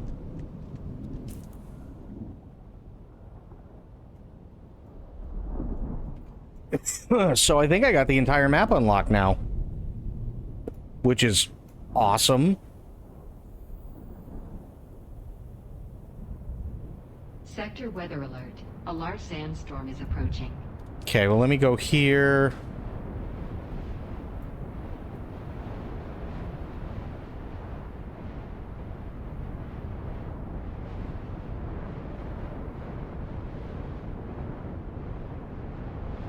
Miscellaneous, choosing a side. What is this?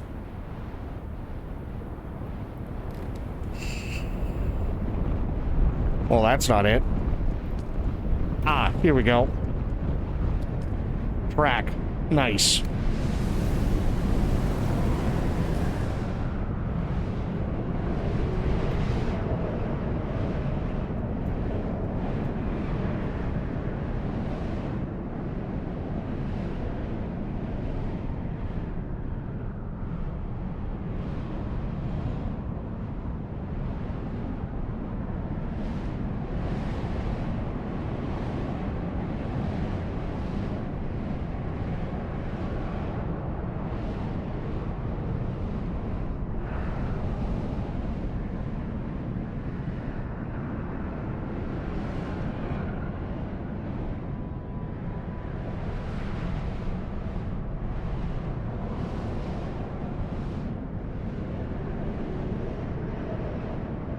Okay.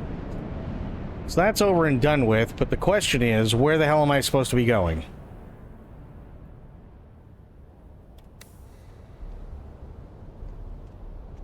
Because it is... Oh, there we go. Wait, what? Whoa, whoa, whoa, whoa, whoa, whoa, whoa, whoa. Hang on, hang on, hang on. Did this just... change on me?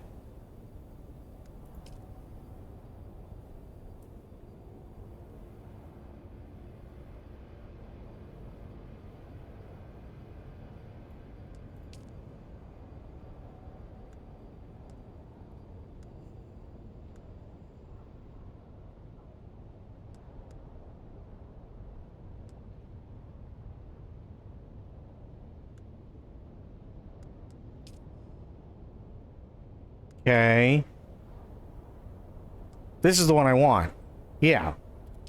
Frack. Okay. Good.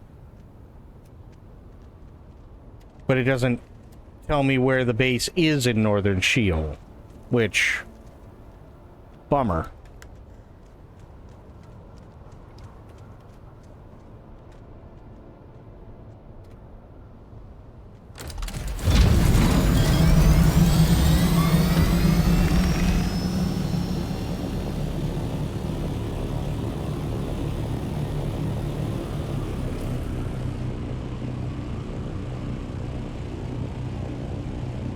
I guess I'll just put a marker there and go for it.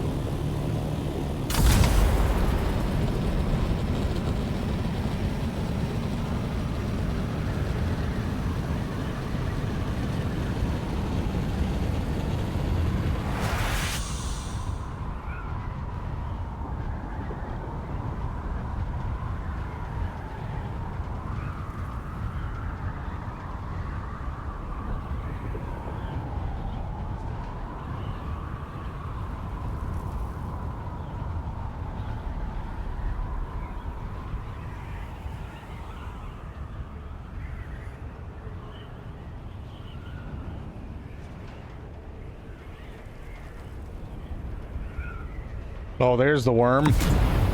He doesn't look happy.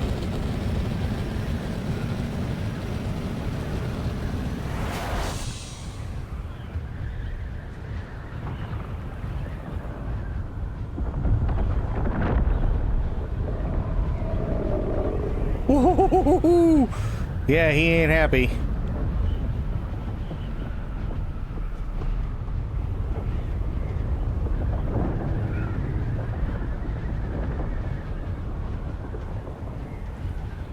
So where's this fucking base?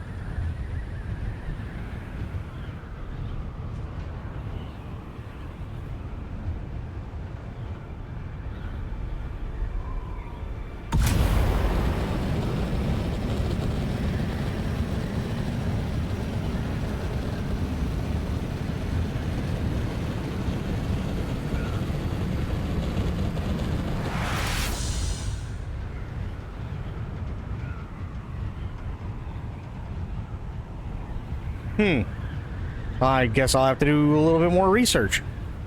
It's the only thing I can do.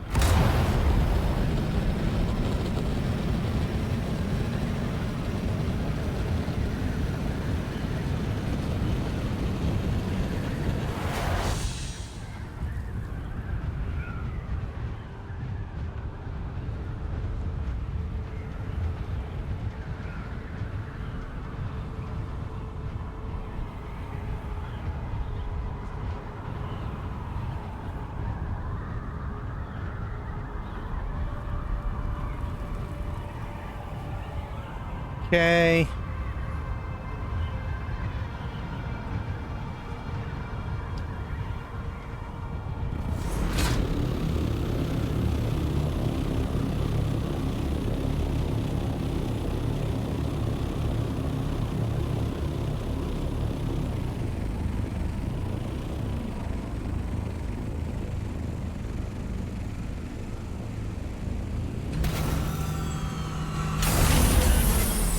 Okay. Travel to Harkonnen Base in Northern Shield, huh? Let's see if I can figure that one out.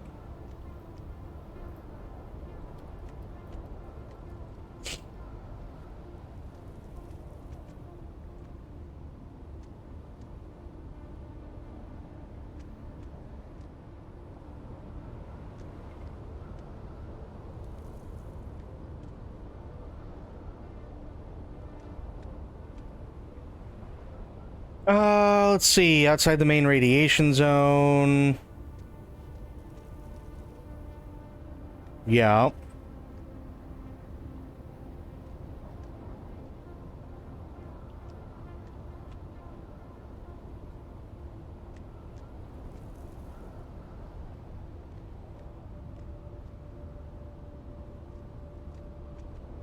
I'm very confused. So where the fuck is it? Travel to the northern part of the Shield region, which is a PvP zone outside the main radiation field. You can use an ornithopter for the most direct route, or a sand buggy if you prefer. Well, fair, but that doesn't tell me where it is.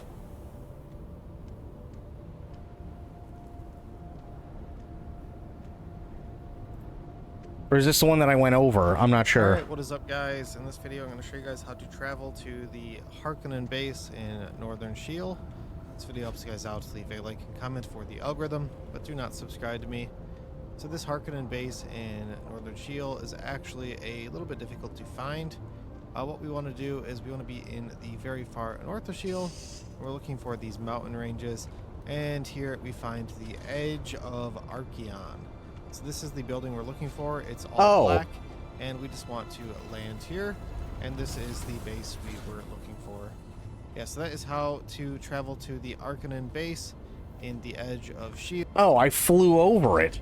Okay, well, I guess that makes sense. Damn it! So I was right.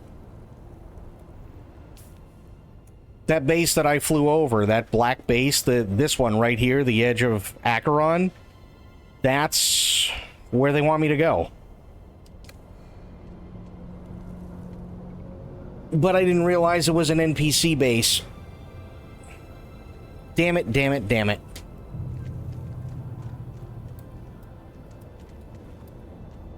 Okay, fuel her up. Let's do this again.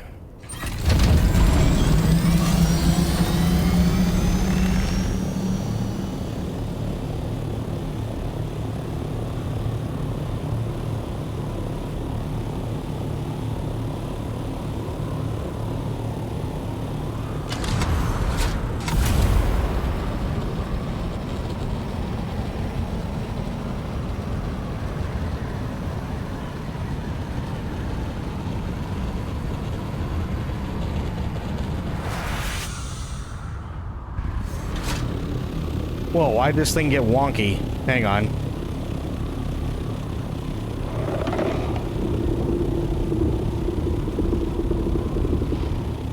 Didn't like that sound. There we go.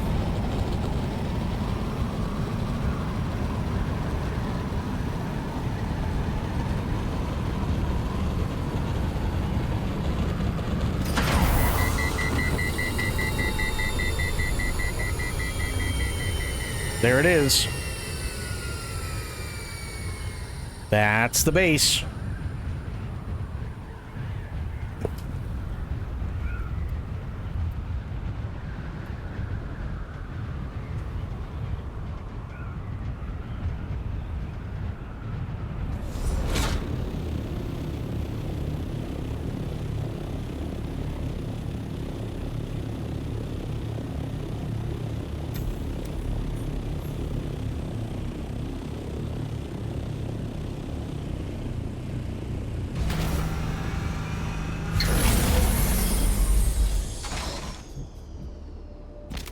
There.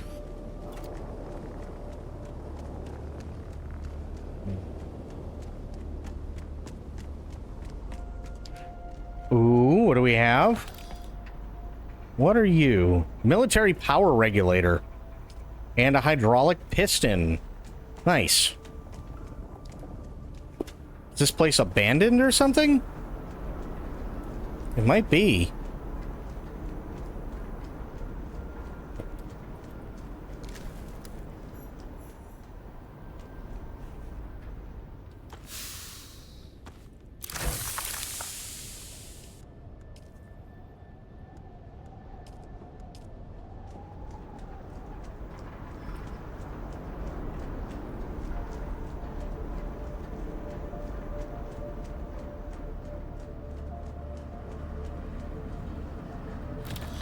This seems way too empty for what it should be, right?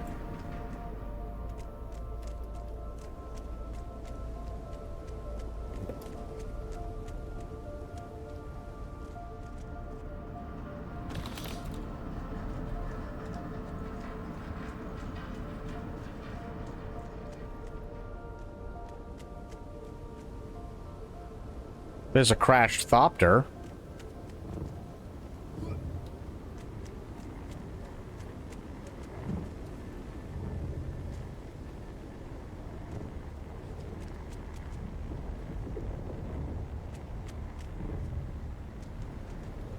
Can't get in that way. Okay.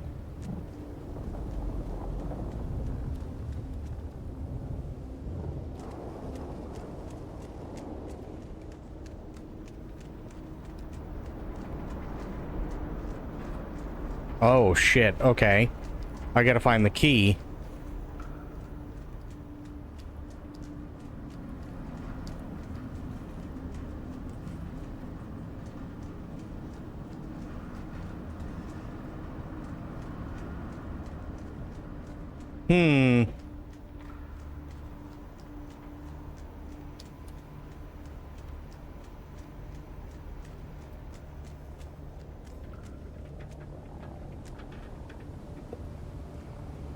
A lot of downed thopters here. I don't particularly care about that.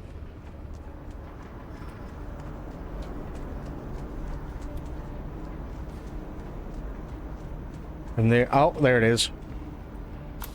Nice.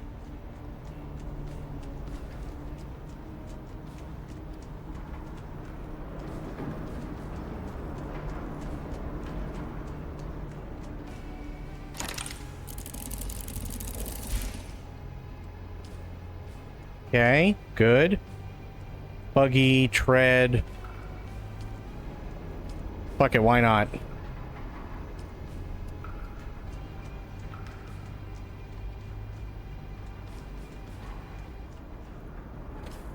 Wreck of the Delphus. That's the Urea. That's the Urea. That's the Tartarus. That's the Lido. That's the Euporia. So... where the fuck is the Delphus?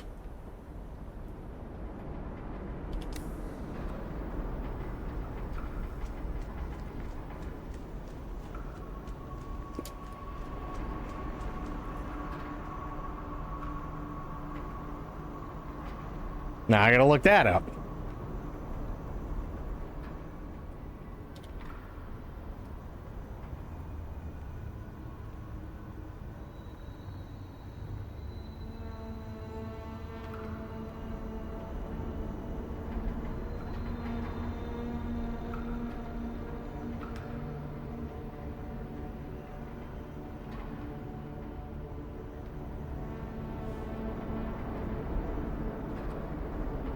Oh.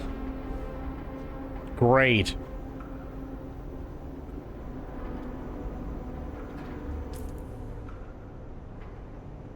The Delphus is that fucking piece of shit. That's not good.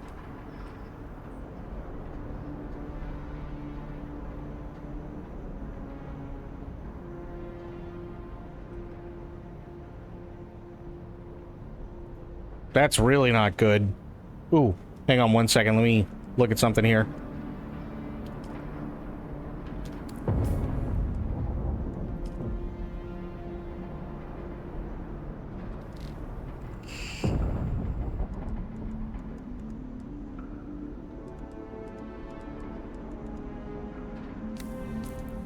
Okay. There we go.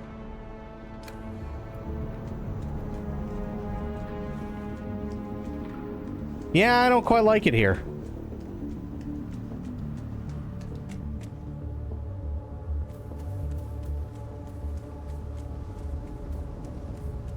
That's not the right one, is it? No, it isn't. Fuck. Okay.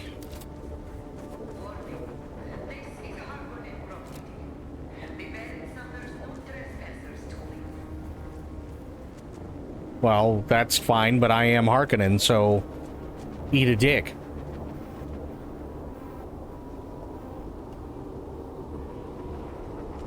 Ooh. Eh.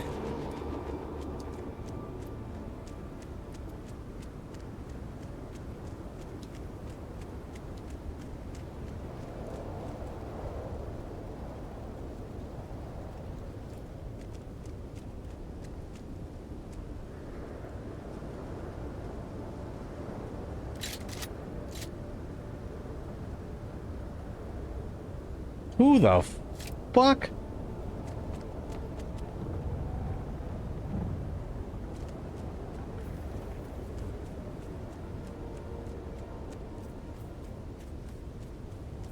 Nice thopter.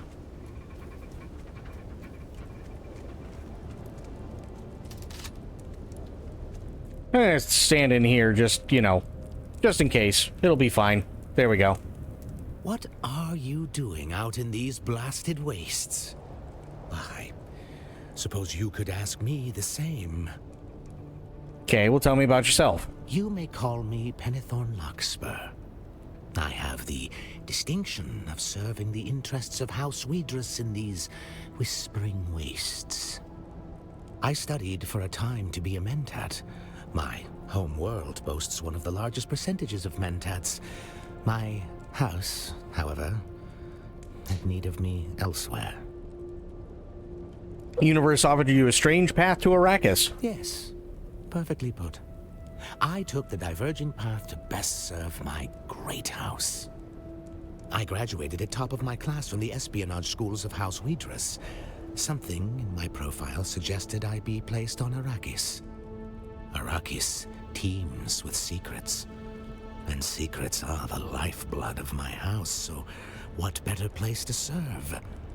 And what better time than now? What's so special about now? The War of Assassins. It calls to House Widris. It begs for our expertise. One would do well to woo our favor. Okay, so what's someone like you doing out in the irradiated wastes? Oh, like a questing psychopomp, I seek something lost in Sheol. And what is it that you seek? Of course, you may ask. However, I am not at liberty to say. No. Okay, well, tell me more about House Widris. Hearken to our words. The shadows are listening. We hold primacy over the domain of espionage. We boast the greatest practitioners of that art. Okay, skill in spycraft and secrets could take a house far in the Imperium. It is not merely the volume and quantity of secrets we cultivate, but a reputation for wielding that data with subtlety, impartiality, and refinement. All of that information flows to the databanks of our homeworld, Muse. That glorious world city, a sprawl of steel, glass, and clockwork perfection. The city devoured the forests and mountains long ago, but the people live with ventilated air, underground mass transit, and copious leisure time. That sounds pretty awesome. I want to live there. Tell me about your house's history. House Wheatress was created as part of a pact by the early Landsraad to achieve similar success in espionage as enjoyed by the Order of Mentats. We were also meant to counter the growing power of the Guild and act as a check against the startling influence of the Bene Gesserit. We achieved these lofty goals quickly and continue to grow, cementing our place as a great house. Fair enough. House of Spies. I dig it. I can see it. Sucks you guys have to live out here. Couldn't you think of, like, a better place to go? Ow, ow, ow, I'm on fire. Fucking stop, drop, and roll.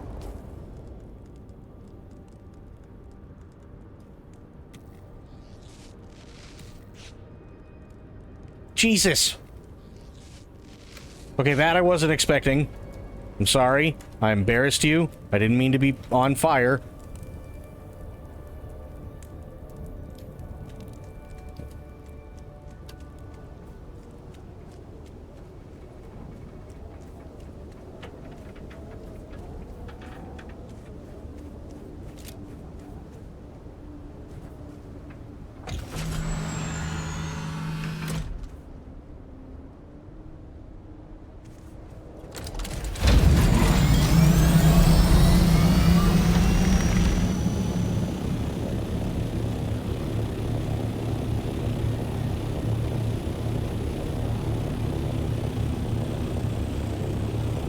I have to go here, I believe.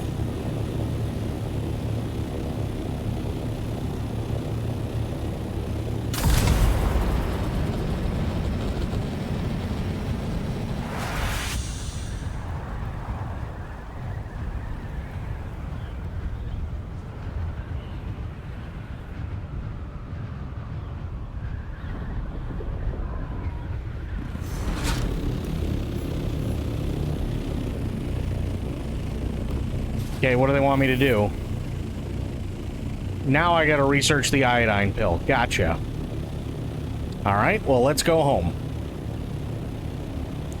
Could have just told me to research it before.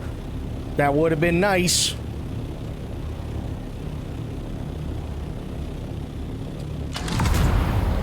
It's been a hard week. I think I've earned a special bagel for Special Boys. Question is, do I try the Vans XXL version of the Locks or the Ultra Reuben? Ooh, that's a tough decision.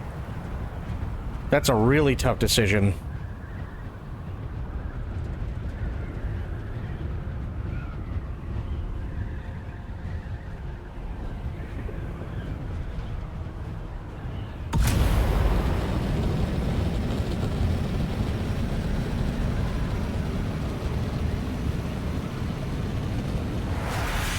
Some sort of green one.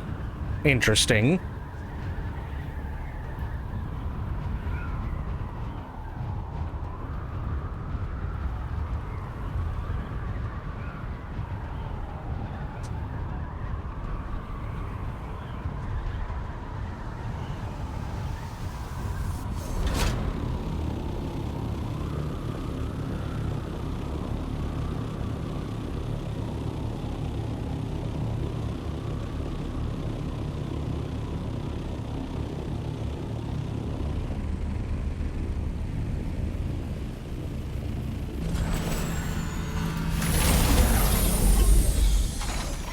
We've had something of a renaissance in food vans here. They're everywhere and they're all alike artisanal. Oh my god!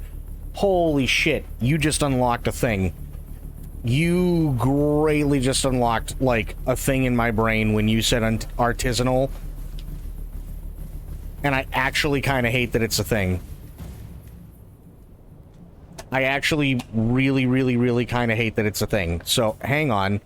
I'm gonna exit out to main menu, because you need to see this. This is fucking bananas. Also, by the way, you couldn't have picked a better word to trigger this.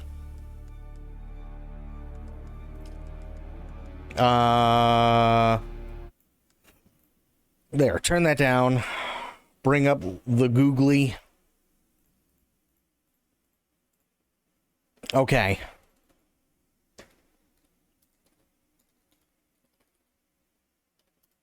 This is one of those things.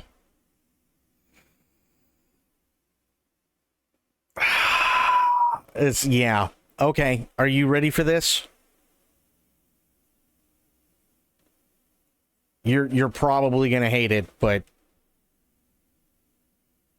are you ready? Had a bad habit of reading it as art is anal. Oh boy. You're never ready. Totally fair. Artisanal pencil sharpening.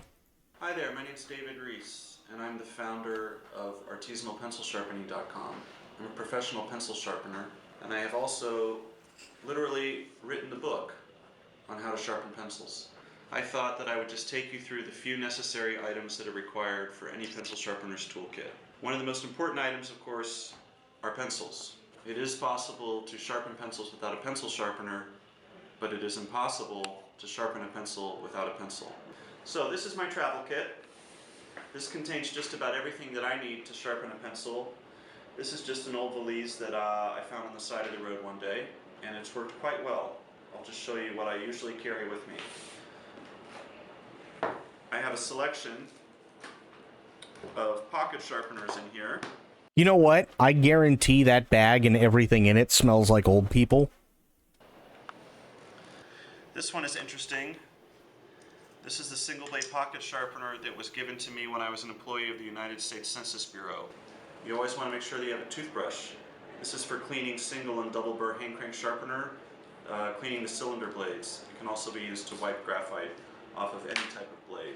I also have Band-Aids, replacement blades for my pocket sharpeners, replacement blades for a box cutter, tiny little screwdriver, a wooden toothpick. What do you use the wooden toothpick for? Use it to remove pencil sharpening debris from the blade of your single blade pocket sharpener. You don't want to clean the blade with another blade or with a piece of metal, because that could actually damage the blade. I also have a pair of tweezers. What are the tweezers for? The tweezers are for picking up pencil shavings and you bag them in a clear plastic bag. The pencil shavings are part of the pencil, which means they are technically the client's property and they should be returned along with the sharpened pencil to the client. What? Whoa, whoa, whoa, whoa, whoa, whoa, whoa, whoa, whoa. Hang on. Whoa. If somebody comes to you and says, hey, I'm going to pay you to sharpen my pencil, do you think they give a shit about the shavings? Like, I know he's doing it, and it's chances are he doesn't have to kind of deal. It's probably like 40% cover your ass and, 60% for show. But generally speaking, does anybody give a fuck about the pencil shavings? For anything in the world, there's a guy or gal like this who took it to lives on a mountain grandmaster level. This is true. I have a number of pencil sharpeners, a lot of different kinds. Sharpening a pencil with a straight blade like a box cutter or a pocket knife is pretty straightforward. We're just going to be rotating the pencil as we remove the paint, shape the cedar, and then further shape the exposed graphite. So we're essentially working in two discrete phases like you would do with a double hole, double stage pocket sharpener. I like to start on the ridge of the hexagonal shaft of the pencil sharpener. So begin the shaping. You can see as we remove the paint, we're exposing the wood. That's how it typically goes. You'll also notice that as I approach the end of the pencil, I'm making a scooping motion with the blade of my box cutter. That's me playing it safe. No. This is real. This is 100% real. I wish this was a joke. I did a little bit of research. Far as I can tell, this is all 1,000,000% real. I don't want to actually cut into the graphite too early because I don't want to produce any divots or gouges in the graphite. That'll weaken the graphite and compromise the aesthetic experience of admiring the pencil point. So now we're going to shape the graphite. I'm going to do it on the edge of the table. This can be really messy. This is why you wear a black smock. And this is why you don't sharpen pencils with sandpaper on an airplane or a moving bus. Wait, why would you try and sharpen a pencil on an airplane or a moving bus? I'd be more worried about accidentally jamming the pencil in my eye.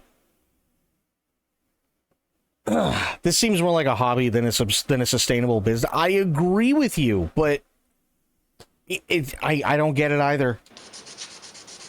This is a single burr hand crank sharpener. You can see it has one cylinder blade that rotates around the pencil shaft as you're sharpening it. No, we can't because your cameraman sucks. It also features an extendable faceplate mechanism. So you put the pencil in here, you rotate the handle, and the pencil is drawn into the body of the sharpener.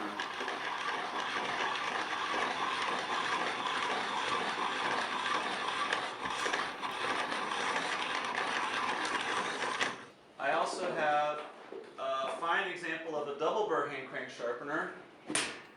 Why? This device is known as the El Casco.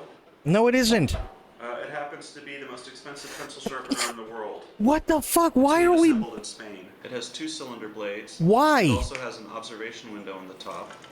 Well, I don't... Just sharpen my pencil. You can see that it really pulverizes the pencil shavings. It looks more like ash. I also have an intriguing sharpener. This is a modern reproduction of a sharpener from 1908 called the Little Shaver. You can see the way it works is you put the shaft of the pencil. Yeah, it does. It's a real thing. And then you start shaping it, cutting away the wood and exposing the graphite with this little articulated arm that has a blade attached as you rotate the shaft of the pencil. In addition to all my pencil sharpeners, I also have this rubber tubing. Why do I have this? Enemas. I have this because I use rubber tubing to protect the point of a sharpened pencil. Oh. So you would cut a piece of the rubber tubing that's long enough to go all the way around the point of the pencil, and then you would place the tubing and its pencil inside a shatterproof plastic tube. So now we have a sharp pencil and it's protected. Once I've sharpened the pencil, I would have loved if he threw it against the wall and he's like, he takes it out, see, and the graphite just falls apart. That'd be fucking hilarious. This is kind of reassuring. I always think I'm a weirdly obsessive kook, but some people make me look normal and well-adjusted. True. There's something hypnotic about watching people do work. The landscaping videos are quite addicting. I mean, they are. It's just artisanal pencil sharpening. And I found this out, by the way, through Pay Money Wubby. Because, like, I was like, there's no fucking way. There's zero way that this is, like, a thing, right? But it is. Artisanal pencil sharpening. It's an actual thing.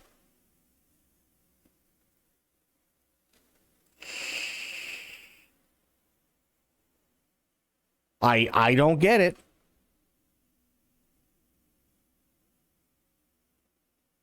Six questionably legal pencil what? Hang on. Pencil sharpeners. Perfected over decades and thousands of patents, every idea has been done, right? I wouldn't be so sure. Have you ever seen an explosive-powered pencil sharpener? Or What? about one that sharpens Christmas trees? What? Or ones that sharpen using water, or a chainsaw, or a truck, or whatever the heck this thing is? You're in for a treat, because we're going to be doing all those things and more. What? This may seem really random, but I promise that it's not. From time to time, I'll be doing something, and I'll think, this could sharpen a pencil.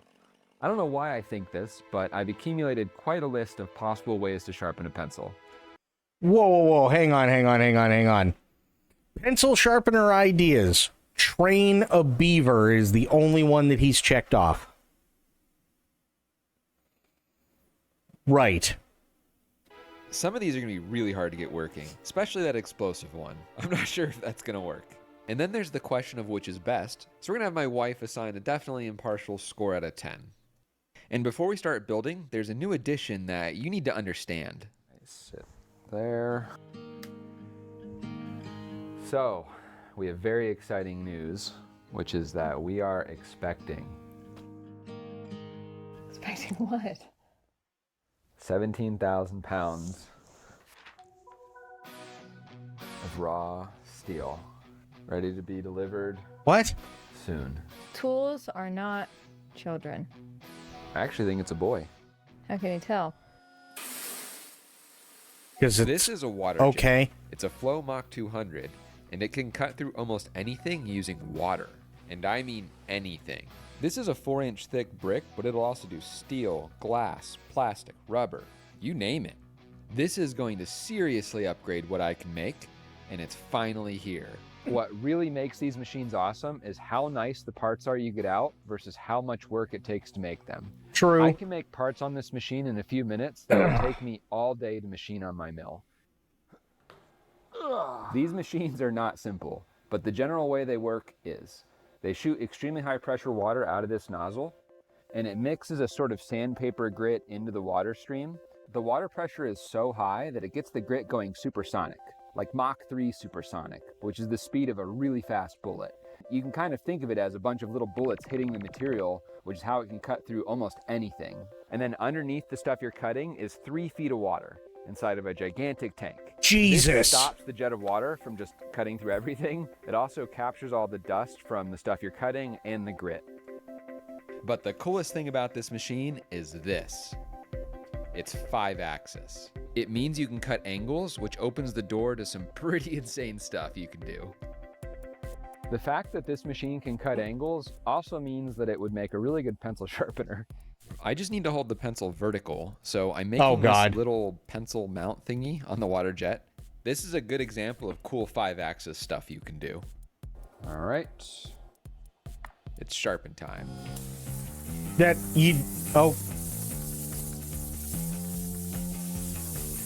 Oh shit.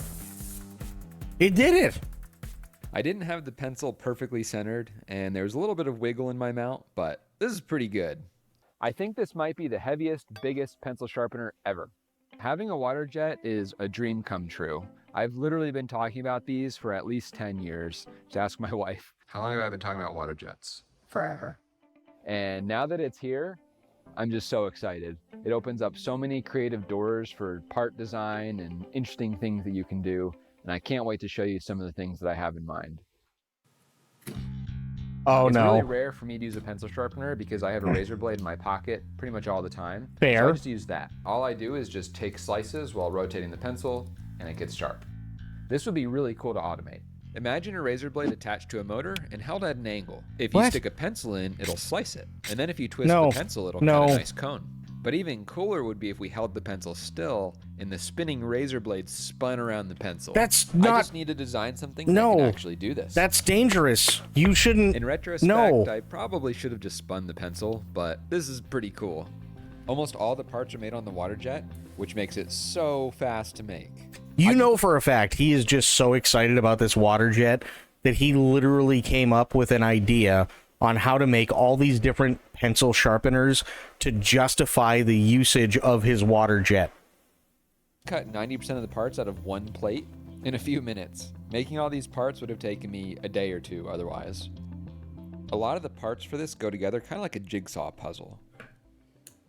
All right, let me give you a tour. Oh, no. This neat little water jet part holds the pencil in the right spot, so you can slide it into That's the sharpener. an X-Acto blade. This razor blade is spun by this motor, like this. And the That's razor blade and no. motor can also be spun by another motor. No. Turning them both on looks like this. Dude, if that thing falls apart, you are going to never find that X-Acto blade in your body.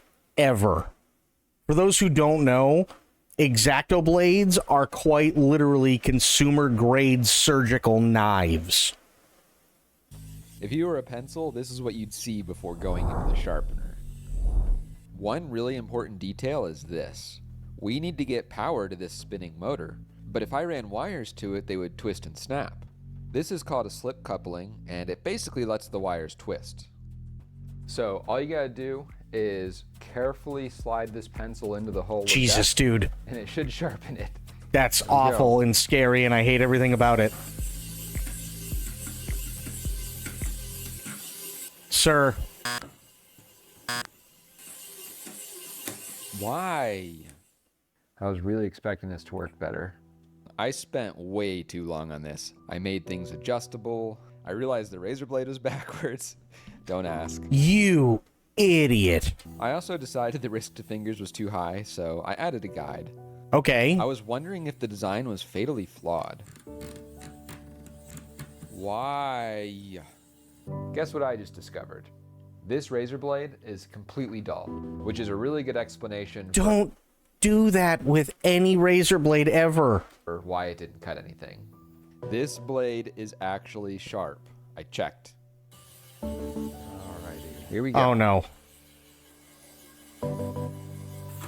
Oh, that was close. Yeah. X-Acto blades are fucking dangerous as shit.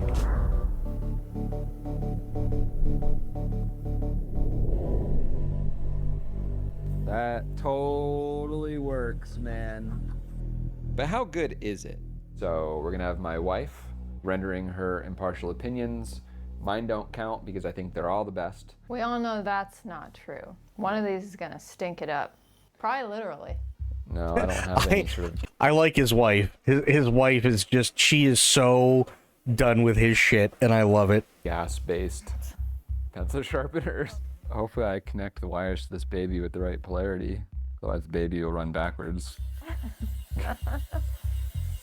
Just say ook. Come on. I mean, it's cool. No, I'm don't. not putting it in there. Yeah, don't. Why not? I got a tourniquet. Nah, you do it. I use mechanical pencils too. Now you need to have a but firm grip because it wants to eat the pencil. This is why I didn't want to do it. Wants to feed it. I knew there'd be more to it. Yeah, see, kids will love this. Look at that. yeah, Isn't that awesome? absolutely. Kids will totally love It's this really this spinning razor blade of doom. Weird, it doesn't cut the graphite. It sharpens to a bold point, I guess.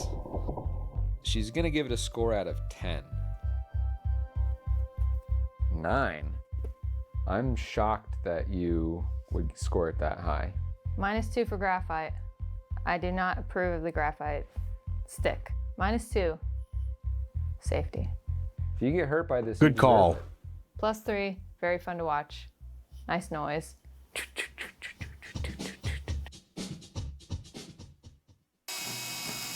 I really like chainsaws. No. Probably a little bit too much. No. But I've been thinking that you could actually make a really cool pencil sharpener with one of these. The basic Sir. idea is if you hold a pencil at an angle, the chainsaw is going to cut a nice angled line. No. And if you spun the pencil, That's- it will cut a nice cone. No. Sharpening the pencil. That's not how chainsaws work, ever. I designed a bare bone chainsaw around this blade, which turned out to be a lot simpler than I expected. The basic idea is there's a little guide that you put the pencil into and twist it, and it should guide it to a cone. So let's get it made and see if it works. Ah, yeah, but back to the... Yeah. Back to the water jet. This is the most important part. It's what guides the pencil into the chainsaw. Otherwise, it's a steak knife shaped chainsaw. It's driven by an overpowered motor. Oh, and God. the blade is upside down, so it pulls the pencil in. This No. is the part that I'm hoping will cut No, that angled line on the pencil no, and guide it no. into a cone shape. No, don't ever put anything that close to... Oh, God. Unfortunately, it's kind of hard to see what's going on, but you can see it ejecting little pieces of pencil. All right, now this will be in classrooms everywhere by next year. Keep dreaming, man. So what you do, pencil goes into the cone hole. You twist it like it's an old school pencil sharpener. And before you know it, your tip is pointy. All right, can I try it? I will control the speed. Button does nothing. The thing that the button would have done got fried. All right, just don't. Yeah, touch the right? blade. Wait, you need safety glasses. All right, ready? Oh, that's so... I see wood dust.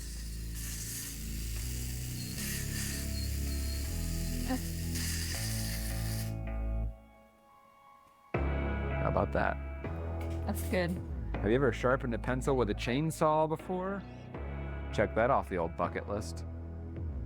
Ready for my rating? Am I the one writing the scores here? Hey, these are really cool. How do you like that? How could I not like it? Are you kidding? Wait till you see the last one. Oh no. You know, wish you had more numbers to go up. Pride goes before the fall. He thinks he saved the best for last. Oh No, boy. I just know. I know what it's capable of. So I've been thinking a lot about pencil sharpeners, and I realized I made a pencil sharpener. I should probably explain. Imagine that I have a pencil dragging behind my truck. It's gonna wear down from rubbing against the road. If you held it at just the right angle and rotated it, the road should wear it down to a nice point. You could even make it hitch mounted. Basically a tiny little pencil sharpening trailer. We can hold the pencil about here so that the wheel can keep the pencil from slamming into bumps. Although if we break the tip, it's game over. So the pencil is gonna be on a sliding cart that feeds it into the ground as it rotates it. The details will make a lot more sense once we get it built.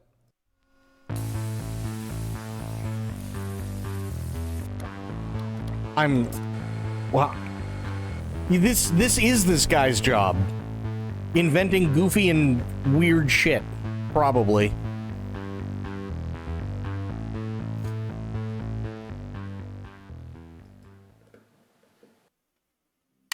All right, we have the Oh, tiniest boy. trailer ever. Oh, and it is why? awesome. This part connects to the truck. No. And this is the trailer. I don't like it. The pencil goes right here, where it can drag against the ground. Oh my at the God. tip. The pencil's held in place with this little belt, which also rotates the pencil. So it's doing double duty. And then the belt is connected to this gearbox, which turns a little gear on the back side, which feeds the pencil into the ground as it's being sharpened. I wanted to drive this gearbox with the spinning of the wheels, but it was kind of hard to connect it to them because the cart's moving back and forth. So I'm using a flex shaft to do this. This tube has a flexible rod inside of it that's free to spin. If I twist this end, the other end also twists. So I use this to take the spinning. I feel like the powers that be into this gearbox. have made. Wait, I feel like the powers that be have made have a small dossier on this guy that just says, "If seen near tanks or nuclear plants, apprehend." Probably. Is that at highway speeds, these wheels are going to be going way too fast. It'll feed the entire pencil in like 2 seconds. So I added another gearbox which rotates about 1 time for every 200 rotations of the wheel. That's basically it. So it just goes near hitch like this. Oh dear God. It's like this so that it can follow the road, and it articulates like this so you can take turns. That's it. You ready to sharpen pencils? All right, here we go. Man, you cannot tell at all what's going on. This is very nerve-wracking. Oh no, stop, stop, stop. And yep.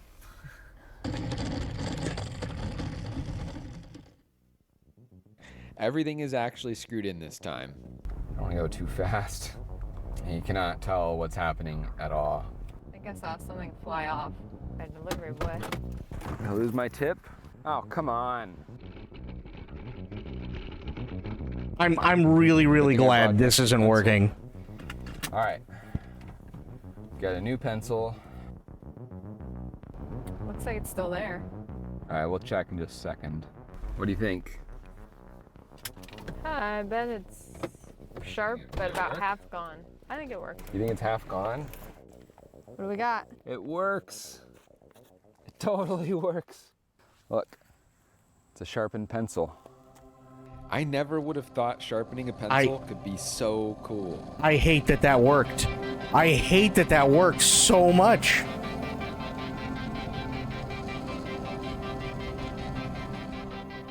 I can't believe it worked. Everything you dreamed it would be. It is everything I dreamed it could be, and more.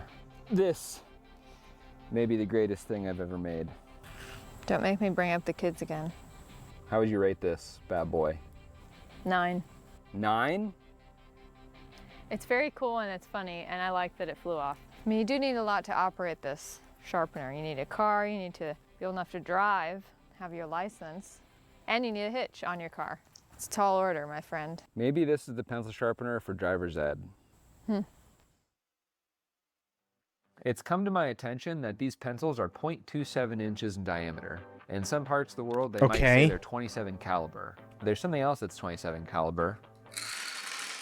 Oh no. It's almost like they intended for me to do what I'm about to do. No, You don't know bro, what these don't are. do. These are Oh little God. explosive blank cartridges that are used typically to drive nails into concrete. I've used these to do some pretty cool stuff in the past, and what I want to know right now is, can I sharpen a pencil with explosive force? Seems like there should be a way to do it, but I don't know. Here's what I'm thinking. First, make a cone-shaped hole, and then smash the pencil into it really hard with explosives. No, That's it. okay. This might just shatter the pencil, but I want to find out. What do you mean might? I just keep finding more ways to speed things up with this water jet. The construction of this is pretty similar to the other explosive power things I've made. A lot of steel and a lot of strength.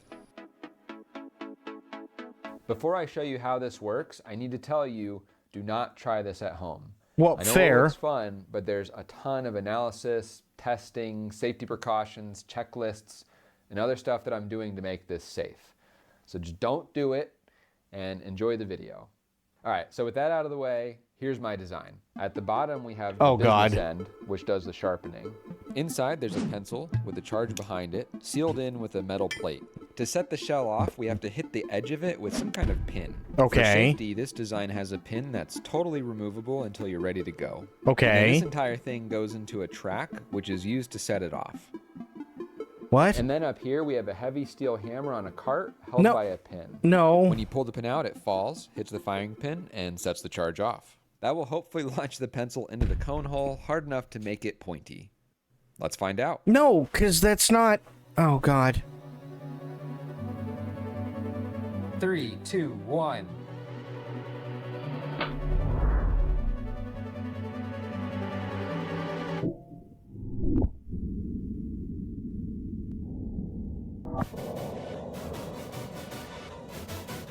The big question is, did it do anything? And I am dying to see if there's anything inside of this. Yeah, that's what I thought. Pencil appears to have been destroyed. Well, duh. I think this may be permanently stuck. It looks like the gas jet ripped the pencil apart. So I made a little plunger thing to distribute the pressure on the back of the pencil. I also made a way smoother cone so I can hopefully get it out. All right, take two. No, Get your bets not... in. Oh, God. 2, 1.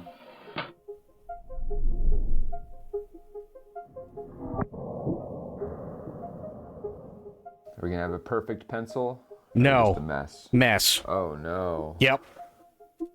A pencil this long got completely shoved into this little tiny hole. I knew Although the that was pencil gonna is happen. unremovable, it may have sharpened the pencil still. It's a nice part. I hate to do this, but I think what we need to do is cut this in half and see what is going on inside. It has no tip, and there's not even any graphite at the front. It looks like Well, when duh. we squeeze the pencil down, the wood has to go somewhere, and that's pushing the graphite back up into the pencil. I tried a couple more times and got the same result. I don't know what I was expecting. I also made this so we could see what was going on. It didn't help. Although something incredible happened. It explosively removed the graphite from the pencil. Holy shit! I didn't think that was even possible. This has been driving me insane. I went completely off the deep end trying to make it work. I'm not gonna go into the details because it didn't work, but I'll give you a little taste because it was kind of interesting. I convinced myself that what I really needed was more complexity. No. It turns out I did not. I was trying to progressively form the pencil tip with a moving form, but the pencil just can't take the forces. I did a really good job of fitting a round peg into a square hole though. I went down a rabbit hole with a paintball marker trying to not destroy the pencil, but that didn't work either.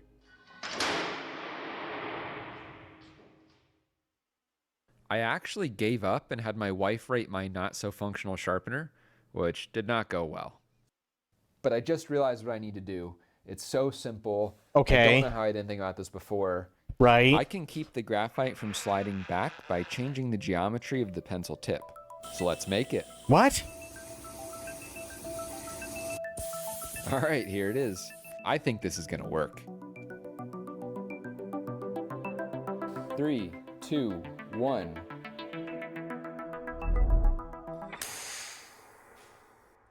Did it work?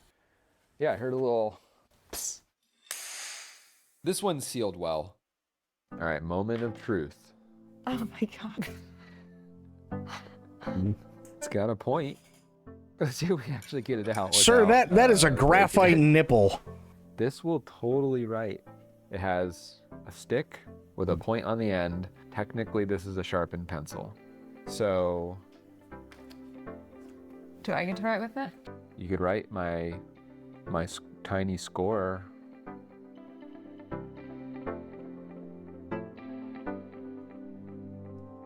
That literally looks like a pencil with a graphite nipple that went through World War I in its entirety. 6 out of 10. I wanted to write more. Yeah, I thought that was generous. Look at. There are better pencils out there to be had. 6 out of 10. I'm a tough critic. It's amazing how blood, sweat, and tears will turn something this junky into something that you think is the greatest thing ever. Just because something is really hard to do, it doesn't mean that it's good. True that. And the worst thing of all, they probably won't allow this one in schools. Well, no shit. Lathes are pretty cool. They make round stuff by cutting it while it spins. So of course sharpening a pencil on a lathe is a very obvious idea. I mean, it's that's also boring. Yeah. But there's another device called a pantograph. It's a very special arrangement of pivoting linkages that does something really cool. If I put a marker over here, it's gonna mimic whatever I do with this pointer over here, except scaled down. What if instead of a marker, we put a cutting blade on this, and then we combined it with a lathe? Then I could been sitting here trying to figure out who he looks like. Rick fucking Moranis. He's literally the scientist in Honey. Yeah, I could see that. Fancy shapes and cut them into the pencil tip as it spins. I took that twinkle in my eye and converted it into something that I can actually make, and this is what it looks like. If for some reason you want to make this ridiculous pencil sharpener, all the design files are available for free. I made them in Onshape, and there's a link in the description where you can sign up and get them. I definitely want to make it, so let's do it. Back to the water jet, baby.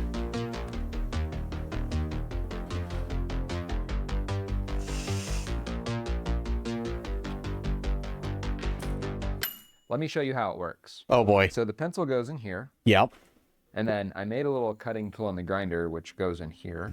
So. And when the pencil spins, it'll cut into the wood. So it's a lathe. I'm driving the whole thing directly with an outrunner to hack my way around having belts or a gearbox. And this is the pantograph. Any movement I make over here is mirrored by the cutting blade over here, except it's scaled down by a factor of 4.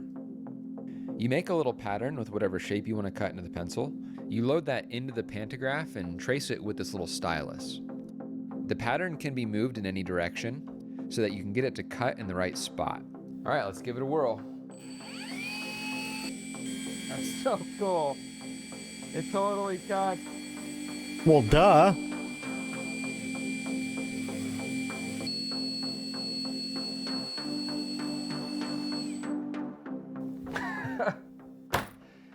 It totally works. It's a so fuzzy pencil. Oh, man. All right, we got to see what the wife thinks of this. Looks like it takes up a lot of space for something you don't do all that much. You ever heard of art? Coffee table thing. It's a conversation starter. It's like one of those big books. Don't just plunge the blade in. Use your good judgment. I'll work the throttle. All right, give it a little rev.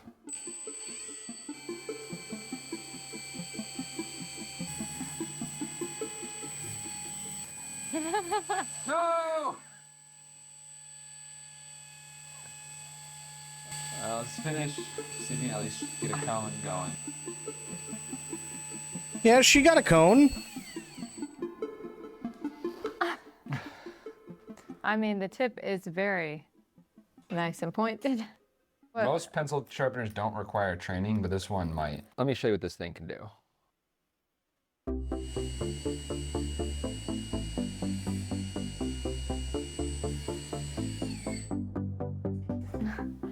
Oh, that's so cute. This was a good idea. Fuzz Look how removed. good that is. It's your crowning tree. What else could we do? Perfect sphere. I want a ball. Ball tip. My contribution. She wants a ball. What? I like it already.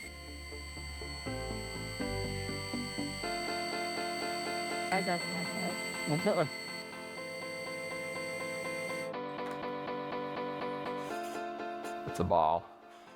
Ball. Oh, Whoa. yeah. and it works great. And if you were wondering, it also works on erasers. Well, All right, you've seen a ballpoint pencil, a Christmas tree tip. Looks like you're getting creative. This is better than the whatever one you gave 10, the chainsaw. I can only go to 10. I told you you would wish you had more numbers. Chainsaw is so pretty cool. So what do you think of it? What do I think of this thing? I think it's pretty cool. What if we sharpened a pencil in reverse? The tip would be pointing the wrong way. What? Sounds useless. From the lady who wanted me to make a ball. Well, we're gonna make that in just a second. Oh no. What is he doing? Engineering is awesome, and if you're amped up to get out there and learn so that you can do awesome stuff too, you need to check out this video's sponsor. It's a really useful tool called Brilliant. So I've been a fan of Brilliant for years. It's a tool that makes learning technical stuff way easier. These two are great. I love it works his way better than it in should. all honesty, his wife is the best because she, like, you can tell that she's been around him like for so long, right? Where she's just like, he's got another crazy idea. Oh boy, he's got another crazy idea. Right? And then he's like, he gets all excited about it, and she's like, yeah, but you remember that time you set the dog on fire? Remember that time you sawed our couch in half because you wanted love seats? Remember that time you completely gassed us out of the garage and we couldn't go in there for 4 days because you didn't know something was bleach and you were mixing it with, you know, like, and so, like, and the list goes on. So, like, every time he's like, I've got a great idea, she's like, oh no. Like, I think that's fucking hilarious. And what they do is they'll take a complex subject like software algorithms and they'll present it in an interactive way that has you solving actual problems. Combining theory with problem solving is such an effective way to learn. And they have so many courses. I mean, just look at all these. Math, computer science, data science, physics. You used to have to go to college for this stuff. Yes, I want to see the Some of Bagel Van topics can site. be really Yes, complex please. and intimidating, like calculus, but they break them down into a series of bite-sized steps that build on top of each other.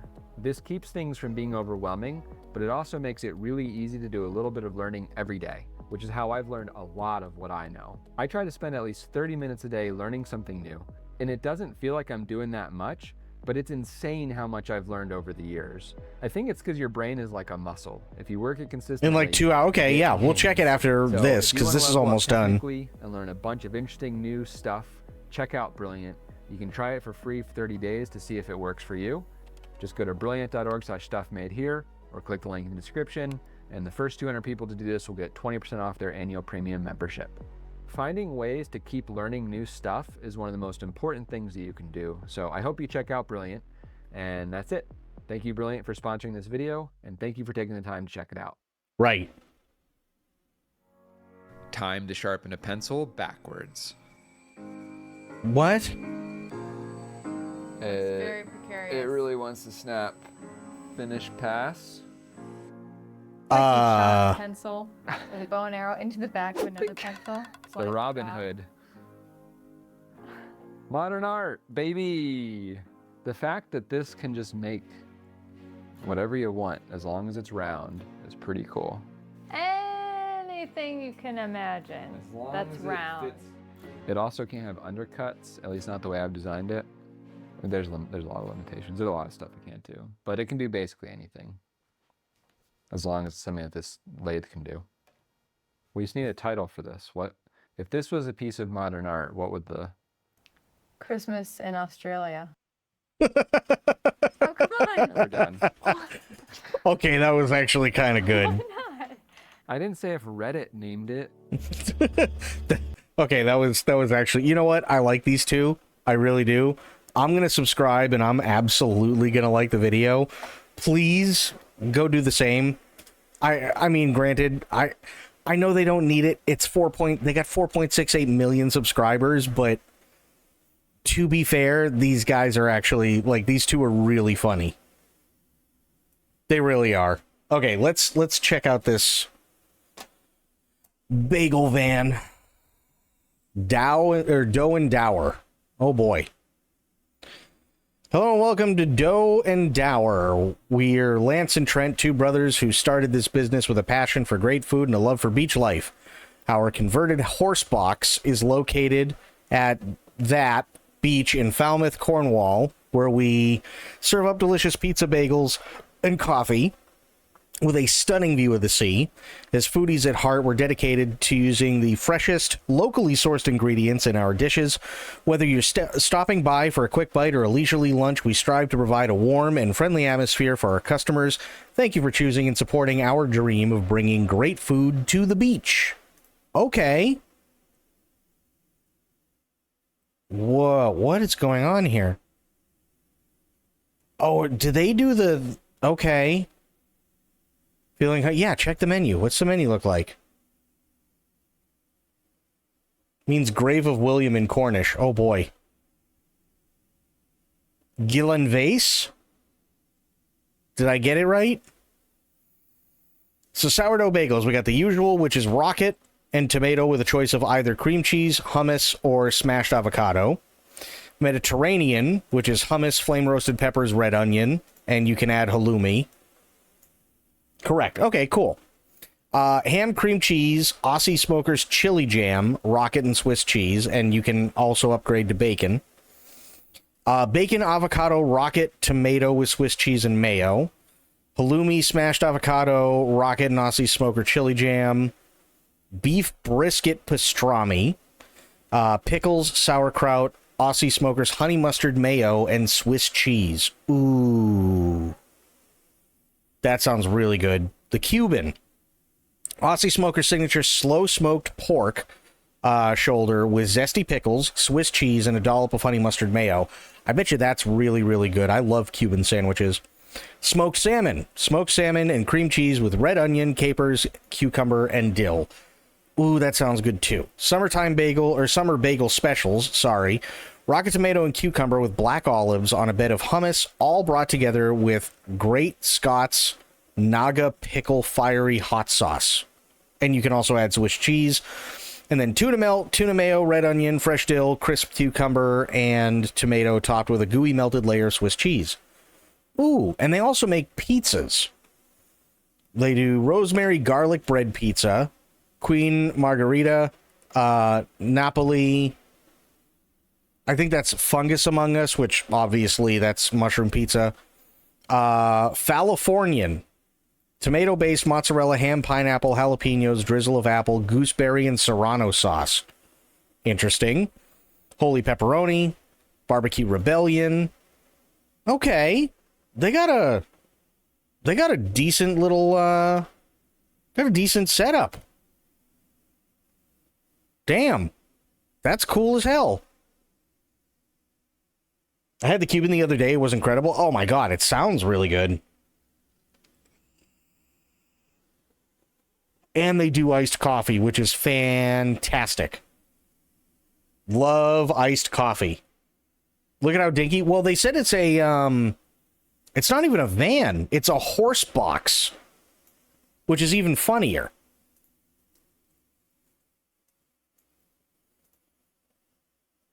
But this is really cool. Like, I'm happy for them. This is great. That's really, really cool, actually. So, you can do bagels, pizza, hot coffee, and iced coffee. I mean, that's... okay, I'm gonna be honest. Bagels and hot coffee, perfectly fine, right? Bagels and iced coffee, perfectly fine. Any of those two coffees with pizza, you know? A little further up the shore is another horse box that does rolled ice cream and bubble tea. Ooh, okay. I mean, I appreciate the fact that they do make hot coffee and iced coffee. I really appreciate that, right? I love iced coffee, especially when it's like really, really fucking hot. There's no better way. Iced coffee all the way. I don't care what anybody says. There are only two ways I have my coffee. One is stupid piping hot. 2 is insanely ice cold to the point where it gives you brain freeze immediately. Those are the only 2 ways to have coffee. But yeah, like again, bagels and coffee, fine. Pizza and coffee, not so much, but you know. Ooh, they got volume.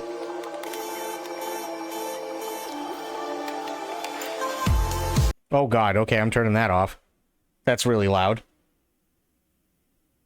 Wow, that looks phenomenal. That's the Rube. Ooh, that looks good. That looks really good, actually. Holy shit. And a bit further down from these guys is one of those bullet-shaped 60s silver trailers that does smoothies and homemade ice cream. We got ourselves a food van renaissance. Hey, there is nothing wrong with that.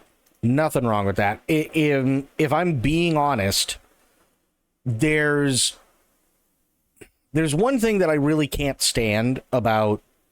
I mean, there are many things I can't stand about Florida, but there's one thing that I really can't stand about Florida, and it's the fact that mom and pop shops, such as, like, you want to go to a pizza joint, there's no mom and pop pizza joint anywhere, right? It's all franchised. Same thing with sub shops. You cannot, like, there may be one within, like, 70 miles of me. The other thing that really stinks, and it's in the same vein as all of this, is that quite literally there are like no food trucks. There's a couple every once in a while that try to make it, but they don't get a whole hell of a lot of business. Like, they really, really don't. And New England just goes crazy with them. They do. They go absolutely crazy with them, and I think that's okay. I think that's a great thing.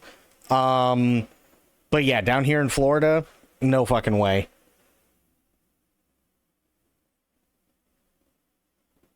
There's no way in hell. You know what I mean?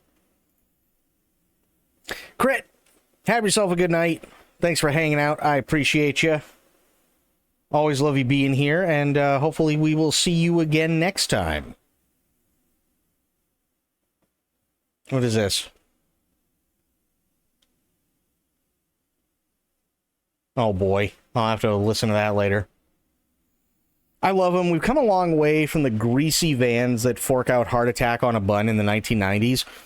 So, funny thing, here in the US, we still have those, but we call them something different, and it's really, really funny. There's tiers to, like, the van or the horse cart stuff, right? So you have something like these guys, right? These are like, as much as I hate to say it, they are artisanal, right? They're like the craft beer guys kind of deal. But it works for them, and there's nothing wrong with that, and it's kind of retro because of the horse box and all that good stuff, and that's fine. Then you have franchises that will rent out a or maybe buy like a van, so they can go to an area where they don't really have much coverage, and they literally just sell everything until they run out, and then that's pretty much it, right? But then you have the guys on, like, the side of the street in New York City who, oh, hey, look, we got a hot dog stand. Hey, look, we got a sandwich van. Hey, look, we got, like, all these things. That's where the real good street food is. And then you have what we lovingly refer to as the Roach Coach. And the Roach Coach is the truck with the bed removed, and it looks like this giant brushed aluminum box on the back of it. And the guy drives right up to wherever, and then opens up all the different sides and everything else, and he can grill right on there. But usually it's very, very limited. So, like, he'll have bags of chips, he'll have soda, he'll have water, he'll have lemonade, he'll have maybe like Kool-Aid or fruit juice, something like that, but it's all bottled, it's all prepackaged.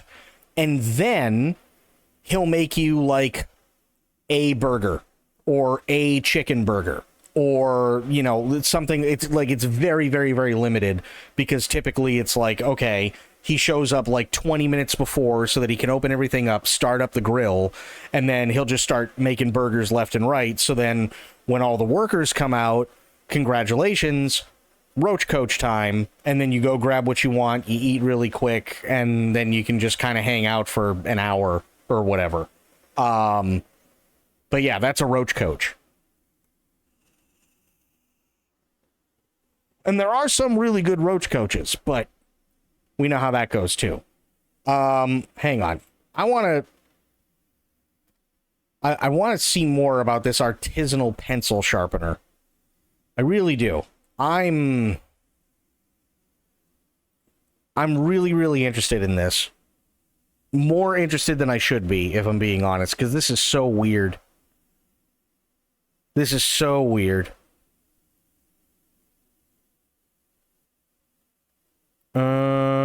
Oh, here, let me see if I can look it up that way. The Lincoln technique.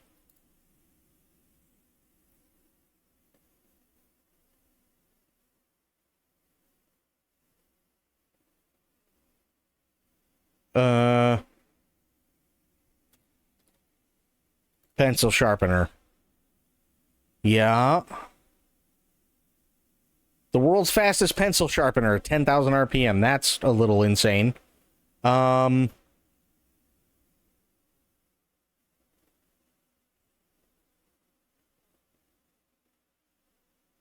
is a guy, and I can't... Wait. Why this cult $40 pencil almost went extinct? What? I can give you what I call the story of the $40 pencil. There's $40 pencils? What the fuck? It felt so smooth, and it kind of glided across the paper. John Steinbeck wrote The Grapes of Wrath with the Blackwing. There was a Disney animator that was buried with his Blackwing pencil. It was a lot faster to write with, which is where the motto, half the pressure, twice the speed, comes from. And it quickly became very popular. Chuck Jones and Quincy Jones and Stephen Sondheim. When you're watching Jaws, you can see a Blackwing clinched in Richard Dreyfuss's teeth. It built this cult status and then got discontinued. What? The Blackwing went off the market in like 1998. And Why? then the resale market for it just went crazy. They could go for anything from $40 to more than $200 a piece. What? Then a different company out of California decided to try to resurrect the brand. We discovered that the Blackwing name had lapsed. We were able to simply claim it for $300. There was just one problem. Unfortunately, the formula didn't come with it. So the company had to work backwards to turn this object that they knew people liked and wanted into My dad was a professional artist. I'm fairly sure he had one of these. No shit. Business model. It's an extremely difficult product to make. There's a reason that it got discontinued. There's a reason that nobody brought it back sooner. One thing about bringing back a product that had a cult following, there were no shortage of opinions. People really loved the Blackwing 602 because it was such a smooth writer. It was one of the first, if not the first, commercial pencil made with wax in its core. We knew that if we got the graphite right to feel like the old Blackwing, that was it. It was literally getting bags of graphite sticks and just testing them for darkness, smoothness, point retention, erasability, smudginess. The company had to do a lot of things to kind of make sure that their version met the expectation of all those people. He definitely had one. I wrote with it once. It's like silky smooth. Really? That the old Blackwing changed a lot during its time too. Some editions of it were a little bit firmer than others, and some were a little bit softer. And so we went with the kind of heart, which was the 40s, 50s, 60s. That was when it really built its cult status, and that's the one that we kind of used as our inspiration. The formula of the graphite is secret. The company doesn't tell anyone. The graphite's your pigment, the wax is your smoothness, and the clay is giving you structure. You can know what the ingredients are, but you won't ever know the combination. Wait, so it's graphite, wax, and clay. Huh. You count the number of people who know our graphite formula on one hand. I know the formula. The wood in the Blackwing is California incense cedar. California incense cedar is the industry standard for a high quality pencil. It's soft and it has a smooth, straight grain. You can tell the quality of the wood of a pencil by how tight the wood grain is. You can especially tell when you sharpen it, how cleanly it sharpens. Then they ship it out to Japan for most of the main manufacturing. It starts with 2 pieces of wood. You groove them out, place your graphite, and you sandwich them together. Once you have this little sandwich, you run it through what's known as a shaping machine, and that drags a cutter across the top of the sandwich and shapes it into a half a pencil. And then it flips that sandwich over and you drag it through again, and that's what spits out the finished shaped pencils. Most pencils would have 1, 2, maybe 3 layers. Blackwing 602 has 11 or 12 layers of lacquer that we apply to it. Jesus! The base coat for a Blackwing 602 is actually black. We layer that on, and then we start to layer on this pearlescent finish that gives it that kind of smoky gray that's been known for. I think the main aesthetic choice that they've made that is very unique is the flat eraser. The Blackwing ferrule is its calling card. The ferrule, which is the piece that holds the eraser in, it kind of looks like a paintbrush. Its shape makes it so that it doesn't roll off a desk, and that's one of the reasons why it became so popular with animators in the 40s, 50s, 60s. The shape of a Blackwing eraser, it doesn't really allow you to do heavy erasing, which for that reason I would say it's not great for children. However, you can erase a lot more deliberately with a Blackwing eraser. Having a wide face and then a really narrow face lets you either get very, very precise with your erasing or very, very broad. We glue the ferrule onto the pencil, and we want the transition from the wood to the ferrule to be seamless. So we shave the end of the pencil down so that the ferrule can just slip over this shaved end and be even with the barrel of the pencil. What so the when Cal fuck? Cedar tried to kind of re-bring it to market, they didn't actually have a machine. How many dollars does one of these set you back? This is insane. That could attach the ferrules to their pencils. So they kind of had to figure out how to do those things on their own. We were tipping pencils by hand. To solve this problem, they had to just like build a machine. They've told us it cost like $250,000. The funny thing about the ferrule is that it is the thing that gives the pencil its distinctive look, but it was also kind of its downfall. So when the Blackwing is discontinued in the 90s, the main reason why they stopped making it is because the tooling to make the clip and ferrule broke. As the story goes, when shit. Faber-Castell acquired Eberhard Faber, the machine that makes the little aluminum clip to hold in the eraser was broken and couldn't be repaired. What? And then in the late 90s, they quietly discontinued the pencil entirely. The company who owned the brand at the time just didn't think it was worth investing in the tooling. It was such a small part of a corporate business. They didn't see it fit to try and solve the problem of how to fix the machine, so they just discontinued it. If we're comparing the original 602 to the current 602, the current one is smoother, it's darker, it has slightly less point retention. The original Blackwing, I would say, is a little bit firmer and a little bit lighter. Frankly, just a little bit harder than the current Blackwings. A lot of pencil purists were kind of upset about the way that it was. Pencil purists. Wait, hang on. Wait. Pencil purists. We heard this correctly, did we not? What exactly qualifies somebody to be a purist of a pencil? Like what would be a pencil purist's preferred pencil? I don't. It was marketed as a reproduction of something else. They didn't think it was close enough to the actual original pencil. I wouldn't call it a reproduction, I would call it a tribute. Blackwing is definitely not going to be ever as scalable as like a mechanical pencil from Bic. You're probably not going to see them in Walmart anytime soon. We like to say we're in the business of slowing down. In a typical day at our factory, we're producing 14, 15, maybe 16,000 pencils. And oh, is that it? Factories are putting out hundreds of thousands of pencils in a day. If we boil it down, what makes the Blackwing different from other high-quality pencils is the story and the design. The pencil itself is about as good as it gets, but it's definitely not the only one. So in their first release, the company says they sold 100,000 of these pencils. That was around 2010. And now it's not uncommon to sell 100,000 pencils in a day. The pencils are still expensive. You have to pay $30 to get a box of 12. For a point of comparison, you can get a box of... Oh, $30 for a box of 12. That's not terrible. Okay. All right, that makes a lot more sense. Okay. Number 2 pencils for 99 cents at Target. When we started, everybody thought we were crazy for trying to sell pencils at $30 a box. Some people still do think we're crazy. And what do you say back? That's a good question. We are crazy, but we're here.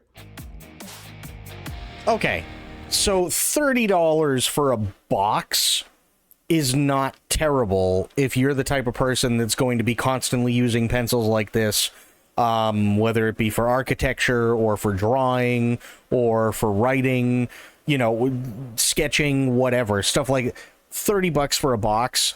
If this is going to be the best for you and just generally overall in terms of like actually being creative, then sure, $30 a box I can see.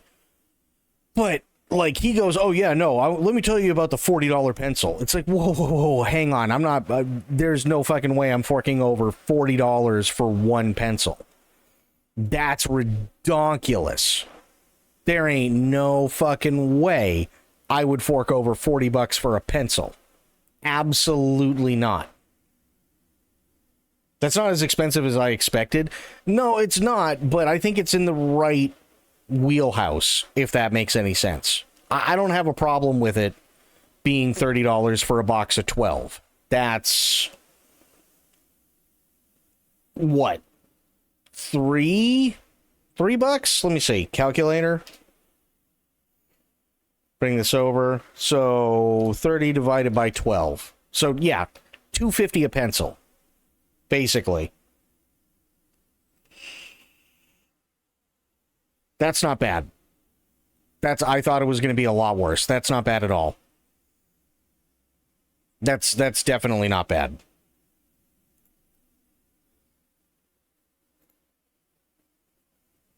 I thought it was going to be much, much, much worse.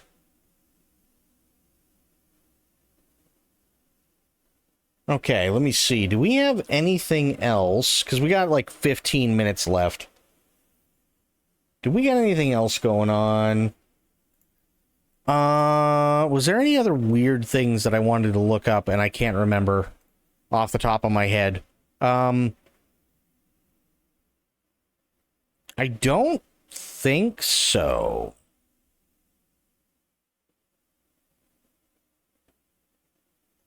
I don't think there was anything else. I don't think.